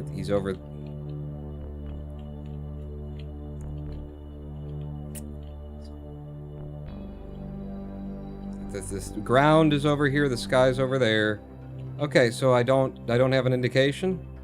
Is that what we don't have? Is an indication on this thing of where the target is? Because it's just a probe. That's okay. It's not like I need that in order to be able to do, anything in the game. It's fine. So from our closest thing, our second intersect is what we want to see. I'll turn SAS or RCS on. Is that him? That's him. Is that him? Is that the thing? Is the pink one him? I thought the pink one was something else. I might be wrong. You could be wrong. You are wrong. Okay, that's him. So in terms of getting us toward him, I pull like that. Well, we've lost it now because it decides to drop things on you. That's in the fucking... Is it? Where are we going? Like that, like that, like that.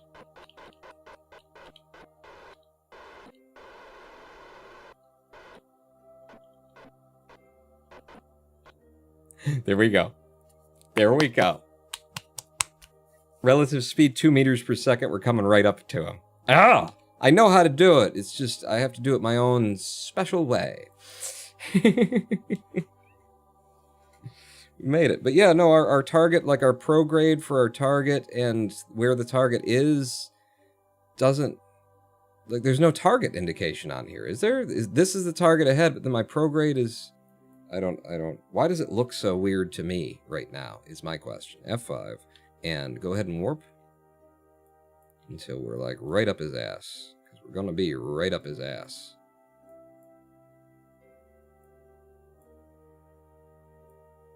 Ooh, look at Minmus, too.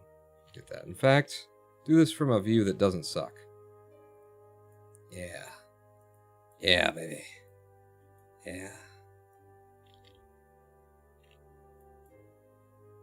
Oh, we're coming in on him now.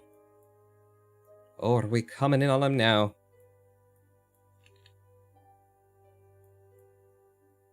5 times warp. 478 meters per second of delta V remaining in the tanks. RCS off. I'm a retrograde. Park up right next to him. We don't have to. We definitely don't have to, but we will. We'll park up right fucking next to him is what we'll do.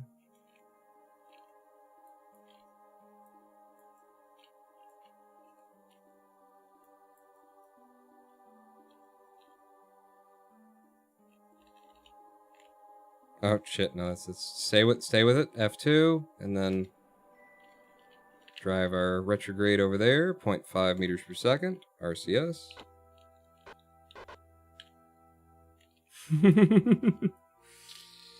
Alright.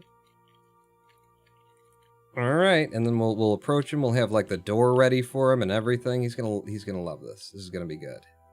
We'll have ready, you can just like step right out of the craft, get into the door.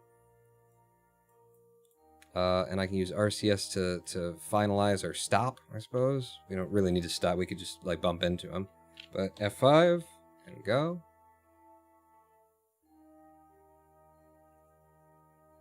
Oh, he was in one of these, was he? Okay, don't break my antennas, though. Okay.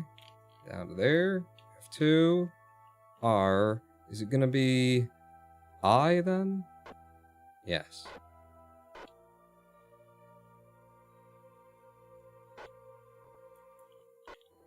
Wrong one. Wrong one.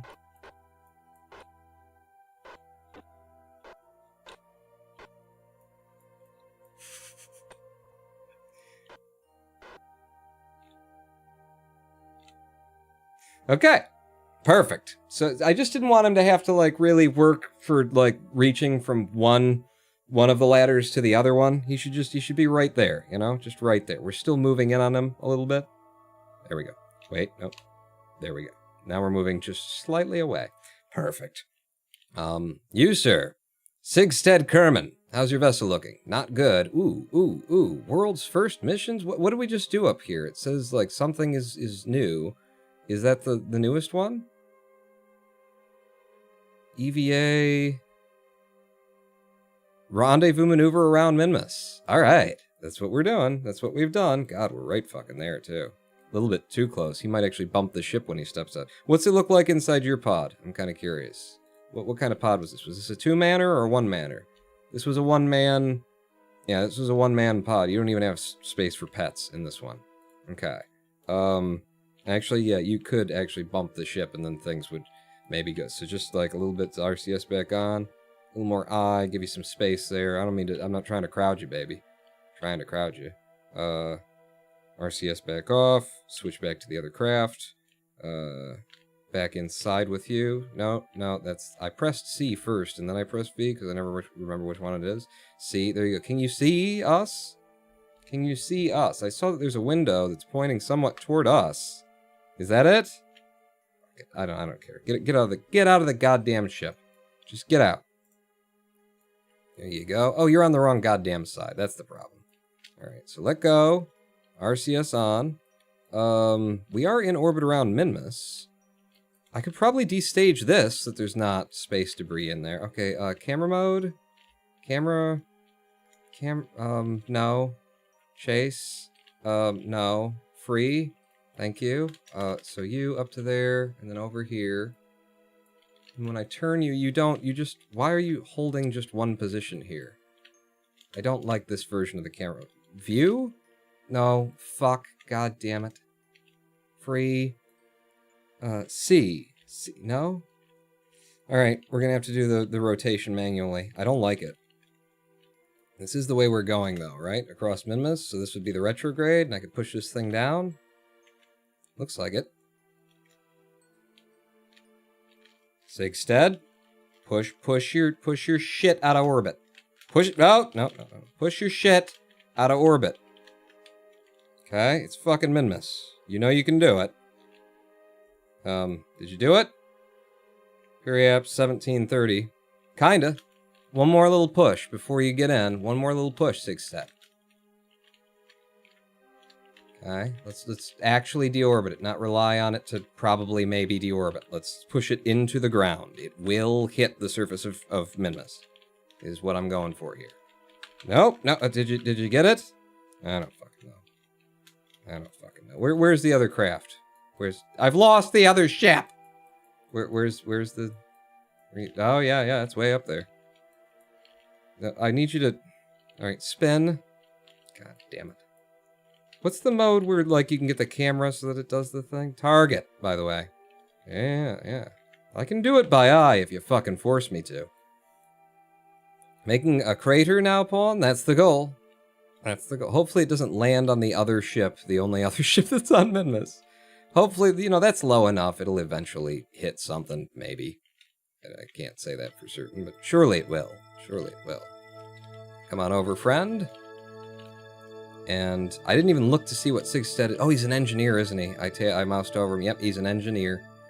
Well, aren't you useless? F? B. Aren't you fucking useless? Welcome to the ship. At least the ship can do pro and retrograde.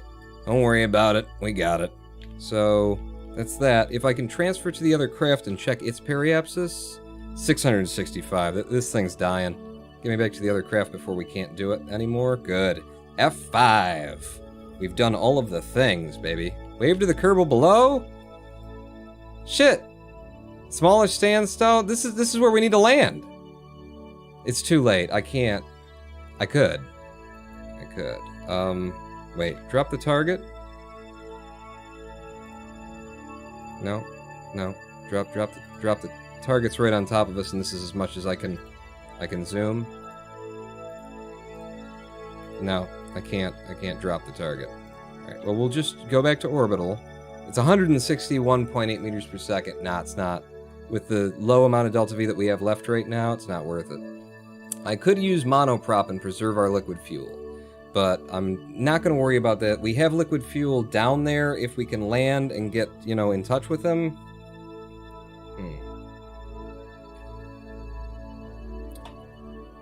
476 meters per second.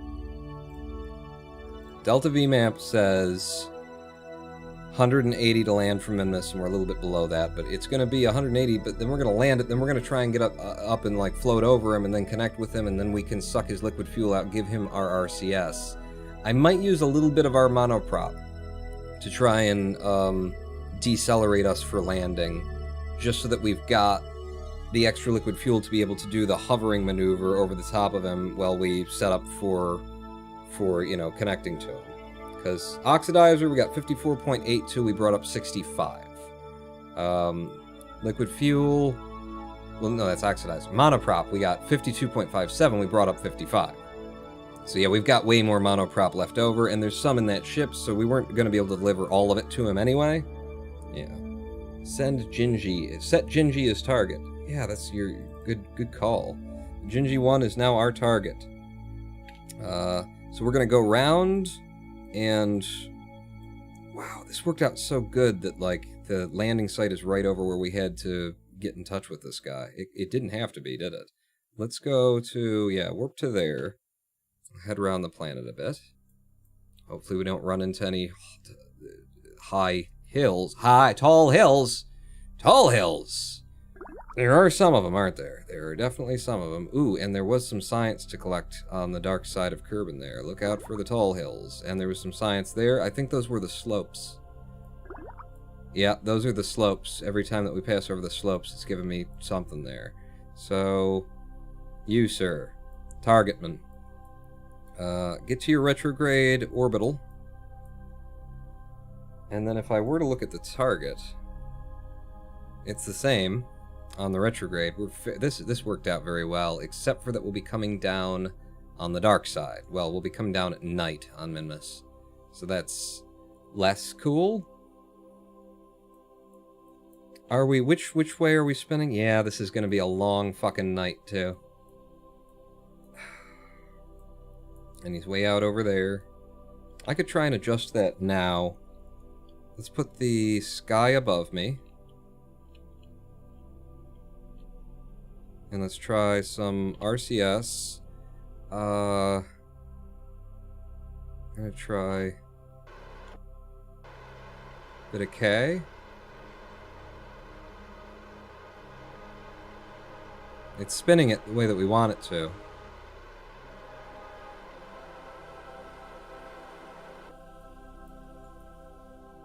Try and be a little bit closer to him. He can drive to us, too. Well, we don't want to use his monoprop if we don't have to. Alright, let's do RCS off. Go up here. And then is it going to be K? No, it's going to be I. So we can decrease our orbital speed a bit with the monoprop. Seems like a waste of the monoprop, if I'm honest. Yeah, it's not doing that much. So let's not do that. We'll just go to retrograde.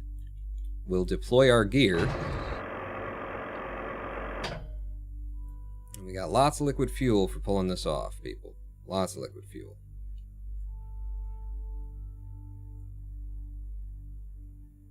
I did drop my periaps nicely, though, for that.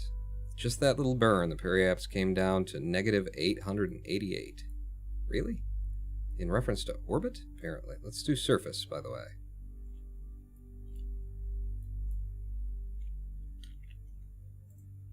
I do have control over the ship, right? There we go. Yeah. Reduce our speed a bit more.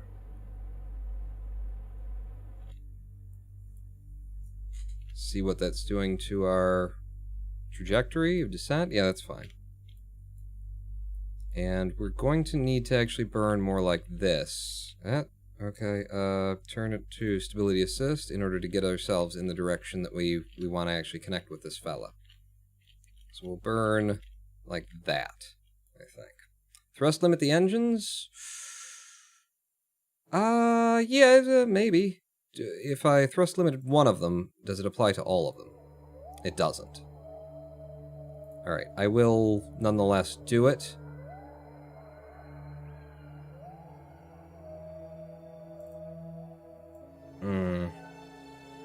Why you gotta be like this, Kerbal? 50... 50.5... 50.5, okay. Okay, let's burn.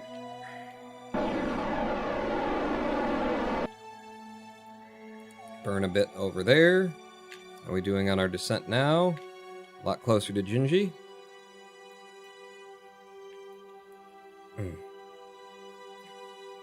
Messes stuff up if he can't limit evenly. Well, we got 50.5 on all of them but this one, right? All of them but this one.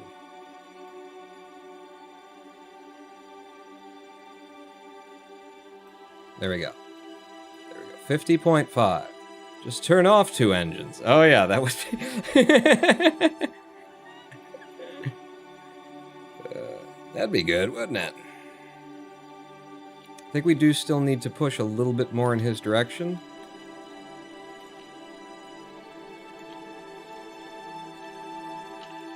Okay. Yes, we do. Just a bit more.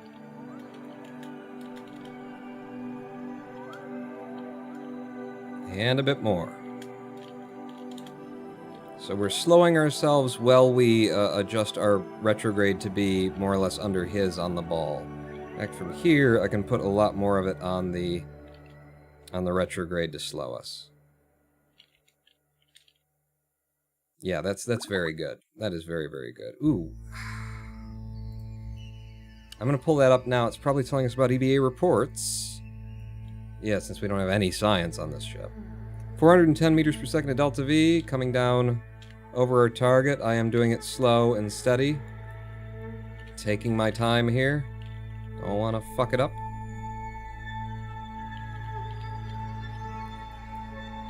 I will do a bit of warping, though.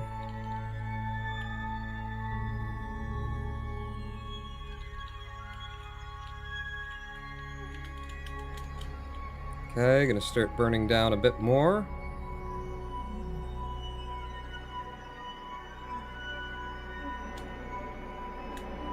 Burn a bit harder. Actually getting some engine effects. Yep, coming down very near him.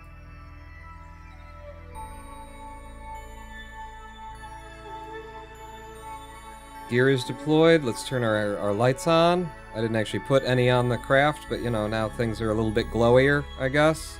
Always nice to do a landing in the dark.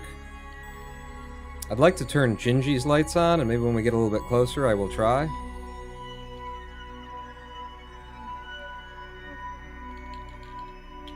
Oh wow, that was actually very good for our angle of descent and everything. Gonna push our retrograde in his direction. Make sure we're on surface. Surface readings. Well, it is the flats, so it's basically sea level too. Okay.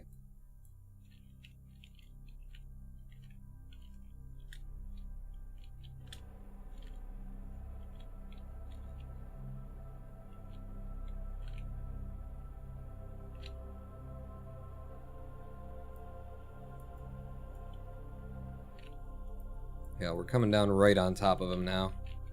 Do I have time? No, you don't. Start firing. Slow. Slow it. Slow your descent. Slow your roll.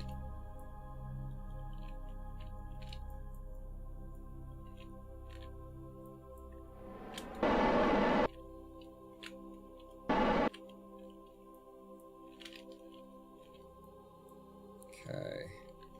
Just watching the radar altitude.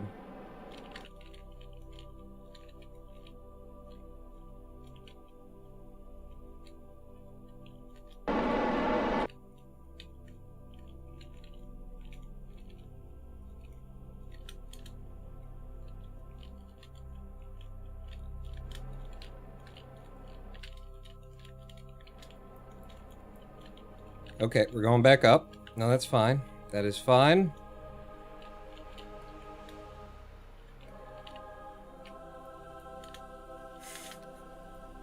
This is not what I intended. I don't want to go for the landing right now. I don't want to go for like the you know, actually land on him part of this currently. Just touch down. We're on the surface without lights. With 227 meters per second of delta V remaining. Hey, Gingy, what if you turned on some fucking lights for us, asshole? God damn it. I didn't feel comfortable to, like, switch ships and come back to be able to do that. Oh. Possible to gauge how far off the ground without shadows, isn't it? I was watching the numbers. Just the numbers. Ah. But we made it. Gingy's got some light for us, which is, I guess, helpful. Sigsted Kerman, welcome to the surface of Minmus. Apparently, what we need to do with you is get you out and plant a flag.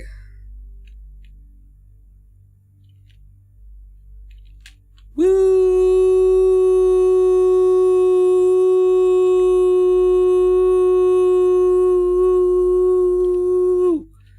Alright, well, good enough. Not quite as good as the Lightman 89 did, but alright.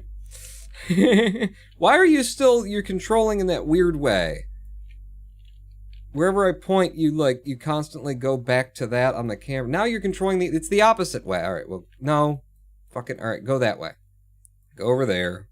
RCS off. Alright, because between the two ships is where we're planting this flag. And in fact, so I need you to turn this way.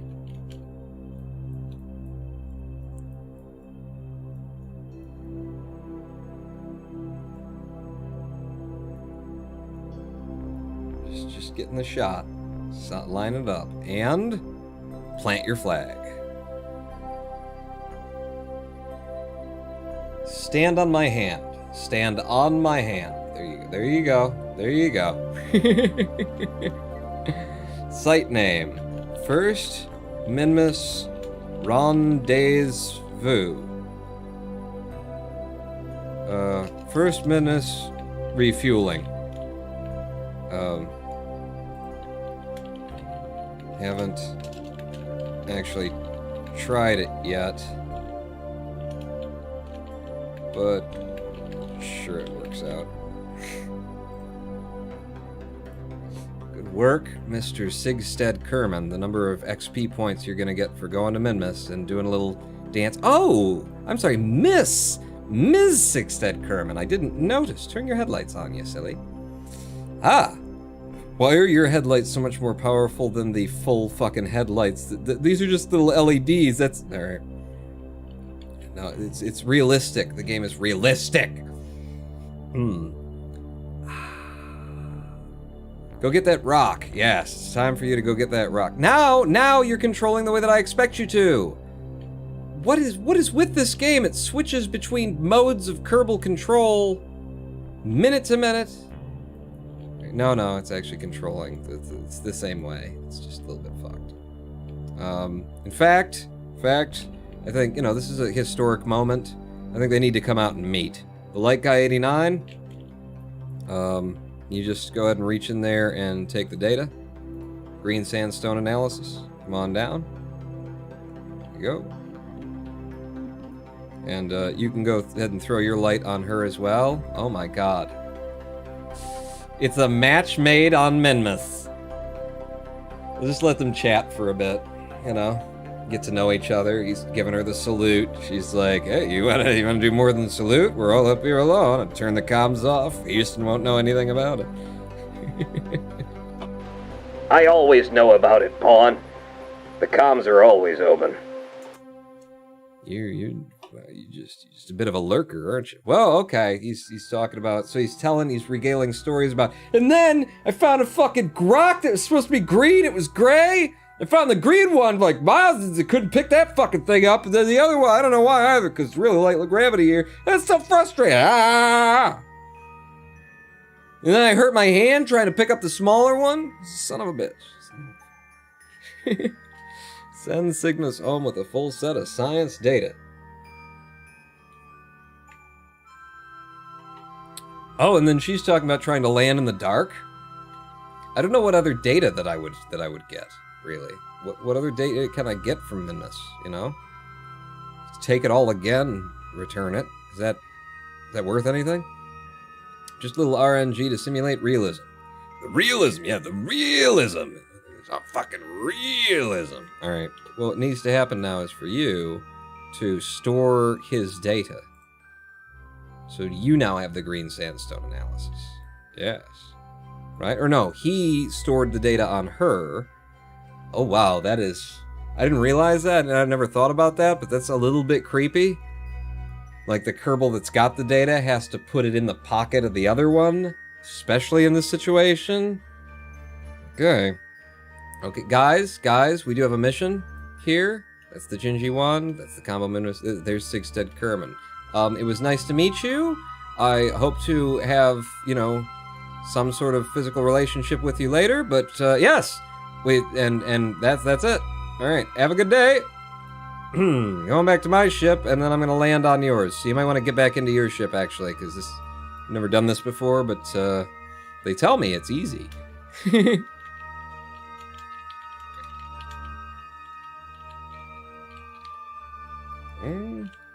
F it, B it, and then, not the Gingy one, the Light Guy 89. You might want to get on board your ship as well, or not, considering how this goes, you might want to not have been on, are you kidding me? Now you're in the mode where you don't face the direction what the fuck? What is, okay, gotta add that to the list. F, B,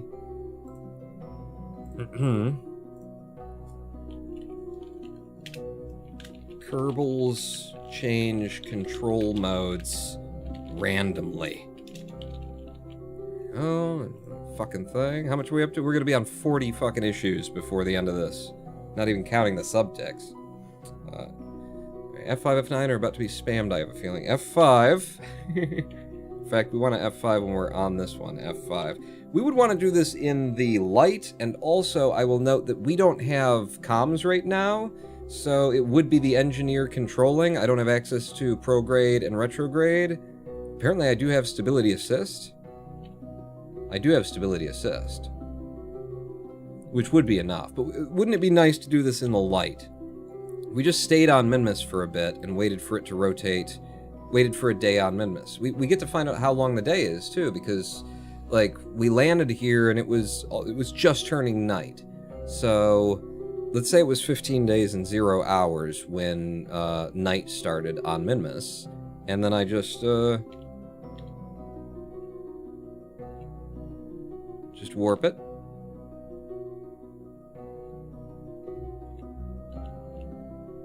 And it's morning.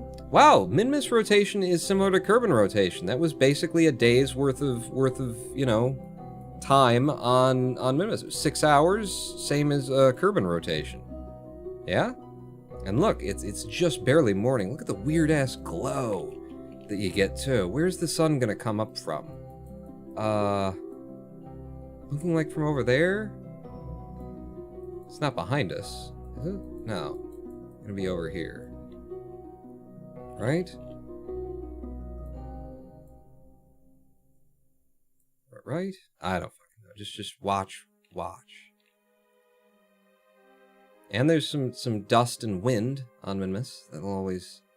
And it's glitchy dust and wind. Just let the time pass as the sun comes up on us.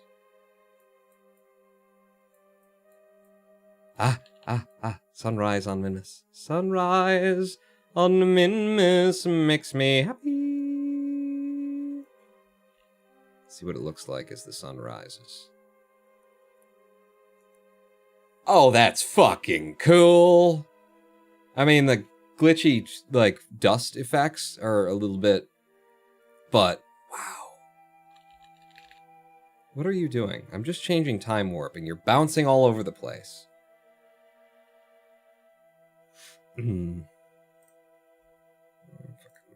Just you. Time warp causes landing legs to fucking bounce.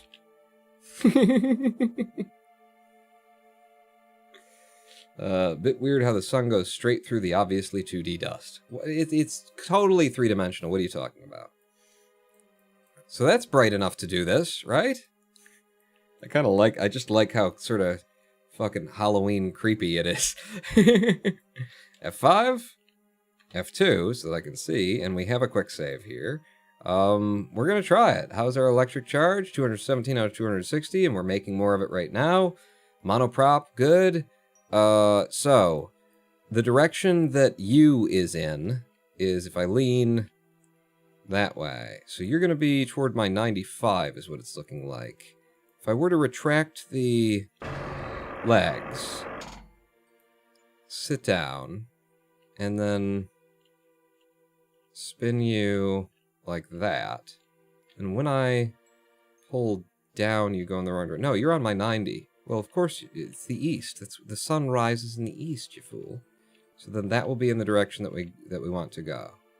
Got it. We don't need the landing legs either. So we just want a little bit of basically floaty speed to go up and over and then try and land this. So if we set the Clampetron Junior docking port as the thing, this is going to be a try and make it work by eye kind of a thing. And that's all I can do, you know? If there's controls that are going to something in the other, it's just not going to happen. Don't use lean RCS to move laterally. Good call. So SAS off, RCS on. That's the one that I want to use to move in their direction. Yes, we've got the perfect control scheme right now. Here we go. Ooh. Ooh. So. Okay. Oh. Nope. SAS needed to be on. Fuck. I've already fucked it. I have already fucked it. You off. I need it to be SAS straight there, SAS, F. Okay.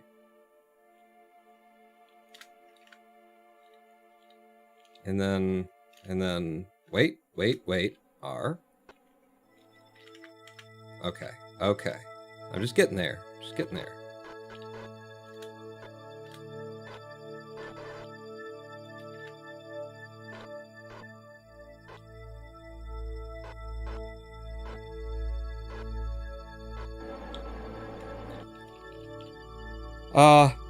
RCS off.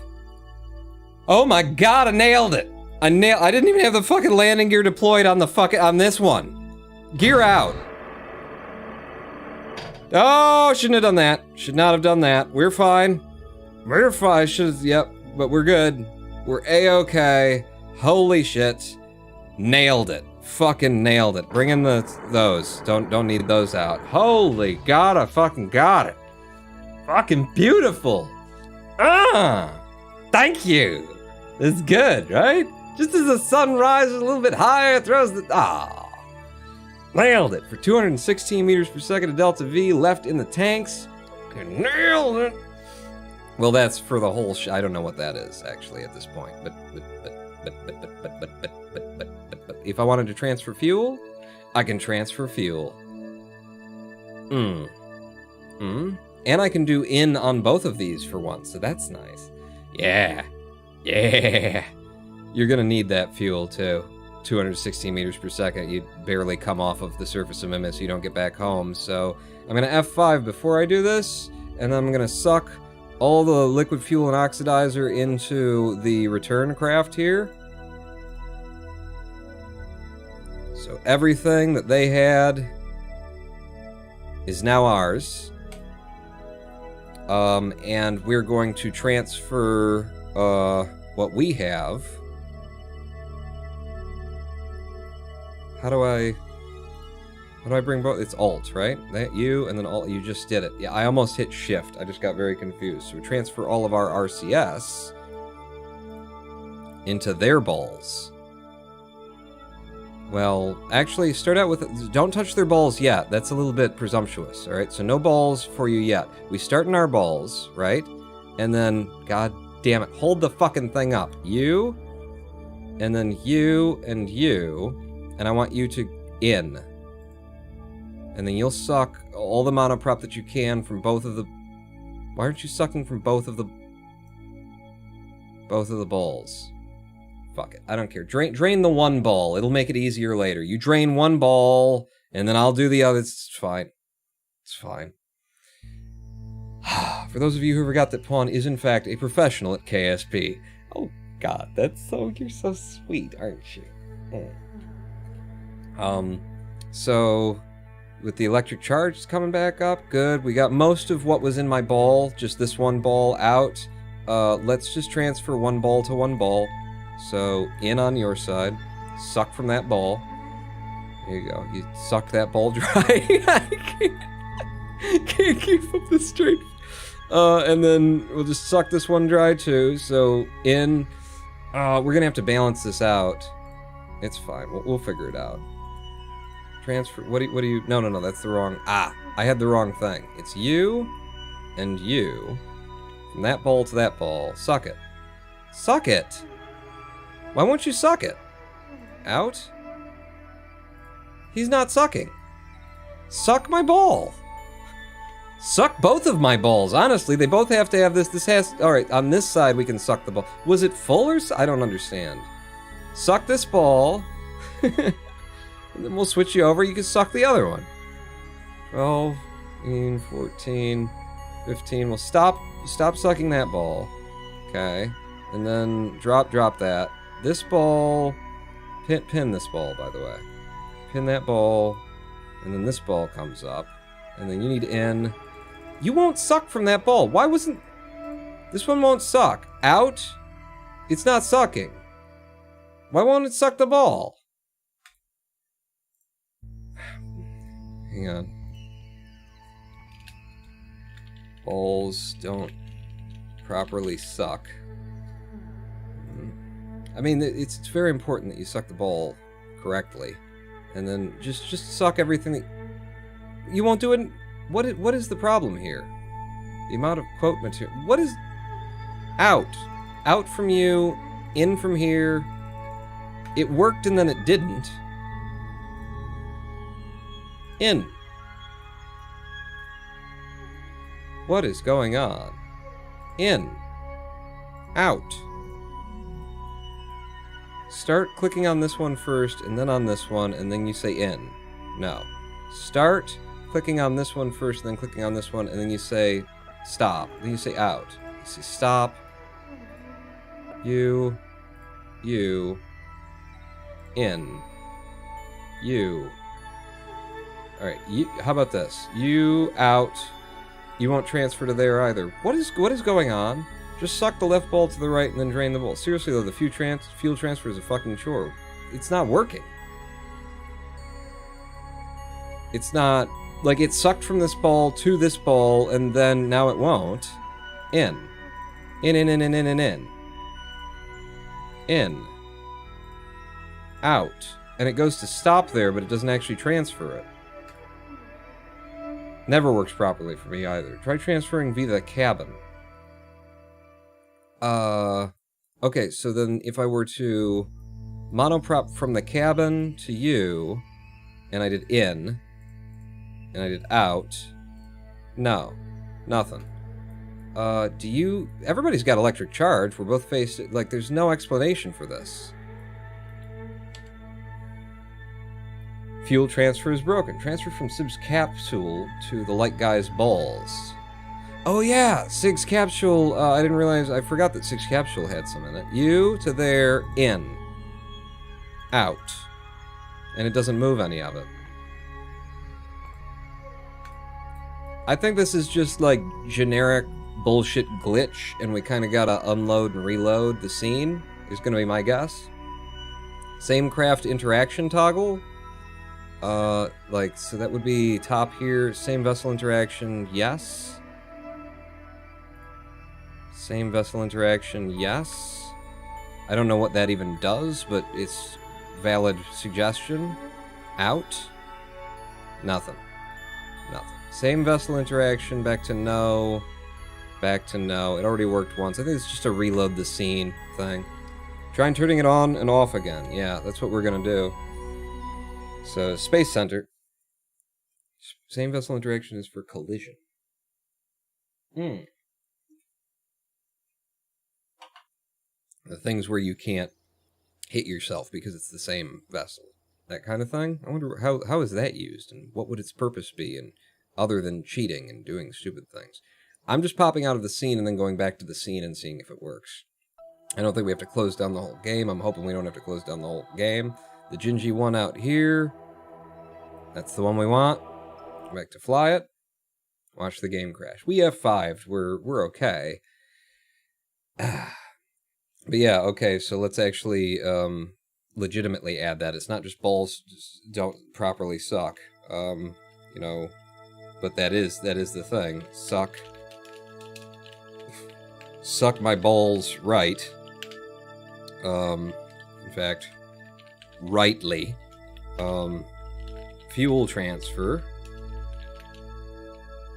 is inconsistent. It's transfer functions with random consistency. I mean, as far as we just saw right there, yeah. So let's try the balls again. This ball to this ball. Okay, there's no monoprop in that ball to transfer. If I go to this ball and transfer to that ball, out. Now it's working. We just needed to drop the scene, come back in. Kerbal, ladies and gentlemen. Kerbal Space Program. So if I do from you to you, and then I out, it doesn't work anymore. It doesn't work. But if I go to a different one, I think we're actually nailing this down. If they were paying me to do bug testing, it won't transfer to that ball anymore. Okay, fair enough. But based on what we just did before, I expect that when I transfer from this to this, it will work. Oh, you've already got... No. Where can I transfer then? I haven't transferred to this ball. Is this ball full? No. So out from there. Yeah. Alright, maybe I'm wrong. You. Out. Now that I got both of them open, it's not transferring to this one, but it's transferring over here.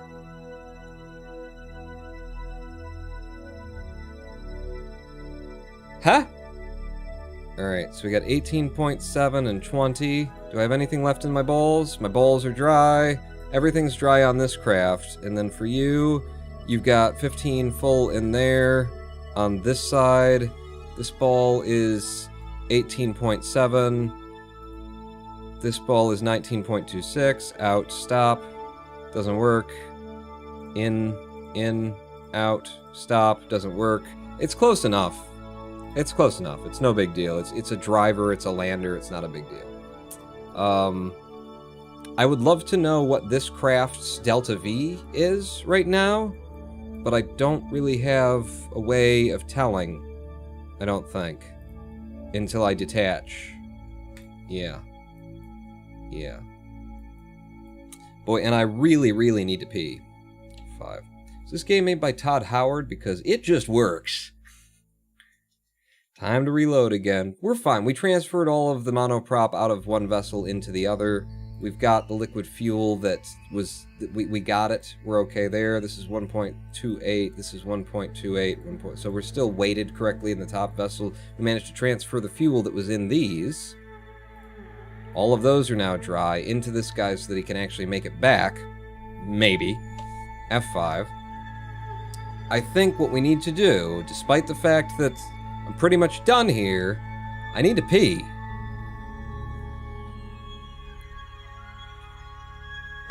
Tell you what, no live stream break. Y'all just, like, stare at the back of my ship for a minute while I go pee. Be right back. It'll only take me 17 minutes. I pee sectionally.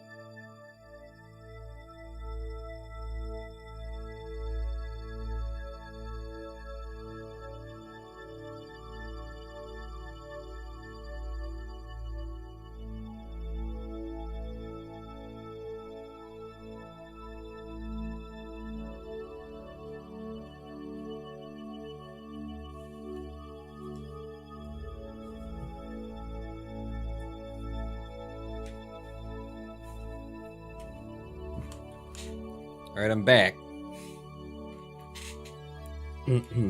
Pawn, your things broke. What broke? What broke? What's with the breaking of? Quick, while Pawn has gone to peace, someone re-enable the fuel transfers to be normal again. Who changed it? I forgot the password. It looks pretty though. Alright, welcome back. Me, because everybody else is just here while I was peeing. Look at that fucking shadow and sunrise on Minmus. I like it. Was playing ATS just now and doing 98 miles per hour down the highway again. Heck yeah. American Truck Simulator? So, having transferred all the fuel and everything, it is now basically time to leave. The direction that we would leave this moon in, is it toward the sun? Well, toward the sun is... Yes, toward the sun. So I burn that way, which is going to be to the east. Burn east on your 90 to leave toward the sun. Get the science. What science? What science would I get?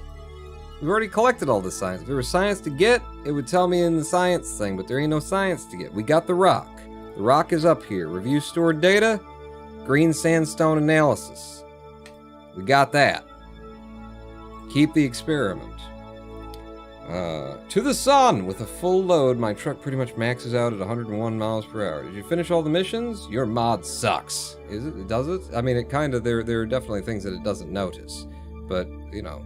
Recover Sigstead Kerbin on Kerbin. If we get him home, then we'll complete that one. And we've got the green sandstone, we'll complete that one. That's it. There's more science for the second run. Is there? Alright, well then, we'll do, conduct materials study. Alright, it says 16.4. So give me that. Observe some mystery goo. Says 6.9. Log temperature. It's worth nothing. Collect that nothing. And we'll log the pressure data. Collect that nothing. Crew report. Collect that nothing. But these two definitely did have like rerunnable science. Surface sample too. Surface sample as well? Alright, let's have the scientist get out and do the surface sample then.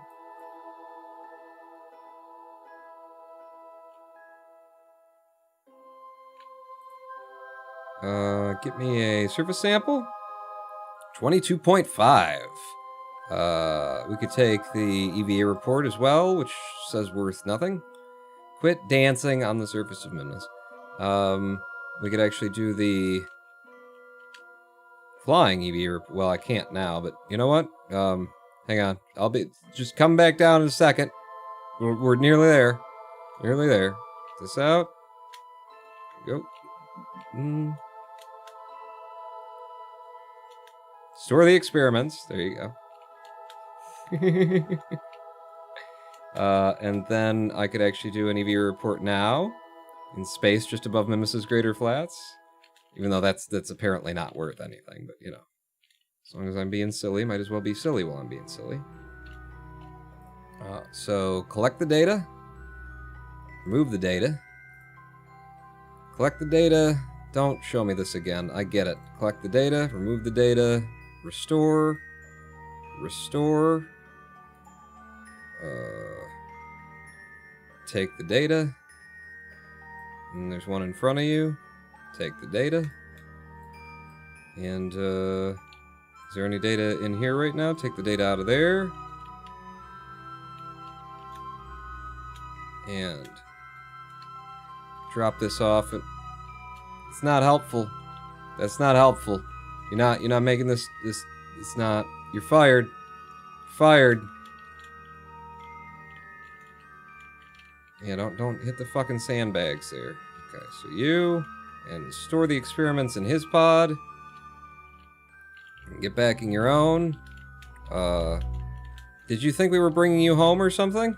Maybe that's why he's pissed up. Maybe that's why he's like acting up and whatnot, as he thought, oh, you don't have space in the pod for me? Well, are you staying here and I'm going home? No? The fuck is this shit? Maybe that's the thing. Her, Sigstead, her. I don't know why I keep confusing that. Sigstead, her, obviously. Obviously.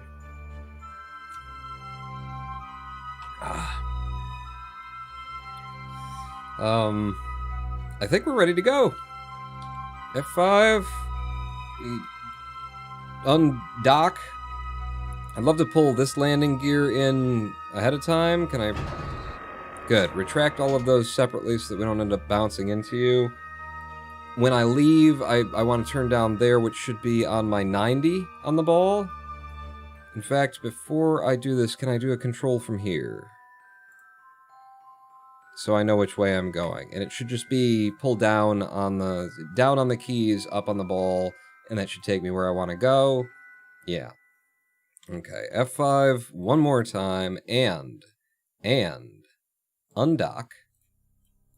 Okay.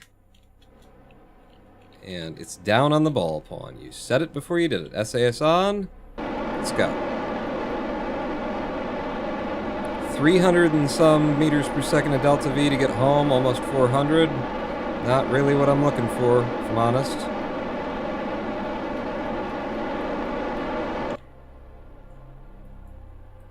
Web's burning out. Curb and periaps. I think we got it, though. Gonna burn hard. Keep burning. I'm gonna go out to the app webs and finish this, I think. Add a maneuver.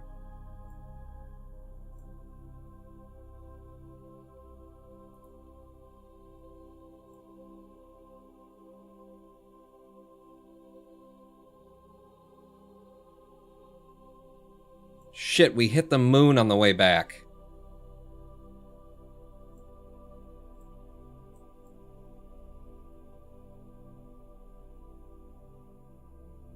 We're hitting the fucking moon on the way back from there. It's fine. Well, we can't do that from there anyway. You'd be down here for leaving, wouldn't you? Am I silly? You're silly. Do from here. Oh, we were so close to making it work. Do I just keep burning from here, then?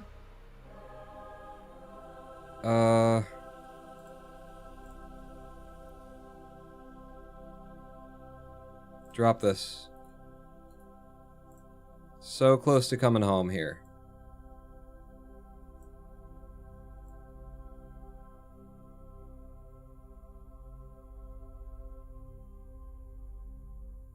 $129 is what we've got. That doesn't do it.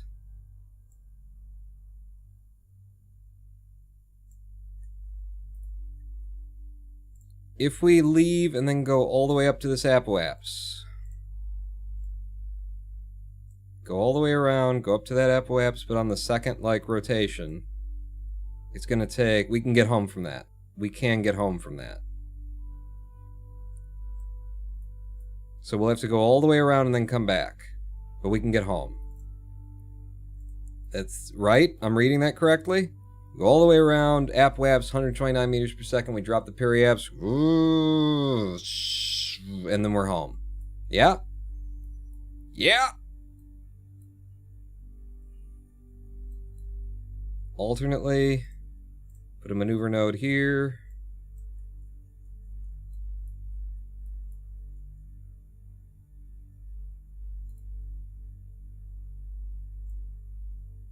That's the... No, you got the wrong one up. You. Drop the other one. Just the one I want. What about you?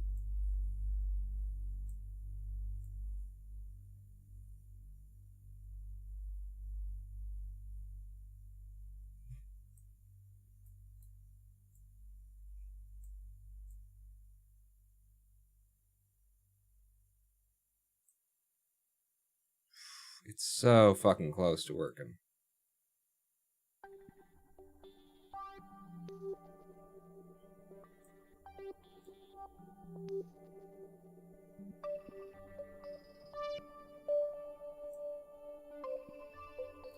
$129 does not get it done. Not from there.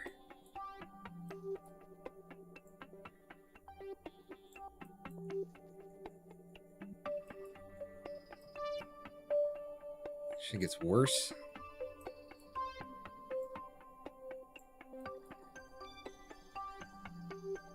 There we go.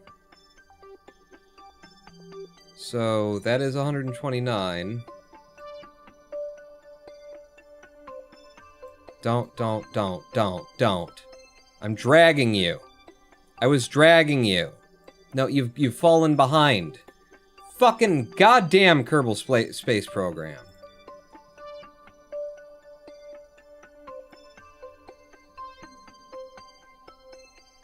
What are we doing? Are we going in the wrong direction here? What is this?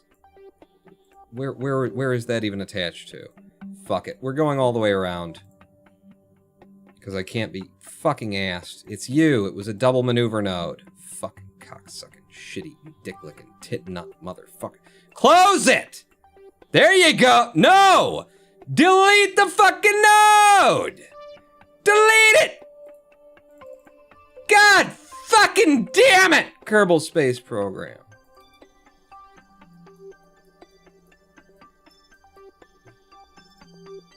So, if I Periapps, prograde,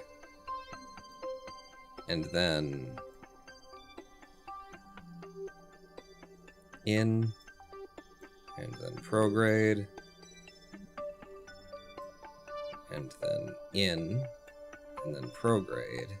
It makes the prograde worth more by pulling it in.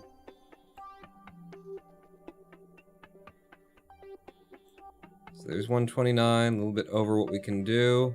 Say about 127.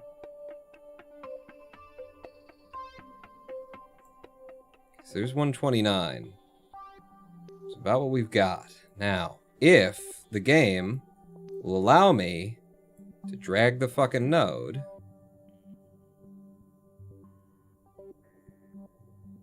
so that would be the ideal time for that particular thing.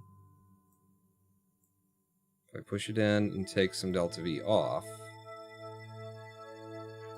add it back on, take it off, add it back on.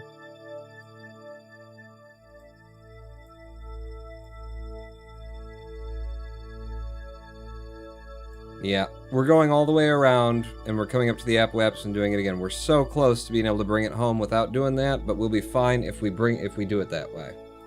We will be fine. How about not making Kerbin orbit and just shooting straight into the atmosphere? That's the thing.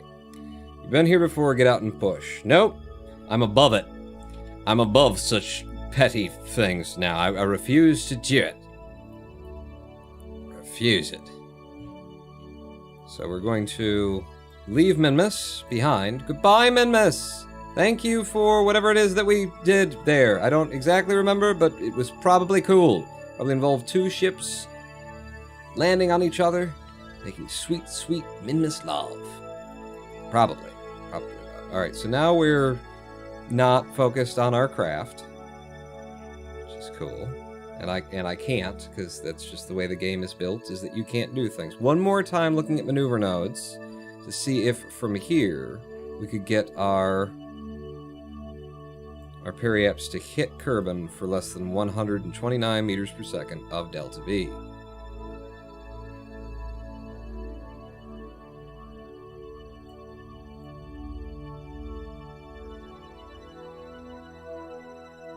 Whoa!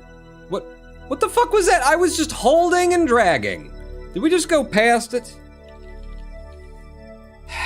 Time warp. Down to nothing. Add the maneuver! This fucking game. Click on the goddamn periapsis, because, you know, it's not like the game knows that you want to see it. That's in my list, by the way. I don't want to, like, give away all the things that I'm going to bitch about this game, but, it's in my fucking list, isn't it? We did it from here.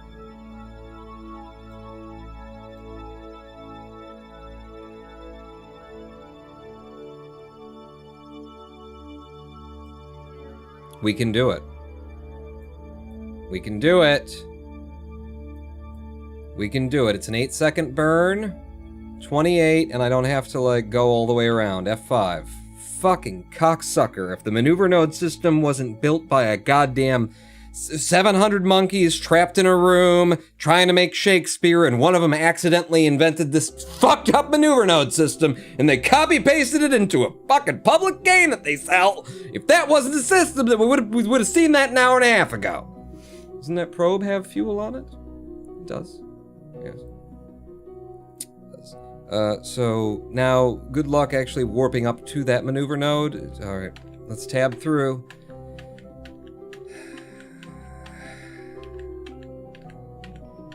There we go, and that's our ship.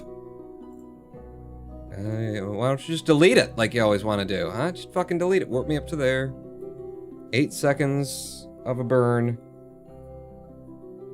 Gotta do it right, though. We are so fucking close to not doing it right. You. It's probably actually easier from back here to do it. I'm not gonna change a fucking thing. It's the maneuver node system. Who would fucking touch the goddamn thing once it's kind of half, almost semi-set up? You know?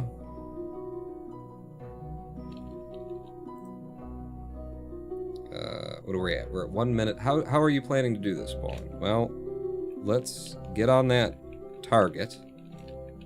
This is where we want to burn, apparently.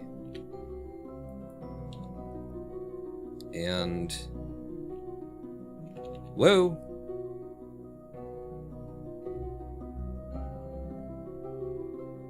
A burn time of 8. We want to leave at 4. We want to fire on this at 4. So 4, go.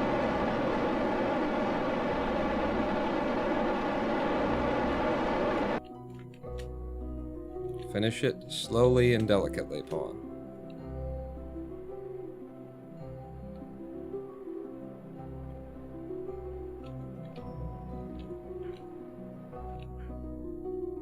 Okay. Okay. That's 42 right now. I would like to just barely poof. What do you got? What do you got for me?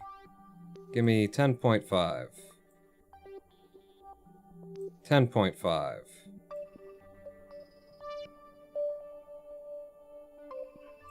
10. 10. Okay. Barely poof this to get it down to 38. In fact, drop the maneuver node. Can't delete it, the control is locked. But if I click here, then it goes away. So there's okay, gotta note that. Our actual periapse right now is 42.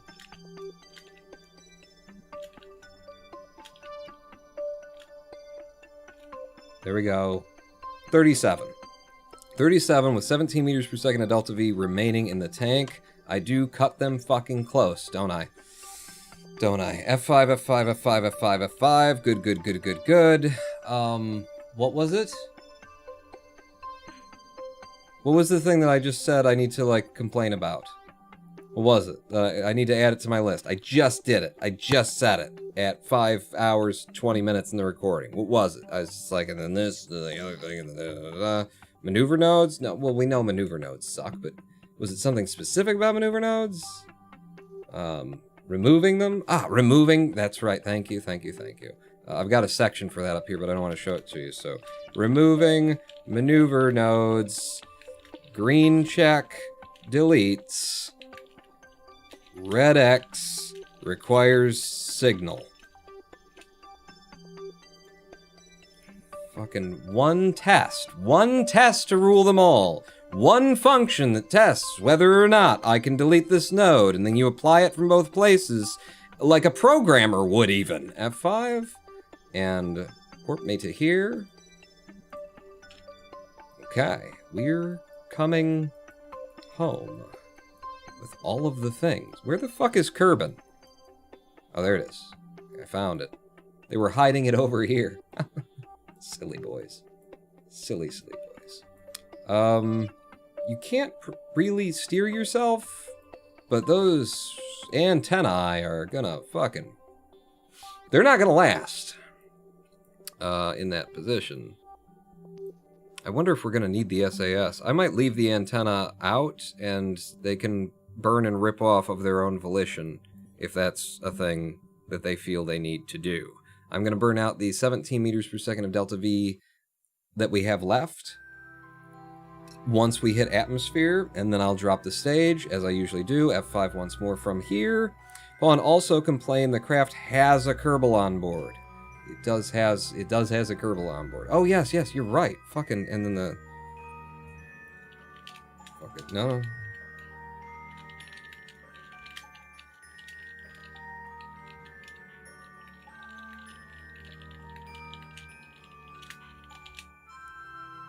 There we go. Thank you. Thank you for that one. Oh, no, wrong thing. Okay, we are approaching atmosphere in the shitty camera mode. There we go. We're now approaching atmosphere in the not shitty camera mode. F5 once more. Anybody could plot an orbit. It should be an engineer. Oh, shit. You're right. Oh god, we're in the atmosphere. Pay attention to the game, pawn. Alright.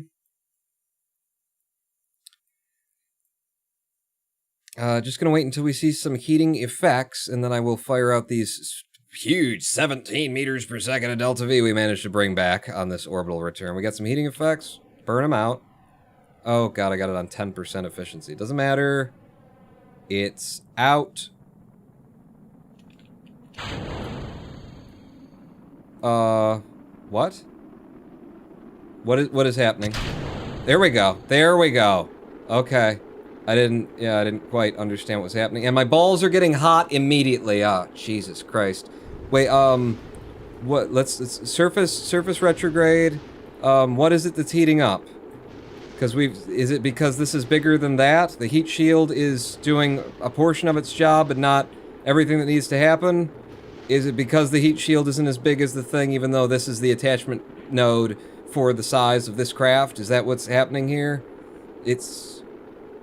What speed are we? 2,600 meters per second. Heat shield acts somewhat as a radiator. My balls seem to be fine with this amount of heat, so we've got a chance. We're already down to 2,400 meters per second here. We came down pretty... We didn't come down steep. We came, but it looks like we could do this. It may be a little bit hot in there, but you know, fucking suck it up. Suck it up. Yeah, there's the speed. Good. And we're no longer getting heating ticks. Excellent. Excellent. Ablator over here. I know it's already on screen, but just kind of gets your attention more when it's right there, doesn't it? We're gonna make it. Raffle for Kerbal. You'll make it. Alright. We'll make it. Wow, it's really shooting off some fucking... It's off of the antennas. The antennas are just... The plasma is... I wonder if you can make a laser out of that, apparently. There's just... Pss, pss, pss. 1,500 and some meters per second. We have no time warp, right? We're not in phys warp? Nope, not at all. And by the way, having the antennas out didn't help at fucking all. Didn't help at two of them. Two of them, and let's just double check like where we are on the planet. So we're here, and I've got a relay satellite directly above us, at a height that is similar to geosynchronous orbit. No comms. No comms, ladies and gentlemen. That's how this game works. I'm gonna rotate us so that we get the maximum body lift from our balls. Lift from the balls. That's what we're looking for there. Which will keep us in the air longer. And in fact, if I could get us more like down on the balls. If you can stay down on the balls, well, it's trying to stay down on the balls. It can't. Ooh, crew report. Flying over Kerbin's water, underwater topography. How do I not have that? Okay. I'd love to EVA from here, but it's not going to happen. I will deploy my parachutes now. SAS is now off. See, even the antennas were in the right direction for the parachutes to deploy. That's why I put them on like that. Yeah. That's the ticket. Yeah, buddy. Yeah. You did that day one, so why is it giving me... This mod is a little bit jank. I don't know. It's a super light capsule, you're right. It's only 0.67 tons, I believe. 0.6 something tons. So yeah, it slows down fast in the atmosphere, and I could probably get Sigstead Kerbin out on the ladder right now. But I'm thinking no. I'm thinking maybe we don't. What if we didn't? Is where I stand right here, right now. It was a good mission. That was a great mission. We did every single thing that we wanted to. We cataloged a myriad of bugs and poor UI design choices along the way, which is just what you do every time you play the game, isn't it? But we're going to save Sigstead Kerbin. We are going to recover that Sandstone, and while we were up there, we knocked out also the satellite in orbit of Kerbit, or in orbit of Minmus, which is now acting as an additional relay satellite for us out at Minmus, and probably, you know, all the way back to Moon and some other places, so long as you've got something other than the Communitron 16, which is the only non-relay antenna that you get in the game until level 6 in the tech tier, which makes it just the most fucking ridiculous setup of Kerbal Comnet, doesn't it?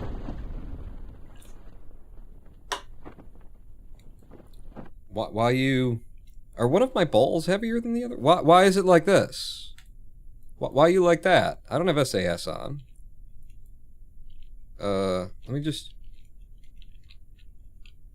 Okay, well, it wants to lean toward one of the balls. That's fair enough. Now that we're slowed down to 4.9 meters per second, F5, I will get you out, and we will EVA report. Most precarious situation flying over Kerbin's water. Back inside. Good mission. Done mission. That's what that is. That's what we call a done mission. Was I able to F5 this time? Good. What is it just past 500 meters above the surface you can't F5? Let's test that right here, right now. So here's 500 and some meters. I can quick save. Here's 499. I can't quick save. So yeah, 500 meters above the surface of Kerbin, you can no longer quick save. Got it. Surface sample from water. I wonder if we've done that, because it's been a while. It's like we haven't had surface samples until recently. So it's possible that we just don't have it. How to get money. Now I did uninstall Kerbal Space Program. What? Wild Ride 25? Does uninstalling Kerbal Space Program get you money somehow? What are you saying? What are you saying? Can a Kerbal swim? They can float. The shadows are fucking beautiful on the water like that. Okay. So yeah, let's try that. Let's EVA. And there is a surface sample available. You've taken a sample of water. It appears to dramatically increase the surface humidity of anything it touches. All right. Boom. That's our mission. We landed in the middle of the ocean again. I can't see land from here in any direction. Where did we land exactly? Where's the Space Center?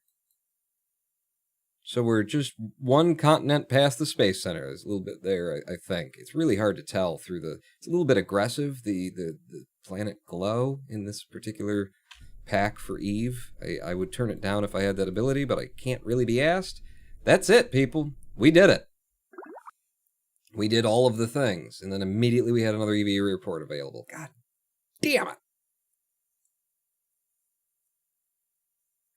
How to get money.on Kerbal Space Program.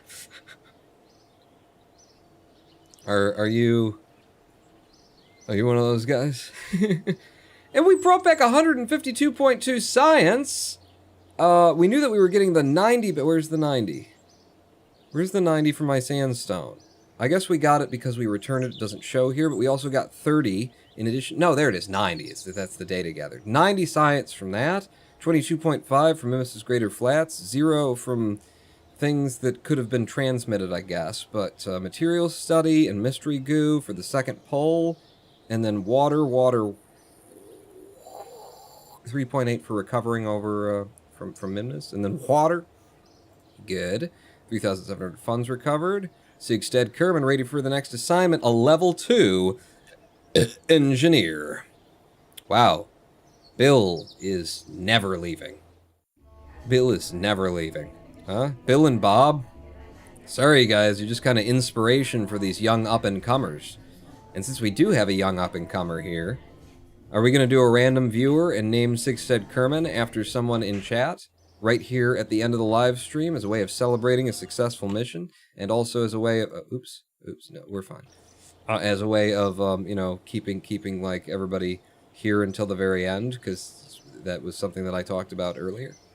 We're not going to do a raffle because the raffles, I don't know if they're working yet, but we're just going to do a random viewer, and we're going to pull up the ship manifest roster, head on down to the very bottom where it's inconsistent. All right, Sigstead Kerbin, female, there she is. Edit her. We're going to name her after somebody in... Oh, raffle should work? It would take too long? It's kind of my argument there. Kind of take too long, you know. Raffle, open. It would take too long. It's already taken long just for the bot to respond to it, just for it to be like a thing that'll happen. Did it start? Did it happen? It seems to have started. I guess it's open. It didn't announce it. Did it? Raffle. It has been opened with 20 tickets. God damn it, Jim. With you already buying tickets, you're confusing me. Sending that out makes it harder to read. Everybody buy your tickets if you want to be somebody in this program here. And if there's anybody in chat who doesn't have enough tickets to get into it, we'll make it rain. Kenneth, you want to make it rain if we need it? That was a very good mission. We cleared a whole bunch of contracts. Let me pull that up and actually have a look at that. So, in the contracts, bring green sandstone back, rescue Sigstead Kerman, and the one from the satellite that cleared while we were in orbit. We're down to just 2 active contracts. In fact, while we're waiting for you guys to do it, look at all the contracts I could take now. We just have temperature surveys of the moon and explore the moon left in things that are already active that we've already taken. If we went back to the moon, I don't know if I ever want to go back to the moon. 5 tourists to their destination, where do they want to go? They want to land on Minmus? Land on Minmus? Fly by Minmus? Land on the moon? Land on the... Oh, Jesus Christ. You got dreams, don't you? And landing on Minmus is worth 7,300? Yeah, eat shit and die. That's actually a pretty profitable mission, I think, if you were to add all that up. 65, 87, 65, 87. But it requires stops on multiple bodies with 5 tourists, and no. How about, what about no? What about no? New surface outpost on the moon? So, antenna docking port generate power. 5 Kerbals. That's actually... It doesn't require me to do a whole bunch of extra shit. 5 Kerbals is still a big goddamn demand, isn't it? It's got to be a new outpost. Rescue Dyden from orbit of the moon. None of this really interests me right now, but we'll look at it the next time we come in. We'll see whether or not I'm just giving up and going straight to Duna from here or not. Build an orbital station. Orbital station could be fun to make. You know, that's my favorite part of this game is when you just sit down and do like a nice long build where you're really just sort of, you know, taking your time and getting everything just the way you want it to be. I'm just going to cover over that ugly space center there as we edit Sigstead Kerman's name to be somebody from chat. Who's up? Who's up? You on deck? Everybody bought their points? There wasn't a lot of points bought, honestly. There's not... Who's still here? How many people are watching? There's a raffle open. People? You don't want tickets? Huh? Fine, you don't get the fucking tickets. You don't want them? You're not gonna get the fucking tickets. It's fine. It's fine. I don't care. I'm just raffling. It's fine. It's no problem for me. You don't want to fucking tickets? You won't buy the fucking tickets. You know, save your fucking points for later. I don't fucking care. Raffle draw. It Will Take Too Long is now closed. Now, ladies and gentlemen, boys and girls, the winner of the raffle is KFR 8-Bit. KFR 8-Bit, surely welcome back to the program, yeah? KFR 8-Bit, our engineer, level 2 engineer. Just think of all the things you can do as a level 2 engineer. As a level 2 engineer, just all of the things that a level 2 engineer can do that really helps a mission. Think of them all.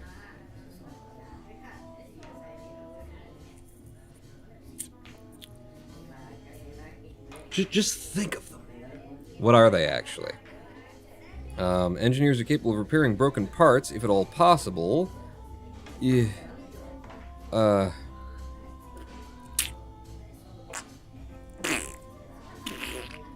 Is there a place in game where I'd find out what you can do? Repack parachutes, repair landing lags, increase resource converter efficiency, increase drill efficiency, repair failures. Failures?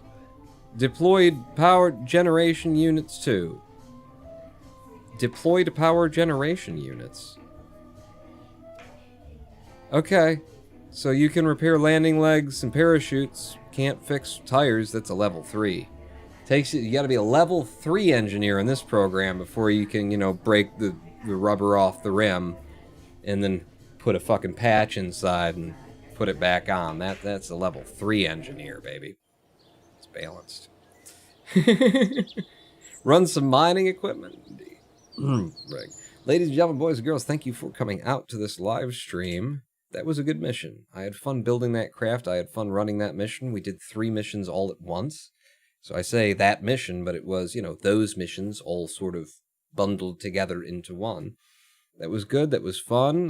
We caught a couple of more things for me to complain about in my big video that'll come eventually. Maybe we land on Duna first, and then I take all of the things that I've noted, put them all together, think about them carefully, because it's not just, for me, making a video about how Kerbal Space Program is a poorly designed game isn't just about, like, bitching about the game.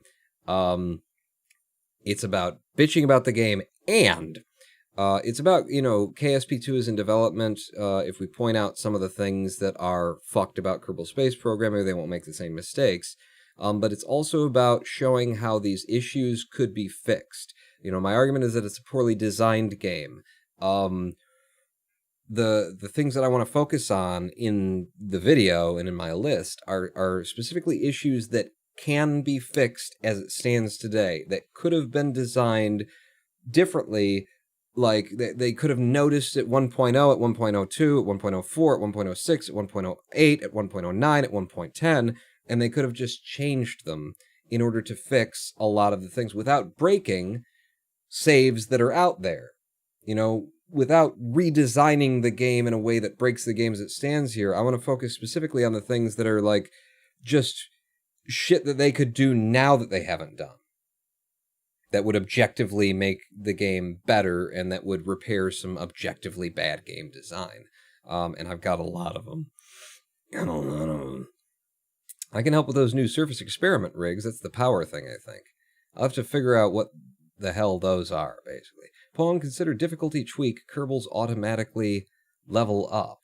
That way you could get their skills as soon as they get the XP for it. I'm already, like, I got some F5s and F9s on this hard mode play. I don't want to give people any other reason to think it wasn't a real hard mode. I'll keep it in mind, though. I will keep it in mind. The other thing I'll keep in mind is that I am the Ronin Pawn! The music started when I clicked it this time. Thank you again for coming out, everyone. Shadow Dragon with the 500 bits. This Shadow Dragon, Jermation, Insights LG, thank you for the cheers during this live stream. We are so close to this. And I know the way that this works. Like, the next time that I live stream, if the day passes and the subs are gonna roll over and stuff like that, like, keep your mind to that, because we're so goddamn close. I'd rather it just, like, we hit it once and then it drops down to 120 or something. But if we hit it, like 2 people with 4 each, it gets it done. Don't worry about it today. I mean, in the live stream, keep it in mind. Hopefully we still got the 142 tomorrow or the next day, whenever the next live stream is, because I can't tell you. Come on, let's hit that sub goal. Next time. Good mission. Good fun. Good night. Pawn out.